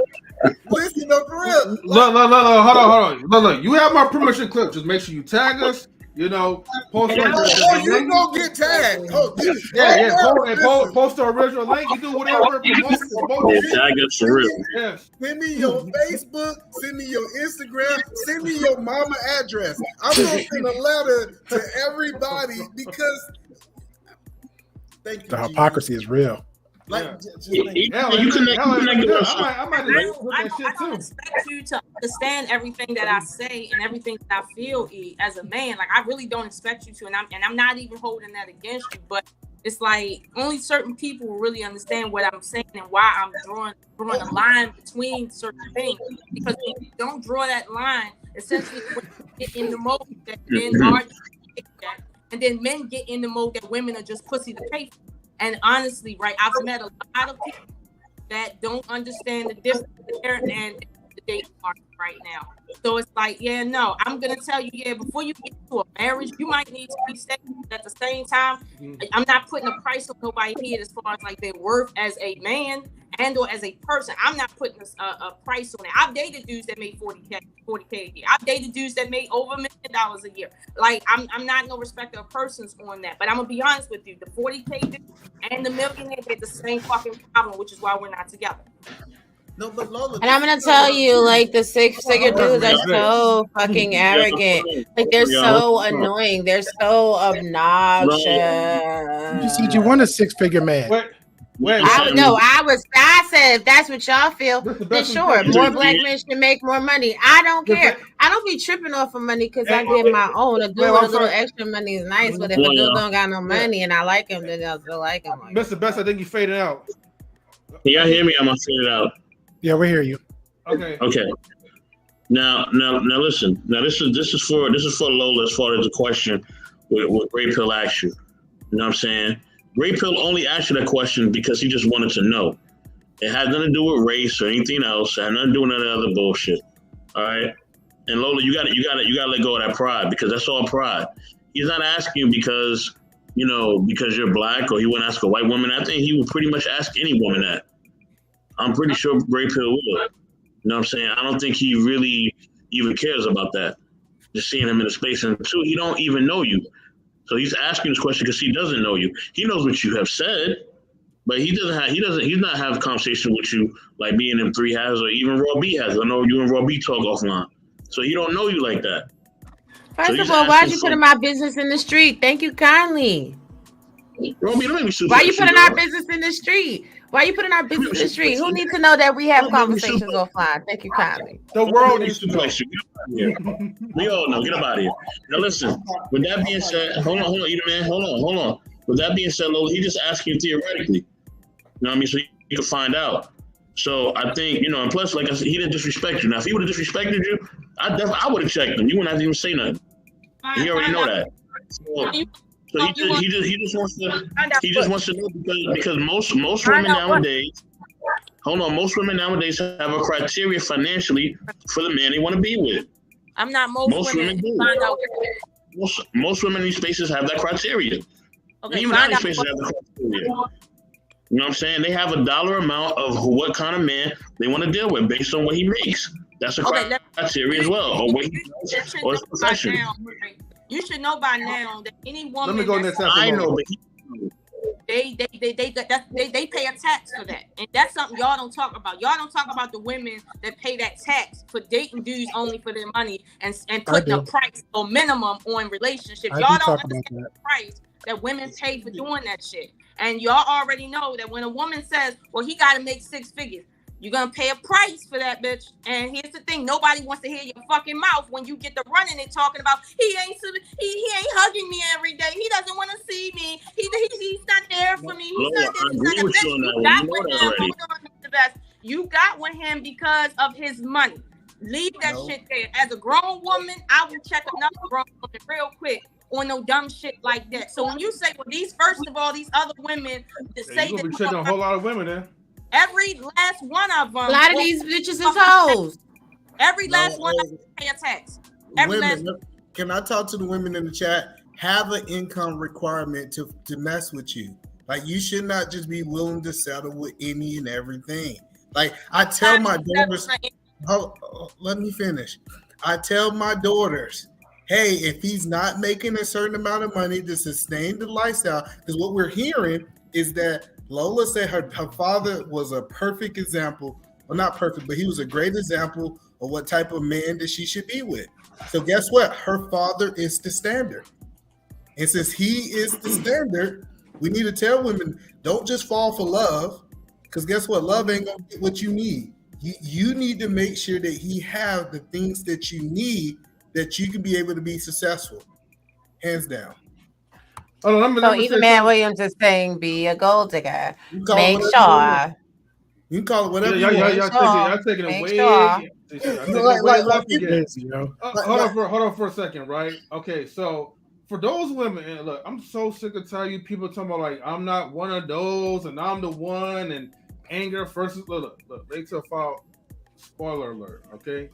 If you don't cook for your husband, you're not working together, okay? So I'm gonna just leave it like that. What about if he cooks for me? I actually like cooking. No, we know you like cooking.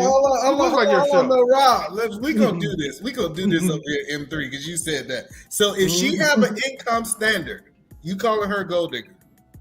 Huh? No, what I said. That's what I said. No. Okay, y'all talk about these 6-figure incomes. No, about to move that goalpost. No, I never said 6 figures. I never. Y'all been telling us. Why y'all always telling words? Y'all, you gonna ask me a question? Then you ain't gonna let me answer because that's what they do. Now I got to put the microphone right here, get it close while the volume is up. Don't make me do it. We can have a whole mic for it. That's the problem. Yeah, no, I heard exactly what he said. What y'all been saying for years is if women have an income, I said what I said. If women have an income standard, they a gold digger, work with a dude, help a dude come on up, help a dude come on up, and blah blah blah, all of this and all of that. And what some women are saying is, my bad. Hold on, Marcus. What some women are saying is,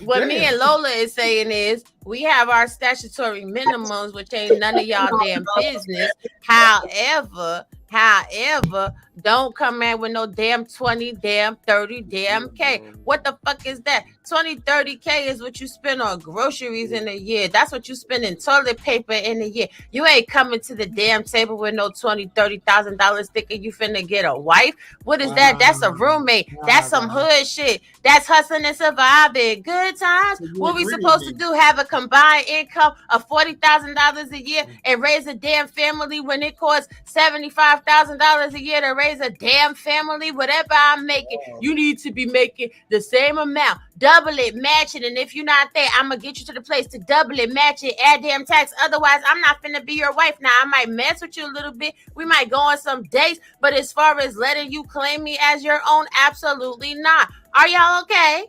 So you did all that to agree with me? Listen, that's what you say. Pretty much. You did not listen. That's no dumbass question. Y'all be calling women gold diggers. No, Rob, I never said 6 figures. See, I've been telling people this right here. I'm going to get some cereal, and I ain't listening to y'all. Go get some cereal. Because I've been telling people is that YouTube has messed up a lot of people. Listen, YouTube have messed up a lot of people. We say something, and they heard some shit that they heard on YouTube 3 weeks ago. I never said that. I said women should have a standard when they're dating. They should not just fall in love with any and everybody. And guess what? Income should be one of those standards. And it is crazy when a father teaching his daughter this. You say, you're teaching your daughter to be a gold digger. No, I'm telling her that she should have standards because she's worth something. If my daughter believes that she's worth something, she shouldn't fall for anything. And this you think black women are falling for anything? Yes or no? I think some are. So are they gold diggers that got their head in the sky or no? I don't think it's gold diggers to have standard. That was Rob B point. Okay, so what my point is black women are taking men at any level. That's what they doing. Like they could be making 10,000 a year. Black women are more apt to taking men making so low amount of money. Yet at the same time, their standards is unrealistic in terms of how much money they expect. That you're making that same point in the same sentence, basically. No, the point that I'm making is when women move out of their love and their feelings, they make bad decisions. They should have a certain standard. That's a statement that you can hide behind. You're not saying. That is what he's saying. That is You heard exactly Mike. She's what supposed to be he's having saying. cereal. What's she talking about? I got that type of mic, baby. Don't hate. So no, this is what I'm saying. That's right, Robbie. Go get that bowl. Go get that bowl. Typically, this is my opinion. Women, I'm gonna make a bold statement. Women that don't have their father in their life typically fall for anything. But when their fathers set a standard, they have a standard of the type of man that they're willing to allow in their life. We choose who we fall in love with. So why wouldn't you choose the right person that have the qualifications? You just don't fall in love with people. Like, we gotta stop watching Disney. That's cap. You think you just fall in love with people, Queen? That's cap. No, what you just said. Because a lot of times when the girls have I forgot you still here. A lot of times when the girls have their fathers in lives, they still choose the bad dudes, Pookie and Ray Rays. So that's cap. It don't matter if you got your father in life or you don't. That doesn't swing the goalpost anywhere. Because there are people who come from great families and they choose, then they go on the corner. So don't play yourself. We've seen it plenty of times. So let me ask you a question. Yo, the bad boy from across the tracks, yo. Thank you. Let me ask you a question. On the E-train. I want to understand where you stand at, Queen. So do you believe a woman without a father in the house can make a better decision than a woman with a father in the house? Which one you think make the best decision? I think they both can make equally good or bad. I've seen it. What are you talking about? Come on. How many times have you seen somebody with both families living in a suburb life choose the girl or choose the guy in the projects? Come on. It happens every day.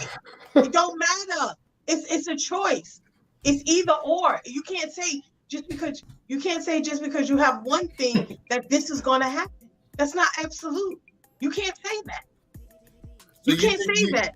I grew around plenty of people whose kids were rich, driving Benzes in high school. And guess what? They're in jail because they chose to go sell drugs and they had no reason to.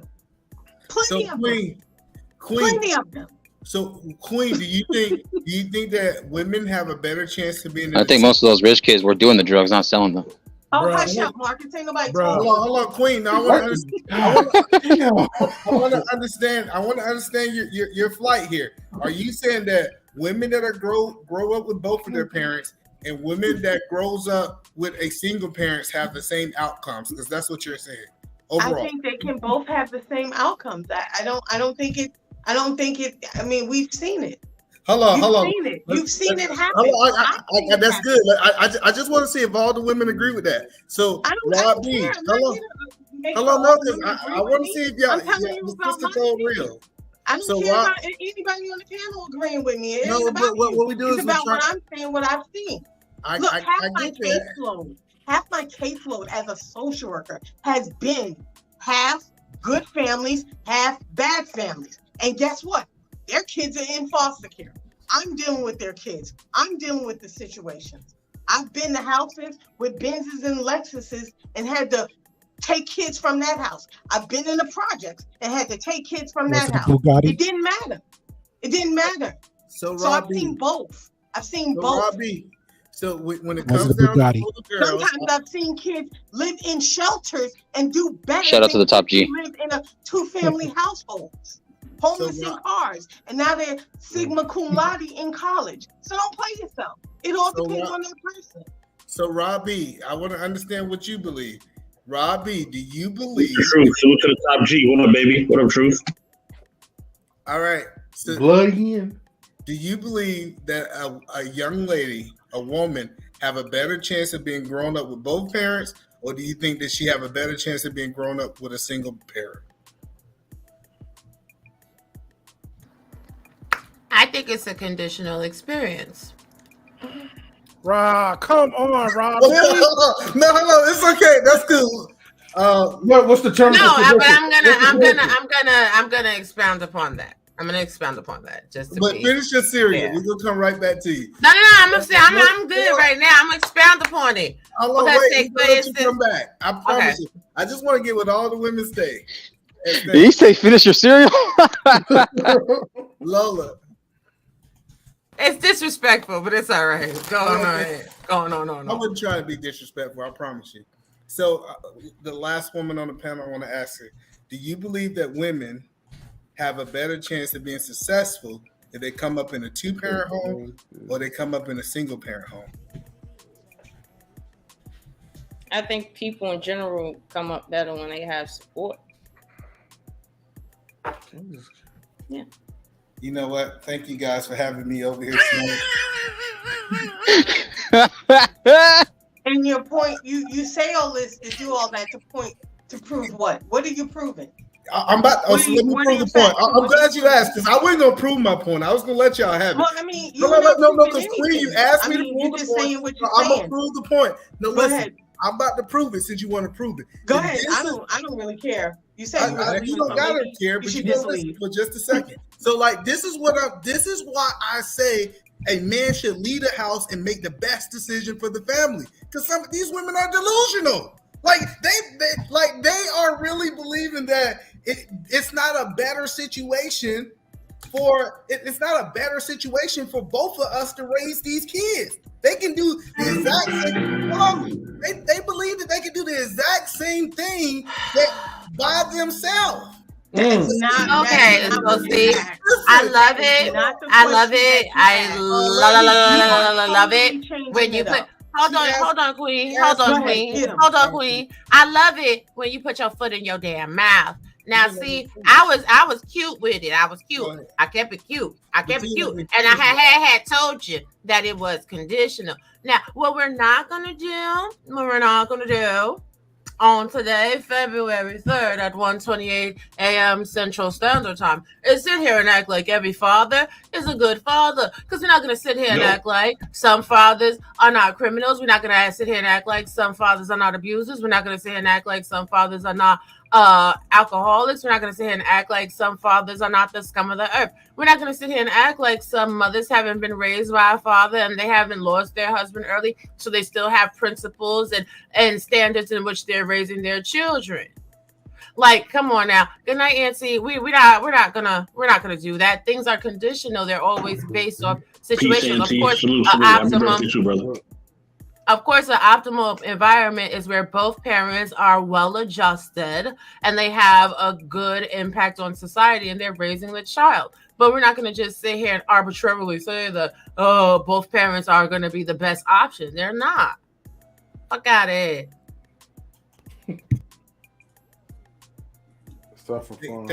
Thank you, Robbie, for your opinion. I always appreciate when you give us your knowledge and wisdom onto the panel, But what I was saying before I was rudely interrupted. Wait, I'm sorry to interrupt you, but I know in a minute we gotta go. So I'll give you guys like 3 minutes.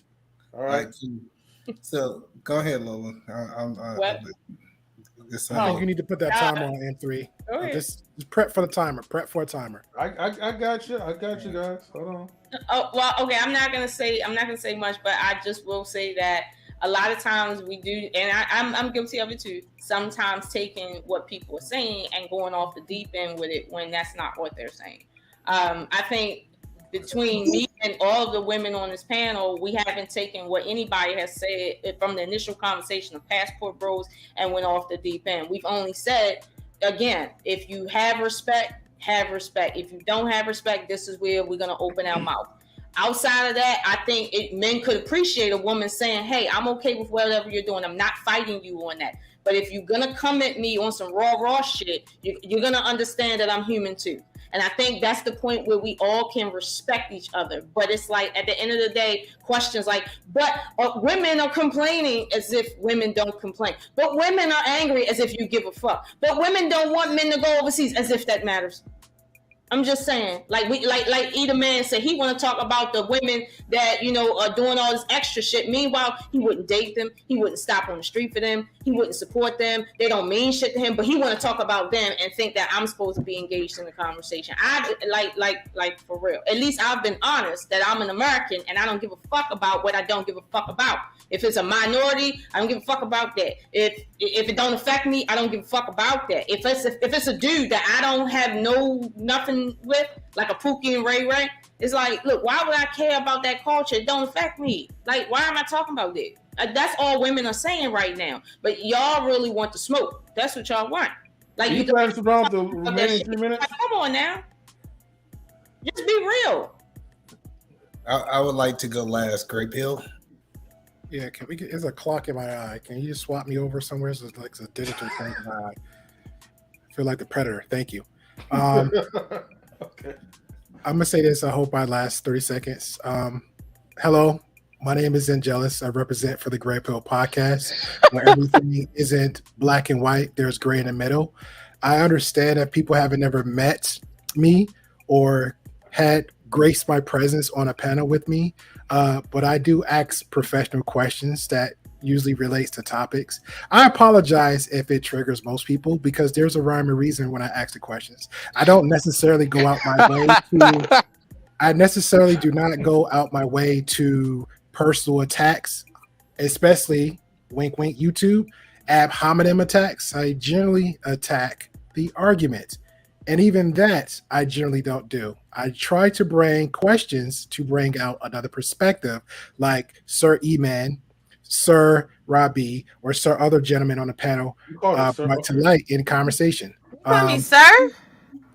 I apologize. I'm like going in the mode. You're killing my seconds. I apologize. Robbie. All right. Nothing to say, Queen? I have a lot to say, but I'm going to wait until my clock has started so that I can fully actualize. Oh, we're using the whole 3 minutes per each person or just the whole panel? No. I gotta go. I gotta hurry up and get ready for work. Right, you gotta give us 5 minutes. I'll give you guys 30 seconds. 5 minutes. 30 seconds. Rob. Let's go. Rob, talk. Well, at the end of the day, Great Pill, don't call me sir, and he's canceled now, cancel culture. At the end of the day, this is a silly ass conversation. Do whatever you want to do in a relationship and make sure that you're damn happy. If you don't got no money, then get some money. If you love people that don't got no money, help them get some money. Stop sleeping with everybody and make your best move, your next move. Don't marry nobody. Hell, date people until they prove to you what they're worth. Otherwise, tell them to go ahead and drink bleach. Drink bleach. Wow. Hey, I said it. Next. Queen. Hey, look, I'm just gonna say here, this hamster wheel conversation. Get your stamps, get your book, travel, enjoy your life. Don't get caught up. Don't get caught up. Don't get caught in nothing. Don't bring it home. Stay out there. Don't ever come back. Enjoy them women in the hills, and hopefully you don't end up fish food. That's all I'm gonna say. Because we don't want you anyway. Go somewhere and drink bleach. You know what? And drink bleach. and this is why this never ending war will never end. Anyways, I said that twice. But Marcus. Birthday Marcus. Happy Shout out birthday to you again. Got 30 seconds. I appreciate it. Yeah, shout out to the panel, man. Shout out to everybody who's here as a content creator, has a channel. Please hit the link, like, share, subscribe, leave a comment, hit the Cash App, Super Chat, and leave a comment past the replay. It's all about limitations, boundaries, and what you agree to get into, and communicate that. So make sure you're reciprocated. If I have a son, I'll make sure, hey, look out for these, certain, terms and conditions. If you got like, your limitations, your boundaries, your respect. I'm not going to shame my daughter if she dates the guy with more money because, hey, pick the good guy, not the bad boy. That's about it. Peace. Thank you. And drink bleach. 84. You got some fucking words. All right. Everybody, go ahead. Sir, can you please bless me with 30 seconds. You run out of time. Let's go. So I just want to say quick. Nah, I just do it on my review because I can't do You it. too, E? So, hey, first thing I'm gonna say is this: we appreciate you guys. Anything that I'm saying, I'm not trying to challenge you as your character. I'm actually trying to give a different point of view for the people in the audience. So when we have these conversations, I think we have to think outside of us. So I appreciate you guys. We appreciate you too, E-Man. Thank you for coming up and look, everybody's always going to be triggered over something. So and Rob ain't shit. Oh, I forgot to say that at the end. Rob B gets money I got. Y'all stay mad and angry. I'll be happy. Fuck with me and get some money. Real quick, Lola, right? So I need you to promote your show for tomorrow. Let the people know, and I am going to zoom in, so I'll give you at least 1 minute, right? Because I know you like to go ham, so let's go. Okay, so this week is going to be our concluding week on the Passport Bros because here on this channel, we don't talk for so much shit about shit that don't mean anything, okay? So we're still gonna stay on this topic because we know you guys like to, tune into the raw at times. And we're gonna be discussing the exchange between Austin, the 23-year-old boy that think he know everything, and Saida.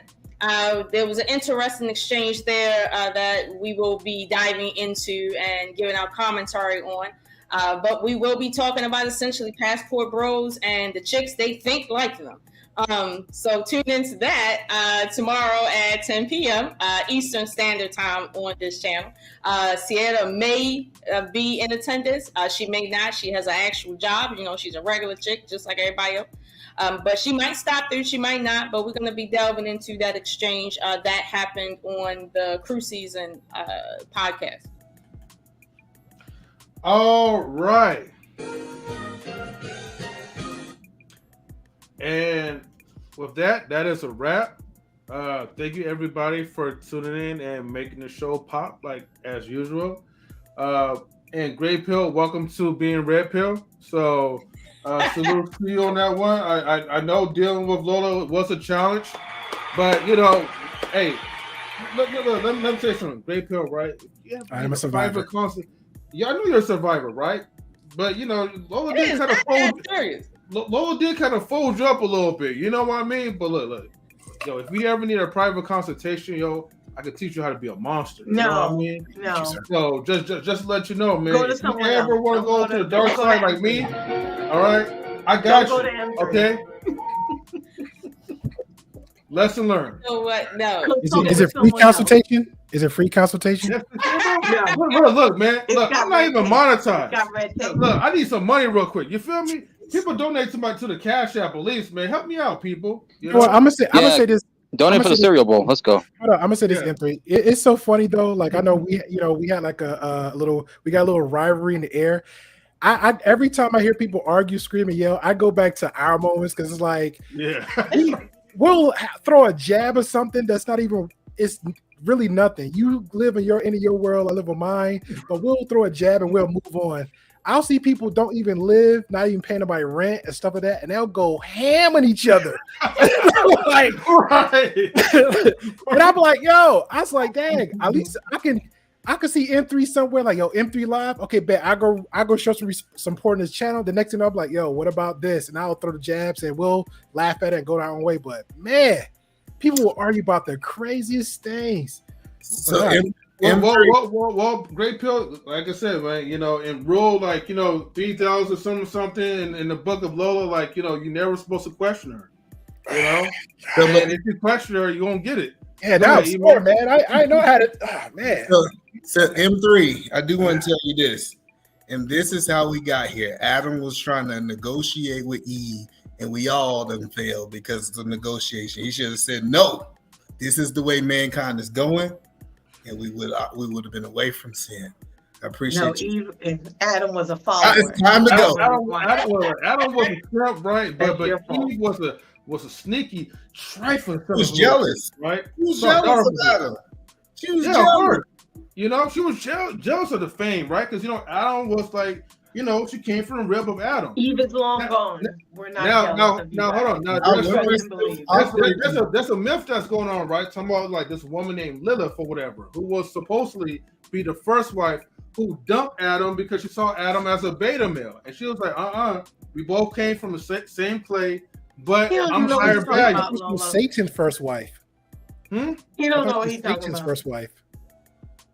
No, they said like it was Adam's first wife. Like Lilith, like came from clay. You don't know. Man, if you in that garden and she's trying to tell you to eat that apple, talking on for your research, Lola. I get what y'all saying. Listen, check this out. No, he's talking on for Raw B's research. If you in that garden in your relationship and she trying to get you to eat that apple, she ain't got no say so. You need to knock that apple out her hand. You need to say, I'm the man and this is where it's going. Eve, wake up, Eve. We in the real world right now. Wake up. That's why ain't nobody eating apples. Ain't nobody doing that dumb shit. You ain't eating apples? Just wake up. Wake up now. You ain't eating apples? It about to be around 15. They said apple a day keep the doctor away. I hope y'all eating apples. All right, cool. I'm just joking. Y'all guys have a good night, man. Yeah. Can you guys hear me now? I was struggle streaming for a little bit. Yeah, you No, you're supposed to mute everybody. That's all. Look. I'm just going to read this and I'm just going to leave it off, okay? In some religious traditions, it is believed that Adam, the first man created by God, right, had a wife before Eve. Her name was Lilith. According to some interpretations of the Jewish folklore, Lilith was created the same time as Adam from the same clay and was his first wife. But however, the unruly woman came out of her, right? The unruly side came out of Lilith. And she refused to be subservient to Adam and left him. Some versions of the story say that she became a demon and is associated with the night with sexual temptation. This belief is not considered to be part of the Bible. Because he's a bad boy. Mm-hmm. Hey, can you put up Black Man Post? Black Man Post? Yeah.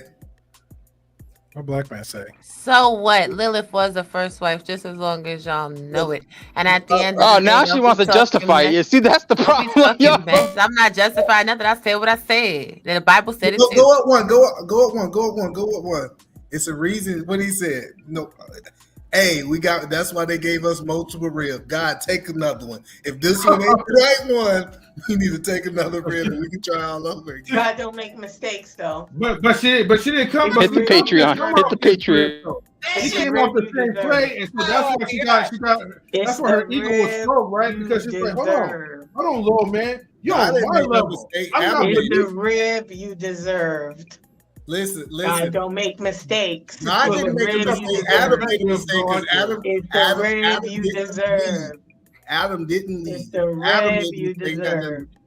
That's what you deserve. God gave free will, Miss Queen. He gave free will. Humans are the ones that make the mistakes. It's up to them to learn from them. He picked the rib and he formed her. So there you go.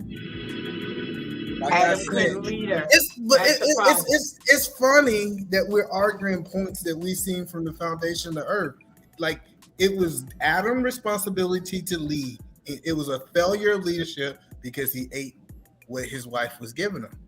Like y'all don't think that correlate to what we're talking about today? No, because everyone isn't from that tradition. Everyone doesn't follow that tradition. Thank you. According to that tradition, sin didn't come into the world until after the fact. So therefore, I don't know what the fuck was going on before the fact, but that is your religious beliefs, which you have an obligation to believe in, but that is your belief. Do not push your belief on me. Talk about what's happening in 2023. I didn't push my belief.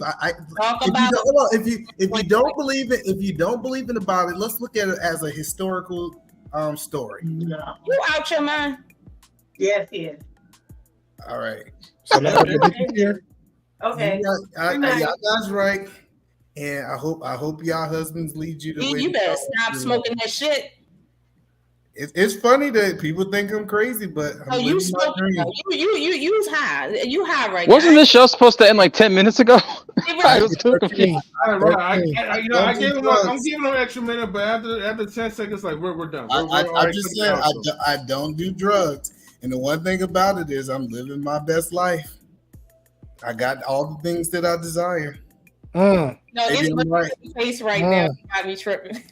Maybe I'm right. All right, everybody. Thank you for tuning in to Knowledge and Relationships. Again, shout outs to Auntie, happy birthday, and shout outs to Marcus, happy birthday to you.